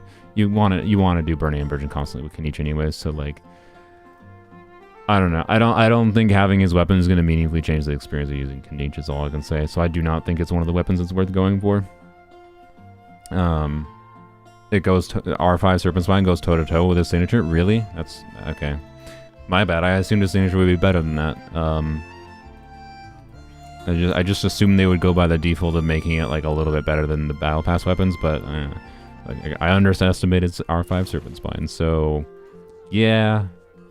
Meh weapon.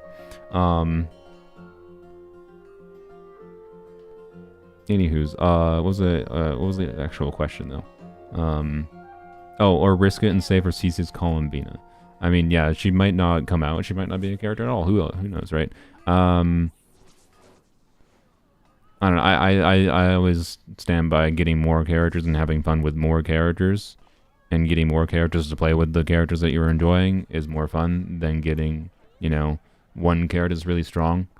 Like, you know, C6 Arlecchino is fun, but like, it absolutely would have been more valuable. And honestly, at this point, if I had known Emilie was going to come out when I decided to do this, I probably would have just said no. I'm not even going to consider it, right? If I knew Emilie was coming out a couple months later, I would have just said no. I am not going to go and try to get C6 Arlecchino, and instead I will save the resources that, you know, this that I used to get this goes towards Emilie, and made it so I could get like a C2 R1 Emilie. I'd probably have more fun doing that than I would doing right? Like, C6s are, it gets possible to save for and get them, but like, you're sacrificing a lot of potential other characters to get, or you're sacrificing getting, you know, a couple other like C2 limited characters, right?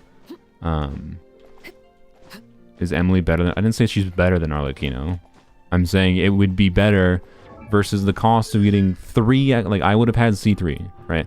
Regardless of, I would have, if I had done the smart decision, would have been to stop at C3, not go to C6, right? And then the resources that I put into C6, put into Emilie instead, that would have been more valuable for me, and I think I would actually enjoy that more as far as making more units stronger versus making one unit stronger. I was not comparing, oh, she would be better. That's not what I was saying. I was just saying, like, it would be more valuable resource-wise at a baseline to have more options to make other units stronger. And I would likely enjoy that more, right? So, like C6 characters, you can save for them and get them. But, like, you're sacrificing a lot of other characters you could potentially get. Not like you're potentially sacrificing 6 other entirely new characters you could get. Or you are sacrificing, you know, 2 other characters you get to, like, C1 or whatever. So, you know, it's for you to decide. Sorry. I think, you know, but like, Kaniche is just an on-field carry, right? And he's only going to be as interesting to you as long as you're interested in playing him. And I think his team variety is relatively limited. Like, he has 2 different team variations. One's Virgin, like, oh, you added Hydra to the mix, now you're doing Virgin. And then his other team variety is Burning, where you're doing not Virgin. So, like, his team variety is Emilie or doing more Virgin shenanigans. And that's it. So, like, I know I would get bored of Kaniche pretty quick because of his lack of team options and different ways he can be played. I think he's more interesting of a character than Alhaitham, to be clear. I like him more than Alhaitham as far as his kick gimmick goes. But yeah. Would you consider making another Genshin account? Not right now. If I make another Genshin account, I said this before in the future, if I make another Genshin account, like a gimmick account, it's going to be something I do like in a limited time challenge thing. Like, I would consider doing Navia only or whatever, right? So, like, Navia is running for 3 weeks. So the idea is starting a new account, seeing if I can get Navia within the 3 weeks. So I'd only use Traveler, no one else, and then just try to get Navia. So this would be like a recurring series, but it would be like a one video per like banner series. So like, it would be, the video would be Navia only, like trying to specifically get Navia, and then I'd probably give away the account. But that's a lot of time, man. It's so much time to even consider doing that for one video, and like, it might perform well. But right now I have another series that I'd rather put time into that performs well, which is like the account fixing stuff, and I think that's more valuable to people too. So most likely will not be making any other new Genshin accounts anytime soon. Shields only. Other people have done that. I think Tarsblimo did that actually, or is doing it still. I don't know if he's still doing it. Probably not. Can make an argument for cons and support characters like Nahid and Frida C2 when they enable your favorite DPSs. Oh yeah, absolutely. Yes, for sure. Like, that's one of the reasons I like wanted Frida C2, and like, I don't regret it at all because I didn't have to spend any money for it even. I just saved up for a long time last year and got Frida C2, right? And Frida C2 is a constellation that enables my other characters to be stronger. All right, and it makes it more viable to do things like, not like necessarily crazily more viable in all situations, but it does give me more options for, you know, making Sethos stronger or whatever, and that's something I find valuable. So yeah, those strong supportive constellations I think can be worth going for, particularly if you plan around them and don't just, you know, spend money to get them. But they absolutely mostly exist just to get people to spend money. So yeah. Yeah, Tars Blamo, I'm pretty sure did shields only. I don't know. I don't think he's still running it, but yeah.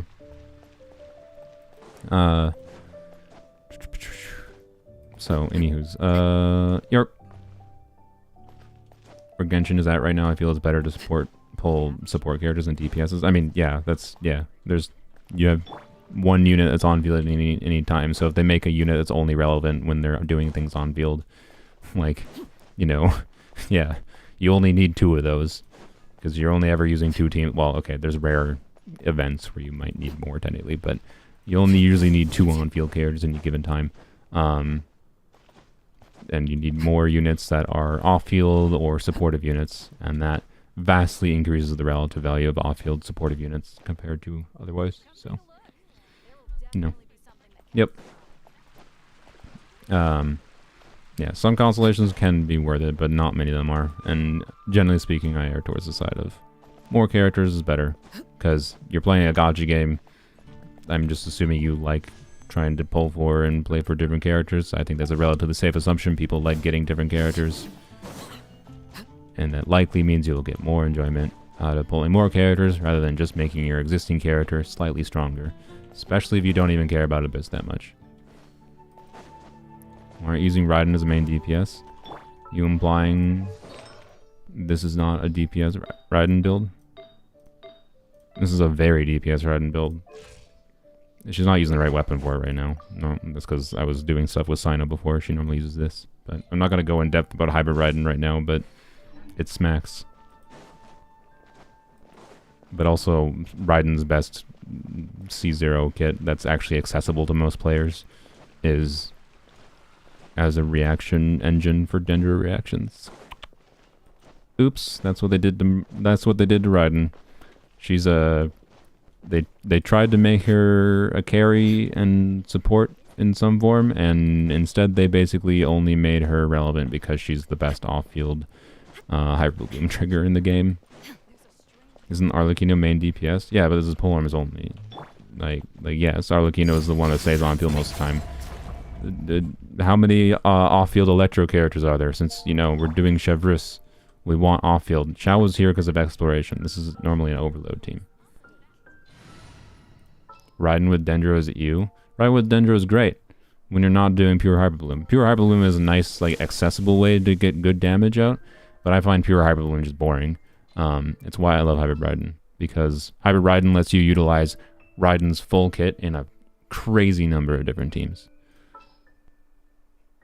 It completely unlocks her versatility and like makes her an actually good character, in my opinion. Like Hybrid Raiden is so good that like I have no reason to want any other on-field Electro carry, because Raiden does everything I could ever want. But anyways, like I need some off-field Electro for Overload. That's why Raiden's here. But Raiden can also definitely be played in a carry playstyle with Arlecchino. You can do dual DPS, shorten, like Arlecchino has front-loaded DPS, right? So you can shorten Arlecchino's field time purposely, because if you have the amount of Arlecchino's field time, you are not having her damage, right? So there is absolutely a balance where you can reduce Arlecchino's field time, which also gives you like some more carryover bond of life, which increases your front-loaded damage on subsequent rotations too. And then like spend more field time with Raiden. I played it a bit. It's quite enjoyable. It's just kind of pointless to do on this account with, you know, this. So, yeah.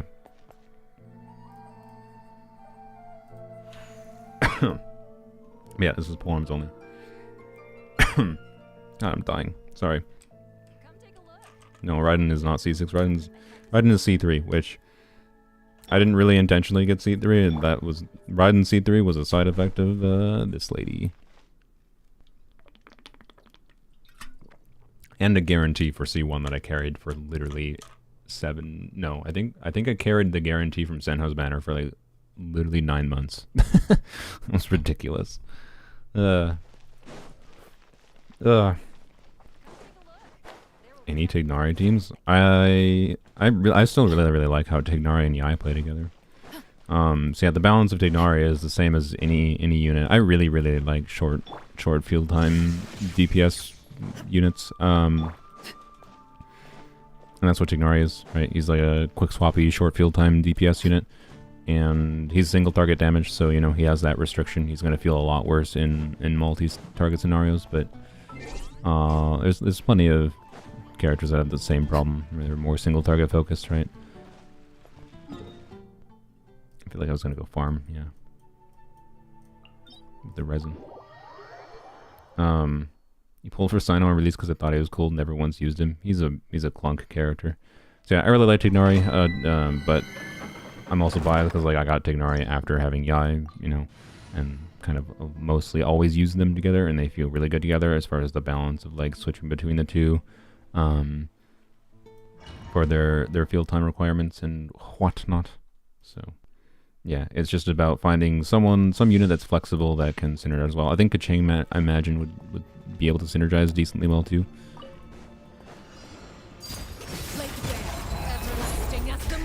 He got Sino by accident, now he's level 45. Why level 45 specifically? You just stopped at 45? Do I hate Shao? No, but Shao does not have any of the pieces. Like I hate how Mihoyo designs Animal Crit DPSs. Like, you need too many specific things to make Animo Crit DPSs make sense relative to the functionality of many other characters in this game. Like, without very specific core supports buffing to the moon, Shao is basically the same as many 4-star characters performance-wise. Like, okay. So, you know, to be clear, Shao's big asterisk. Shao has very good AoE potential, but it's a bit situational. So, yeah, I don't know. I say that as someone who Shao was my first limited character. I liked him for a while, but yeah. Which nation has the most characters? Can I end my stream at any point? You're asking too many questions. Frick me.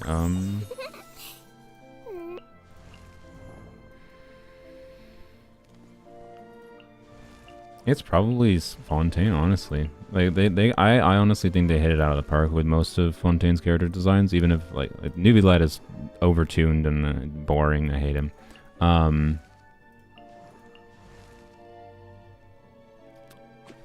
Arlecchino is like on-field pyro unit perfection. Like, she is like the standard now for me to like judge on-fielders by. And it's like, wow, Mihoyo, you can actually let us have on-fielders that have infusion that isn't just a timing thing. Like, it's not just you have infusion for X amount of seconds after using X ability. And instead it actually is an interest, like, fantastic. I unironically think Siege Queen is a really well-designed character. Could she have applied more Hydro? Yeah. Is that the difference maker between her actually being good or not? No. The difference maker between her being good or not is Freena's existence, to be clear. Her value goes down significantly without Freena existing, but the state of the game after they release Freena is that we need to judge every healer in conjunction with Freena, because they're going to design every healer in the future with Freena as a factor, right? And like, this 2-unit combo is a really strong 2-unit combo. Like, she's actually a good character. I say this as someone who's pretty strongly was on the side of, wow, like before I actually used her, I was on the side of, oh, she's a cool character for a 4-star. No, she's a good character for a 5-star. Shanyun, I think, is a bit overtuned, but also like with how single target focus her buff is, I think it's fine. Like, I don't think she's as strong as some people make it out to be. What's strong about her is her conjunction of buffs with Farina and her together, right? And her being a bit overtuned is part of why I underestimated Siegeween originally. But that's because I underestimated the value of how much more damage you can make Farina do when you have double Hydro. And Siegeween's energy generation. Like, it's a very, very significant thing. And no, if you think Siegeween is trash, you're just wrong. Like, she like this character can be your healer, your team-wide Hydro healer. What other like, if you're trying to like do double Hydro core for Farina, right? You want a unit for Farina that can support the team, like heal the whole team, right? And give you some double Hydro, reduce your Farina's energy needs. Barbara is a team-wide healer, but doesn't generate any fucking energy. Cool. You know, you could do prototype Amber, you know, R5 prototype Amber Maiden's Beloved memes on Mona if you really want. Most people don't and will not. That's not really a team-wide healer in the same instance. Kokomi, sure, she requires on-fielding to get healing for the whole team. And on-fielding for a not insignificant amount of time. She does not. And also, the way that she generates energy is way better for Farina than this. She generates a bunch, like 1 particle over time. This character, you can press her E, swap to Farina, and get 4 particles that you catch on field. On top of the fact that she does her skill damage buffing, which is much more relevant for Farina. And is a team-wide heal that you just press E and you get team-wide healing going. Like, it's a little bit weird in how she heals herself at a delay, but it's like fine. It's way better than Kokomi as like a 2-unit healer for Farina core. And like, you know, there's no, right? Like, there's a reason she made her like that. They made her like that. Kokomi's value can be her Hydra application. Kokomi has a lot of value because of her being, like, she is a more valuable generic support in her own right. But in the equation of context of Farina, Siegeween is a good character.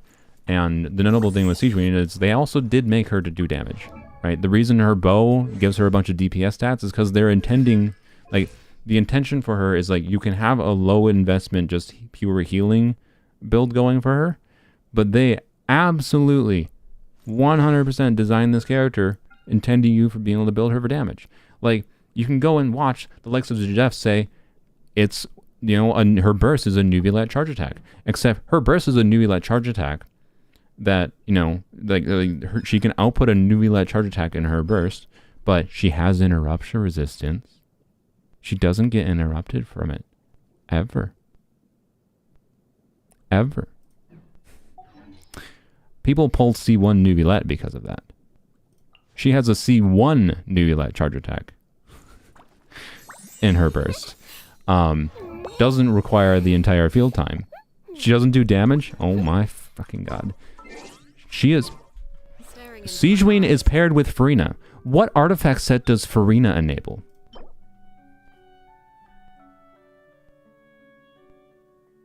She doesn't do damage? She doesn't do damage. She doesn't do damage, huh?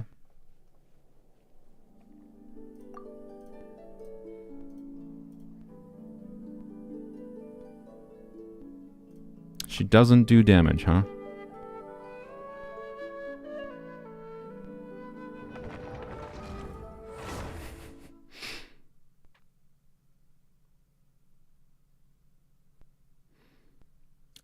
Damn, bro, really like Siegeween? No, I'm arguing against because people are like railing on like Siegeween being a bad character. She's not a bad character. No one's actually like properly evaluating this character from the context of how valuable the Farina Siegeween core is.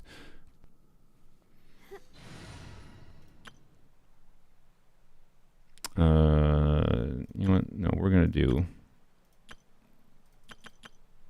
Let's do. I'm not gonna. To be clear, by the way, when you're doing Farina and Siegeween together, you should absolutely reconfigure Farina to do more damage. For me, that would just require changing a weapon. I'm not gonna do that. I don't care. Because I'm just showing the Siegeween damage here. We're gonna do my electro charge team that I've been enjoying with Siegewein. What? I didn't deploy it. Like, of course supports carry the game, and she's a support.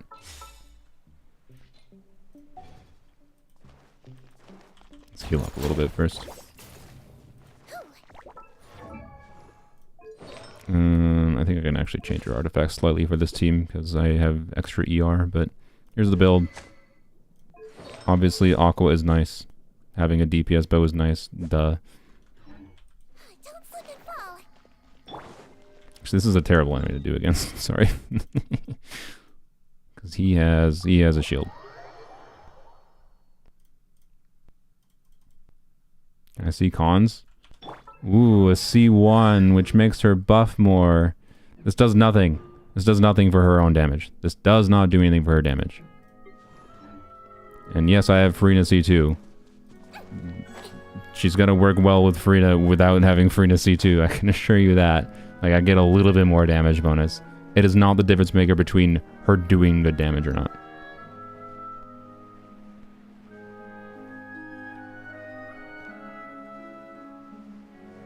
Like, people are underestimating the value of healers with Farina. Like, the relationship of how good of a character Farina is completely tied. Where are you? Completely tied. Yeah, that was no damage at all. No damage at all, I'll be honest. Absolutely no damage.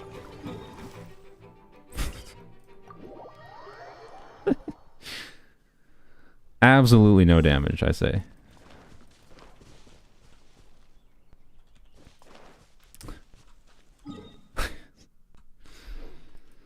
Just zero damage. And also, I freaking love, like, to be clear, I love short field time window DPS units. This is a character that can be a DPS unit because I'm always pairing with Farina. She can always just be left on this hybrid build, HP, HP, HP, right? So she's doing some buffing for, like, skill buffing, and she can do some damage with, you know, critting. Yeah, go wild.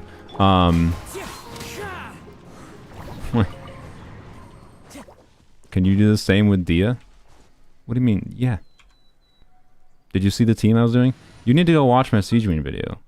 Like, the literal thing I did that was my favorite thing for Siegewein so far has been the fact that she is a short field time unit. So I can have a unit that is paired in this team, right? And I'm really, really hopeful that Emilie will actually improve this team even further. Where you have a short field arm, a Navia charge attack from Siegewein here, and then carry Dia. Which, are you on the right build? I think you are. Good. Yeah, you are. Good. And yeah, you can swap between these two units, and they both have short field time window things. And yeah. But bro, you can do the same with Dia. Oh, but Dia's a trash character. But Siegewein's a trash character. Here I am using them together in a team where they're highly synergistic with each other. And yeah, it's with the Farina Siegewein combo. Because she's a healer that was made with Farina in mind. Because every healer will be like that to the end of time.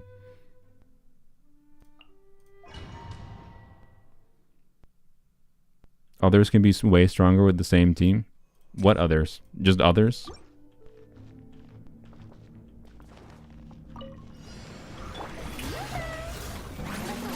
Wait, I don't need to do that. I forgot.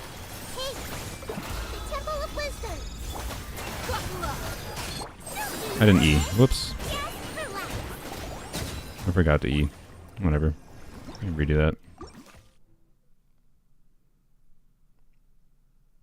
Bro will die on this hill? Yeah, because like in what reality do we accept, yeah, she does a Navia charge attack in her burst, but she doesn't do damage? Are you saying 1/3 of Nubilad's damage is not damage?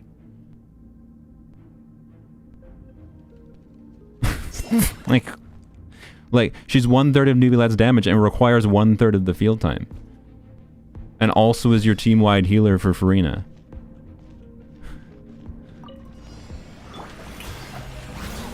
Like, yeah, it takes investment to get her to do damage. So does it. So does it for most characters.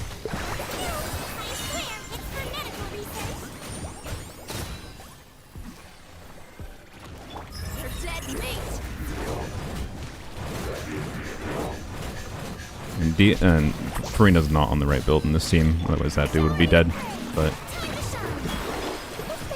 yes, people use the causeway useless. That.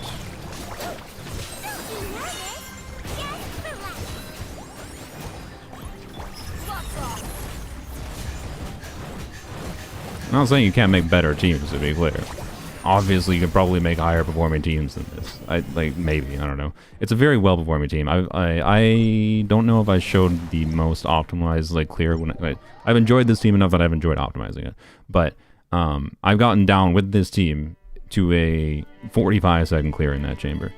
I made a whole video just about this team with Siege Marines. Go check it out if you want. But you know, this character's not hard at all to get value from. She can be valuable as a generic low investment unit, just slapping some HP on her and she's a healer for you. She can be valuable for doing higher investment things too. Like, and I don't know, people are way too stuck in the mindset of like, stay on field with one character for 10 years straight. Instead of like thinking about the value of shorter DPS window units. And like, I don't know. She can output a meaningful amount of damage. Does it take investment? Yeah. Does it take more investment than New Roulette does? Yeah. I think that kind of makes sense considering she does more things on a supportive level. It makes more sense for her to be harder to get damage out of. But yeah, I don't know, man. So yeah, sorry, I will die on this hill that she's a good character because she does good, strong things that we didn't have options for before in conjunction with Furina, right?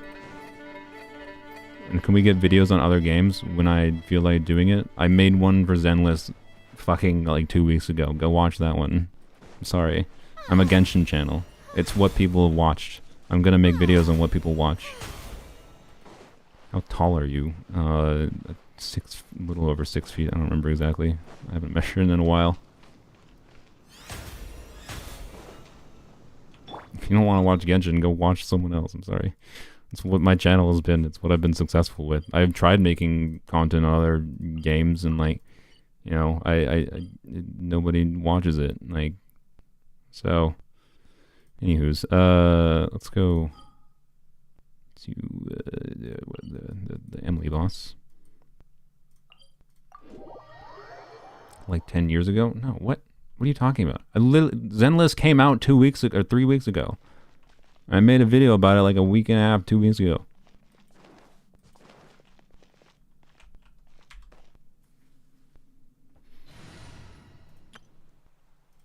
Genshin is what has been successful in my channel, and is what I have enough knowledge on, and what has a, like, there can be new characters releasing, I can have new ideas to use that character, make new videos on them.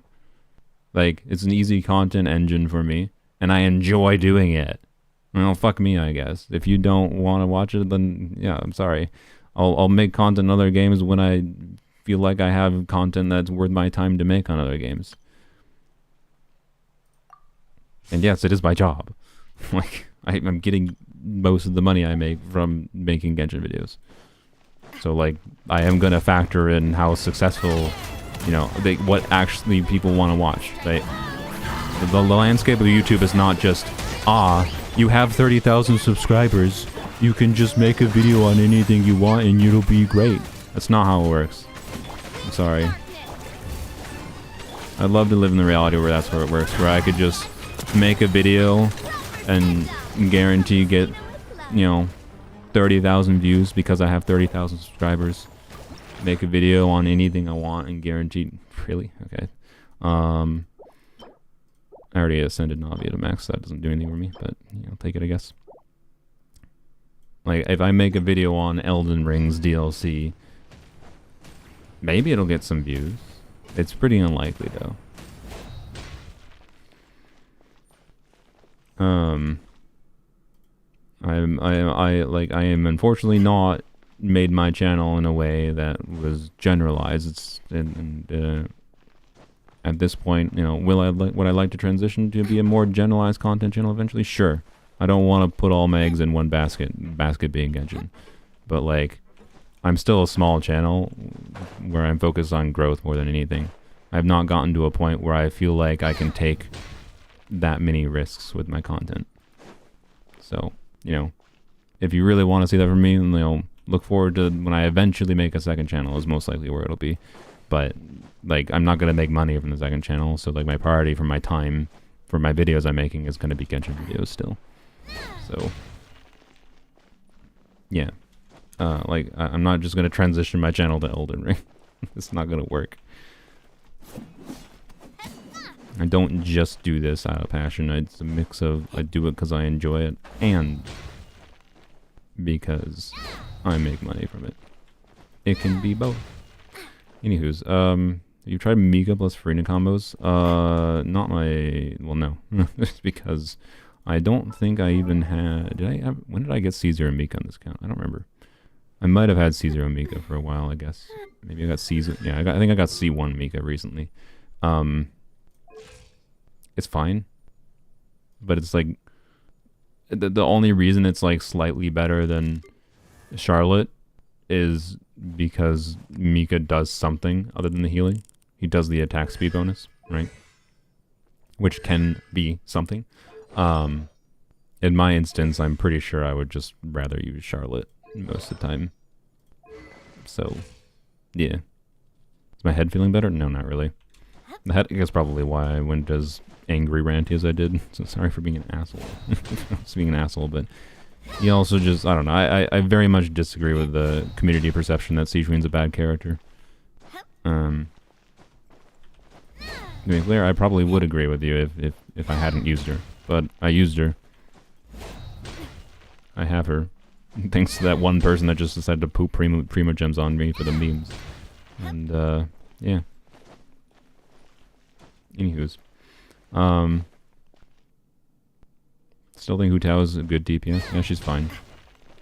She's a single target DPS that has like one playstyle and one set of teams where she's generally usually good. I think Emilie actually will, like, burning teams with Hu Tao, like on Polearms Only, should be able to bring Hu Tao's performance on Polearms Only much closer to the, like, where Vape teams are. Will it quite be the heights of, like, double Hydro Vape Tao or whatever? Not necessarily, but yeah. No characters are, I mean, a lot of characters are not great. But yeah, Sijuin is not a bad character at all. She's definitely not a 4-star.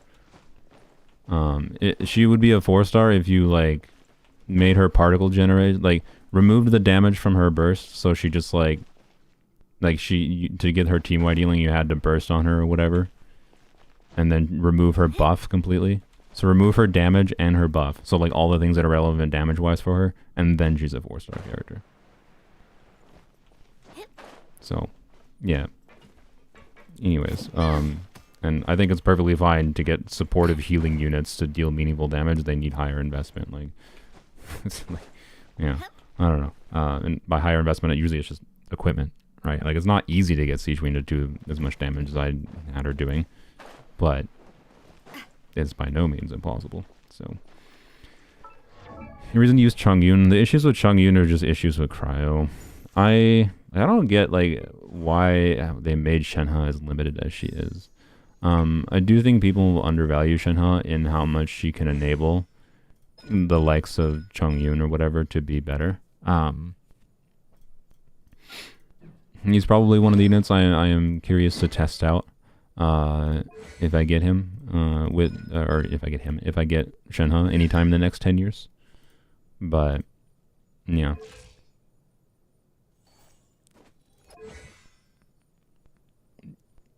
Picking 36-star with Hypercare Lisa mid-win as a Hydro character is more than fine. Yeah. Making her a glorified Barbara at that point. It's not, yeah, good luck getting Barbara to do the damage Sijuin does as easy as Sijuin does it. Also, Barbara doesn't buff and doesn't generate energy. It's an extremely large difference. If you know anything about this game mechanically, you know how ungodly important it is how the character generates energy is. As far as their viability and ease of use and how useful they are when paired with other characters. The fact that this character doesn't generate energy is the number one thing in my opinion. Like she has annoying crap like getting frozen constantly with her skill, but like the fact that she doesn't generate energy is the number one thing that kills her. Anywho's. Oh, if you remove all of Siege Wing's damage. Sorry, yeah, I get it. Yeah, yep, that makes sense. Yeah, if you remove Siege Wing's damage, yeah, she's just Barbara. She's just Barbara, but slightly different. Barbara, but more convenient for Farina. Like, if you remove all of her damage aspects and damage buffing. Anywho's. Yeah, I don't know what the frick, Cryo's in an unfortunate state. Like, it's hard to make Cryo do anything relevant. That's why, like, I really, really want, you know, I'm just going to say wanted. I'm pretty confident right now the Cryo Archon is not going to be a self-enabler for Melt on her own right. Like, she'll be a compelling option for Melt in conjunction with another unit. Like, just like we already have to do, where you have to do 2-unit cores to enable like off-field pyro in some form that enables your units to melt usually. Very rarely can you use a single unit to enable melt on their own. And that's why I wanted the Pyro Archon to be able like a really easy access to some off-field pyro that could enable melt on her own and not require a 2-unit core and be like, you know, an off-field damage deal on top of that. Like, but instead, I don't think they're going to do that. I think she's not going to do that. I don't think she's going to play much pyro right now. So Cryo's probably going to be in the same state it kind of has always been, is my current guess. Unless Chaska, I don't know, Chaska could be very interesting. Maybe Chaska is just, maybe that's why they haven't rerun Shenhe. Because miHoYo is a kind company, and they know that they're going to release Chaska, who is just Shenhe, but not annoying to use in a lot of ways. Maybe Chaska is Shenhe, but not niche. Surely. And that's why they waited, because they didn't want to bait people into pulling for Shenhe, the niche cryo buffer, because they're going to release an even better niche cryo buffer. No, that's not what's going to happen. I highly doubt that, but you know, I don't know, man. I'll be honest, especially like with the likes of Navia that exist now, with them. And with like the rumors of what Xylanen's kit is gonna be, like Geo is a more interesting element than Cryo. Is Chaska a 4-star? I think she's rumored to be a 5-star supposedly, but we won't know, I think, until 5.0 is out, like 5.1 beta. I think she's rumored to be 5.1, or maybe she's not. I don't remember. I don't know. I'm pretty sure she's rumored to be a 5-star though. Marshall killed an entire emblem. Pretty much, yeah. Marshall and the fact that miHoYo doesn't want to release anything that actually enables cryo units to have more flexible options for compelling teams. And they keep on releasing cryo units that are like the balancing act for that could be fine, right? If when they're releasing cryo units, the cryo units' own multipliers make up for that lack of options, right? But then they just release Risley, right? And he's just okay. He's just as okay as basically Emilie cryos are. Yeah, Sid Lolly could be a cryo buffer too, but I don't know, man. You think Xylana will power creep Kazuha? No, I think she'll be just a Kazuha alternative. Kazuha's grouping is really, really relevant, right? So, I don't know. I suspect Xylan is going to be more... She's going to likely contribute... Kazuha contributes a lot of personal damage, to be clear, with his swirls. But I suspect Xylan will be intended to be more of a... she does her buffing and she gets some talent-based damage. And it might require some field time. Probably a short field time window. I don't know. Maybe. We'll see. But just on a baseline of, I don't know, having another unit that does, 40% damage bonus and then res shred with whatever reactions she triggers with crystallize. It's basically just Geo Swirl is what her kit is functionally going to be. She's literally Geo Kazuha as far as the buff she gives, but the way she deals damage will be the differentiator, right? And I think it's fine. Having more options for buffers is good, right? The more supportive units we have in the game, the less individual need you have to pull the likes of Kazuha, right? Because if you have a mix of, you know, you have Xylonen, and then you have Farina, you have Bennett, whatever, right? The more options you have for supports, the less need you have to get any individual support. And, like, if she doesn't do anything that's just straight up way better than Kazuha, like, if she was an Animo unit, and she's just like, you know, this character can, she has, and this, if she's an Animo unit, except for she does inbuilt VV swirl in her kit, and works off field, so you don't have to use the 4-piece Viridescent set, and also does grouping, and does more personal damage contribution, or whatever, like, and, like, then that's power creep, whatever, right? Instead, she's just an alternative, another buffer that does very similar things, but in slightly different ways. Like, it's not power creep. It'd be pretty hard to power creep Kazuha. Like, why would they do that? I don't know why they would do that. So, giving more Kazuha likes in the game is a good thing. I would not be surprised at all if Xylonen, and if she does what she does, supposedly, where she has 40% res shred for the element she crystallizes, and then the artifact set stays at, like, you know, 40% damage bonus. I wouldn't be surprised if Xylonen is a more relevant support than the Pyrarchon. So, anyways, definitely not power creep, just another alternative. But, you know, she might give you less reasons to need Kazuha. But that's probably a good thing. Because that just means we have more options, less need to pull for everyone. Anywho's. I think it's really cool that we're comparing a Geo unit to this dude. This dude. We're comparing a Geo unit that's coming out to this dude? Huh? She's not good in Mono Geo. You can't crystallize Geo. Does she not give Geo res shred? I'm pretty sure that she gives Geo res shred. But she also gives Geo damage bonus from the artifact set too. So, you know. I'm pretty sure she gives Geo res shred.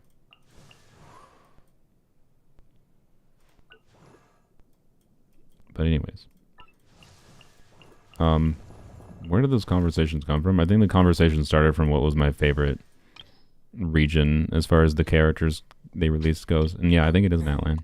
Or, it's Natlan. Brain. Natlan doesn't exist yet. I think it is, Fontaine. Have you seen the leaks about our cons? Yeah, they look like support buffing constellations. Unironically, Xylonen has so much more of this is the Archon level kit this year than I think the Pyrarchon's going to be. Mona. I need to level and mess around with it. Honestly, the more I'm doing like these short field time window characters, like as an example, right, in that electro charge team I did with Siegewein. Can I make Mona work in this team instead? I don't know, like do Mona, wait. Well, that wouldn't even make sense, never mind. Guess I need Electro. I need Electro if I want to do Electro charged. Okay, I don't know. Right, just put it on an idea level, right? She has a really short uptime buff window, essentially. But it's a significant buff that could be worth using, but I don't know. It's a problem of, like, we have so many other compelling options for buffers now, and as time goes on, that just continues to be the case with the likes of Xylonen potentially being released that, like, give you a very significant buff for a longer uptime window. So having something that might be slightly better for a much shorter window is just like, I don't know. You should like her. She's very ER based. Having really awful energy needs is not something that's an upside to a character. I don't know, she's interesting. I gotta mess with her, but I've been kind of stubborn. Like, I'll use her when she's C6. I think the most fun. I do think the most fun thing you can do with Mona's buff is DPSing Mona herself. But anywho's, I should probably do more with her. But yeah, apparently I like the French characters. I think they all are like really excellent designs overall, and this character exists. So yeah, the characters that were released in the last year, I think, are some of their strongest designs overall. Either on an idea level, where he's a bit undertuned, but you know, for on an idea level, it's freaking amazing. I love the idea of this character's kit. And I still have a lot of fun playing him, but you know, his personal damage is not insane. Charlotte exists. Okay, and Femine again has really interesting ideas. He's kind of similar to Sethos. This character exists. I wish she was better. She has interesting things in her kit, but they just didn't want her to do relevant things. Lineaz is interesting. I'd say I don't like him. He feels terrible to play to me, but I don't think he's bad. I think he's potentially fairly well balanced. This character's overtuned. I think they've flopped on his design, in my opinion. And then he is a bit undertuned, to be clear. So like their early ones in 5.0, But then Farina, Navia, Chivalrous, Shanyun, Arlecchino, Sethos, Chlorine, I'm a little bit on. Like I like her visual flair, but they were really lazy with some things, like the fact that she's just doing Wanderer's Burst, but now Electro, right? Wanderer's Burst, but Cryo. Like, come on, stop. I don't mean like visual design, but like kit design, he's super... I do think there's value to him existing, as long as they don't do Nuvillets too often. Like, he's a very easy to recommend comfort character, and like there's value to like having that for much of the player base that is much more casual. So, yeah, visual design. I'm just judging kits. So, yeah, like I think Farina is brilliantly designed. I think it's actually like crazy how well designed. Like the layers of nuance that she has, but she's still fairly easy to use. The nuance of like how she changes team building and how she changes the relevance of healers is really cool. Navia is a nice change of pace for Geo units, wherein like she can be useful in different forms. This character enabled way more diverse team sets than Geo was before. Chivalrous is absurd. She's a C0 4-star that enables teams that were not a thing before to be a thing. Shanyun is cool. I don't know. Like this character literally makes it so you can do plunge damage with any character in the game. That's freaking cool. Is she a bit overtuned in combo with Farina? Yeah, a little bit. I would have preferred she was like less strong with Farina and more strong on her own. And that could have been done just by changing the way her damage buff works to be less of a large like instant increase of damage in a single target, but works in like AoE. It's how I would have balanced it personally. But you know, Arlecchino's incredible. This character exists. If more Geo units existed that did Geo constructs, she'd be more interesting, I'd say. Yeah, so I don't know. Like, their designs are really strong overall with Sumeru, with Fontaine. Sumeru is interesting, but I think too many of the characters, like this, what were they thinking with, why? Like, all they had to do was make him keep his burst duration when he switches off field. Just give him the Noelle treatment. And then, you know, 4-star wise, like, you know, 2 4-stars that, I mean, she's more useful pre C6, but, you know, like, why?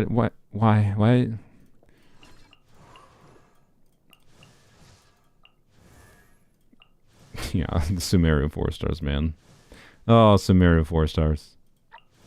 What were they thinking?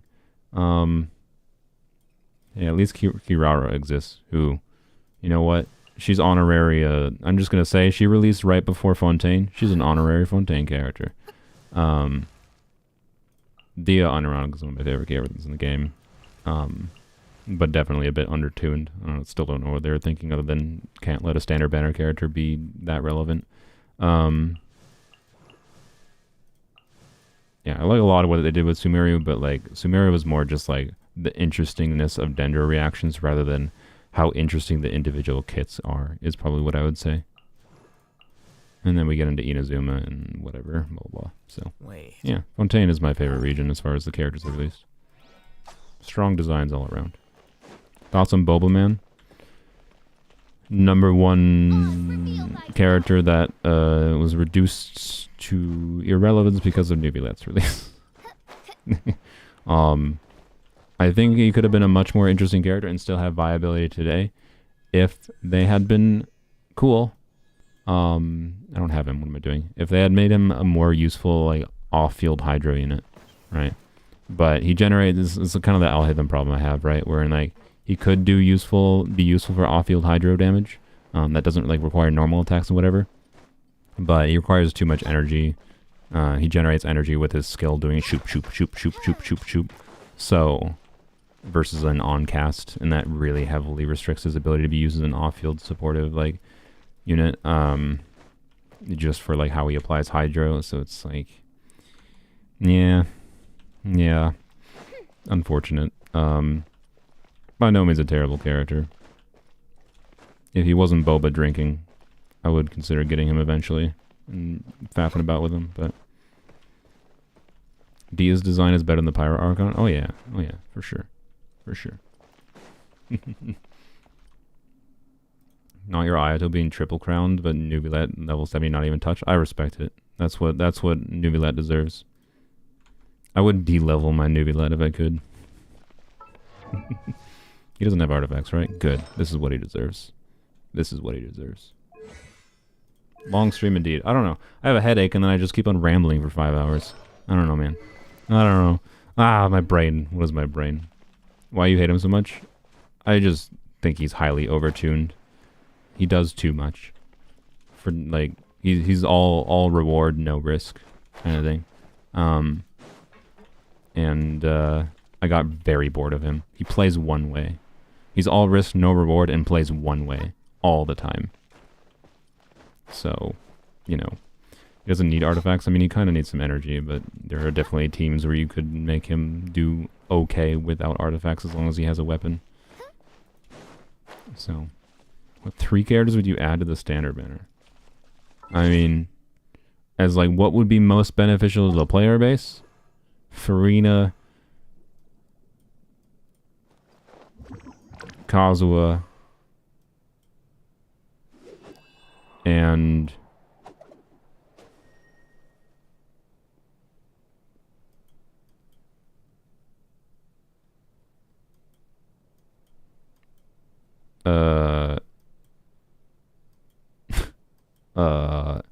who's the other most relevant supportive unit? That'd be a 5-star. That makes sense. Yeah, no, Nahida. Yeah, there you go. Honestly, I'm not gonna lie. Like, if I'm answering in the characters' kits who, like, the kits are undertuned and probably should be, could be a standard character.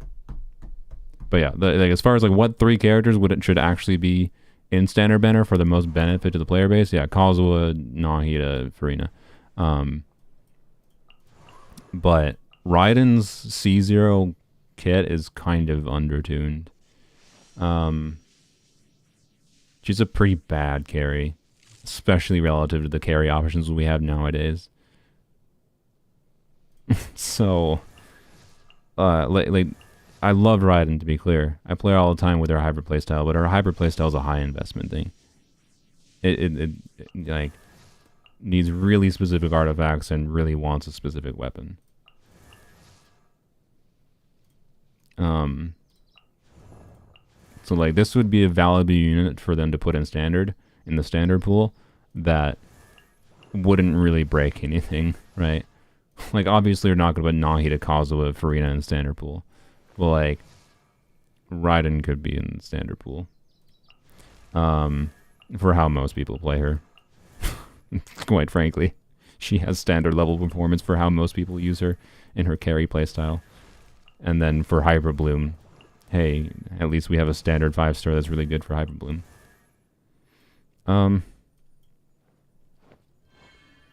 Other characters that I think are standard banner tier as their strengths. Wanderer without C6 Farazan, absolutely. Sino could be, Risley could be, Cloran could be, 'cause she's just like an electro reaction driver, but Cloran doesn't need to be because that's already Kaching.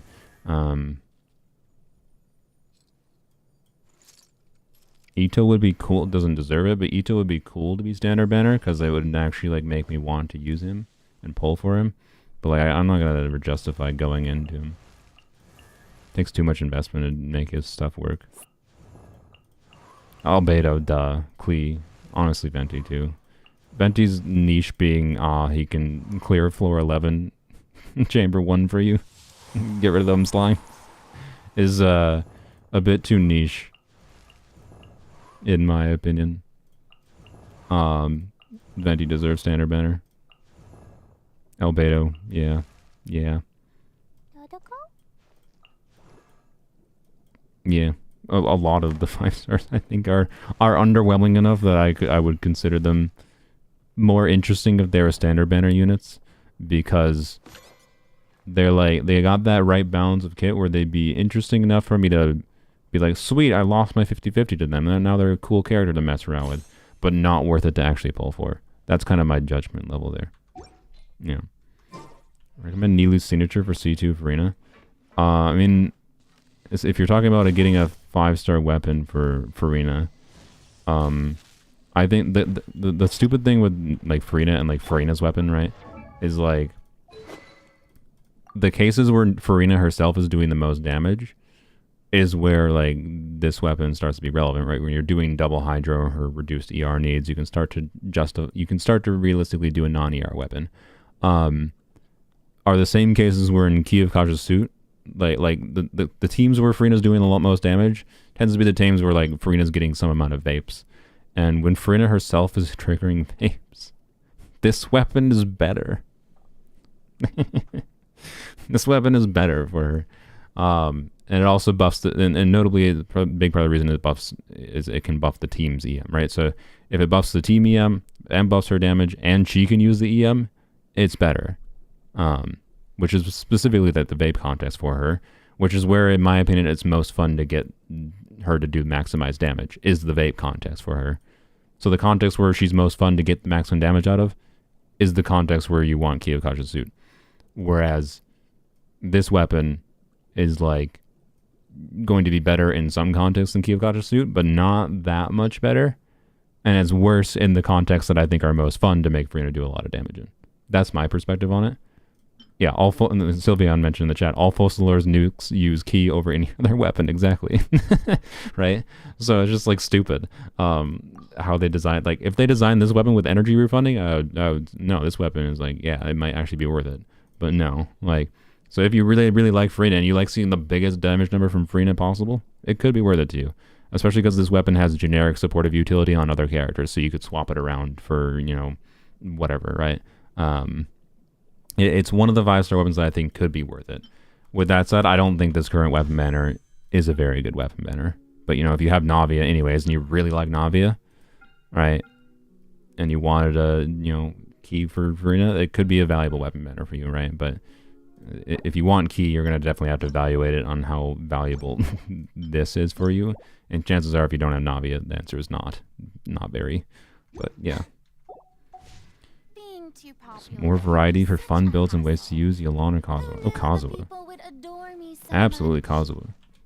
Kazuha has so many fun ways. Like, one thing that people underestimate is like how Kazuha can still do buffing for himself and for others. Like if you're doing infusion things on Kazuha, like with C6 Bennett. Like Kazuha just needs EM, right? He needs EM to be able to do buffing. So you can remove VV from him. You're losing the Viridescent Tread. Like, that's bad, generally speaking. But if you wanted to, like, build him... Like, there's weird hybrid builds, is kind of my point. Like, one of the funnest things you can do with Kazuha nowadays with Mara Chasseis is that you can get a lot of free crit rate from Mara Chasseis, and then, you know, have, like, EM, main stat, goblet, whatever, circlet, timepiece. Like, you can do weird hybrid stuff with him. And he can... start getting some meaningful talent damage and still do some buffing. Like, should you do it? Is it the optimal thing to do? Not really, but VV is also like really clunky to use in a lot of contexts. Like, a lot of people, I wouldn't doubt, end up putting this on their Kazuha and then play the team the wrong way and don't actually swirl the elements they need to swirl. And then their team performs like garbage. And they're confused like, oh, my build must be trash. Like, no, you're actually just like using Kazuha wrong, maybe, kind of thing. So, like, unironically, I think Kazuha has a lot of fun potential that basically no one ever plays around with different shenanigans you can do with him. So, give you $8 billion to build Amber. I mean, I'll do you one better. I'll level her to 80. She's already built. I mean, doesn't have artifacts on her right now. I made a video on her a little while ago. I intend to get her C4 and do another video on her. So I think her C4 will make her more fun. But, I mean, yeah, you want to give me money for more motivation to build Amber more? Yeah, absolutely. Technically, I've already done it. But yeah, Kazuha has a quite high versatility for doing different things with him. So, Weapon Banner is still better than Green Donut? I mean, yeah. Is Verdict good on anyone besides Navia? I mean, the main issue is, like, as far as generic statistics go, like, and chances are if you're willing to dump the wishes onto the Weapon Banner, you might be willing to spend $10 for Serpent Spine, right? And I'm pretty sure an R1 Serpent Spine for most characters is going to be better than Navia's weapon, right? Maybe not. I don't know. It depends on the character.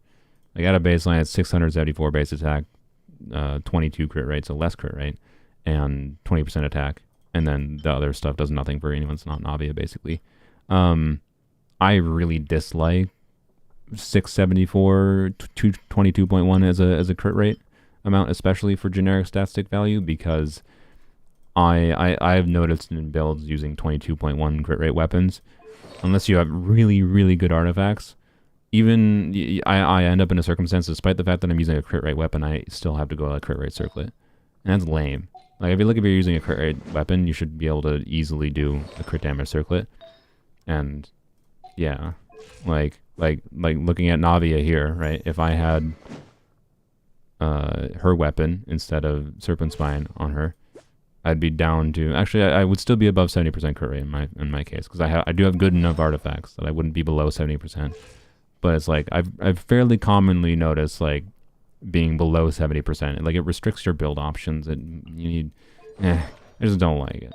I just don't like it as a generic stat stick weapon. But, you know, it's not technically the worst. Also,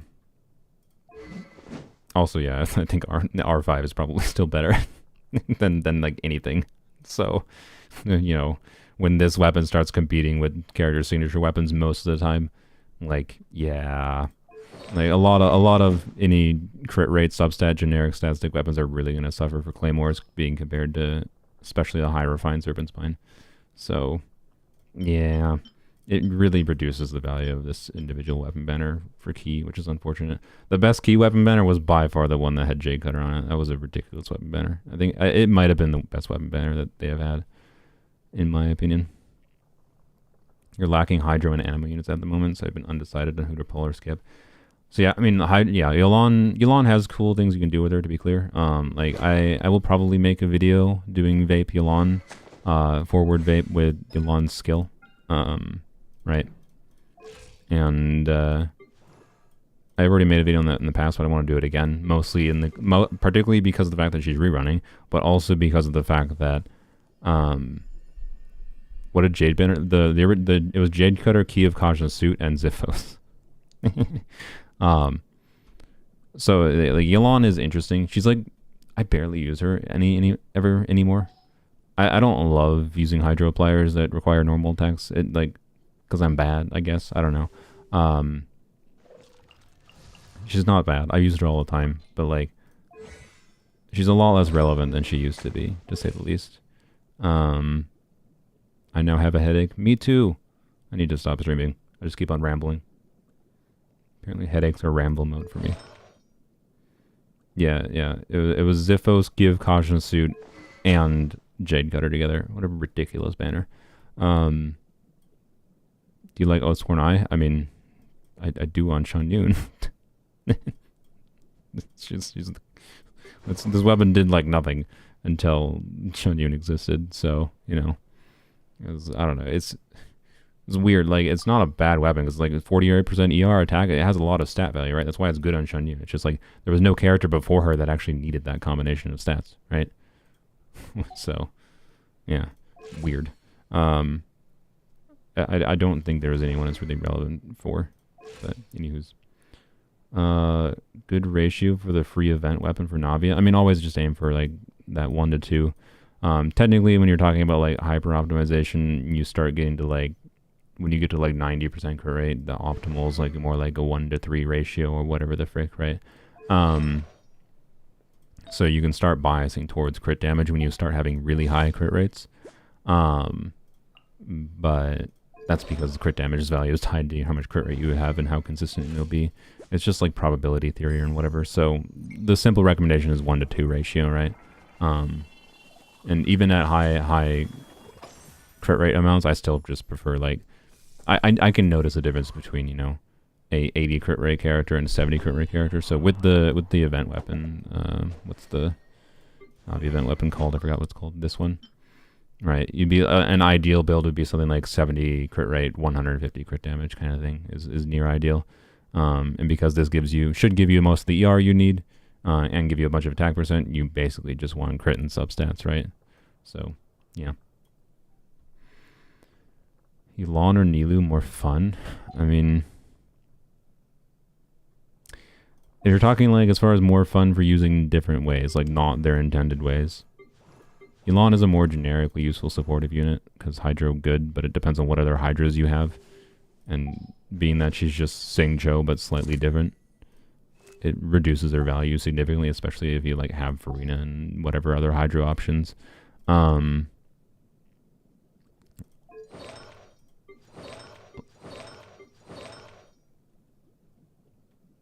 think Nilou's more fun is what I would probably say. But Yelan is a more useful character and can still be used in fun ways.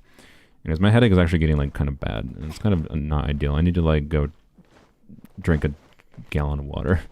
So I think I need to stop rambling. It was fun answering questions though. What will I do after the stream? Well, I was intending to record today, but it's probably a bad idea for me to try to record a video for this weekend while I have a headache. But it also would be not ideal. I don't know. Like, I want the video to turn out well, right? I don't want to have to have my mental state be bad. Anywho's. Thanks for joining. It was a fun stream. Way longer than I intended. Oopsies.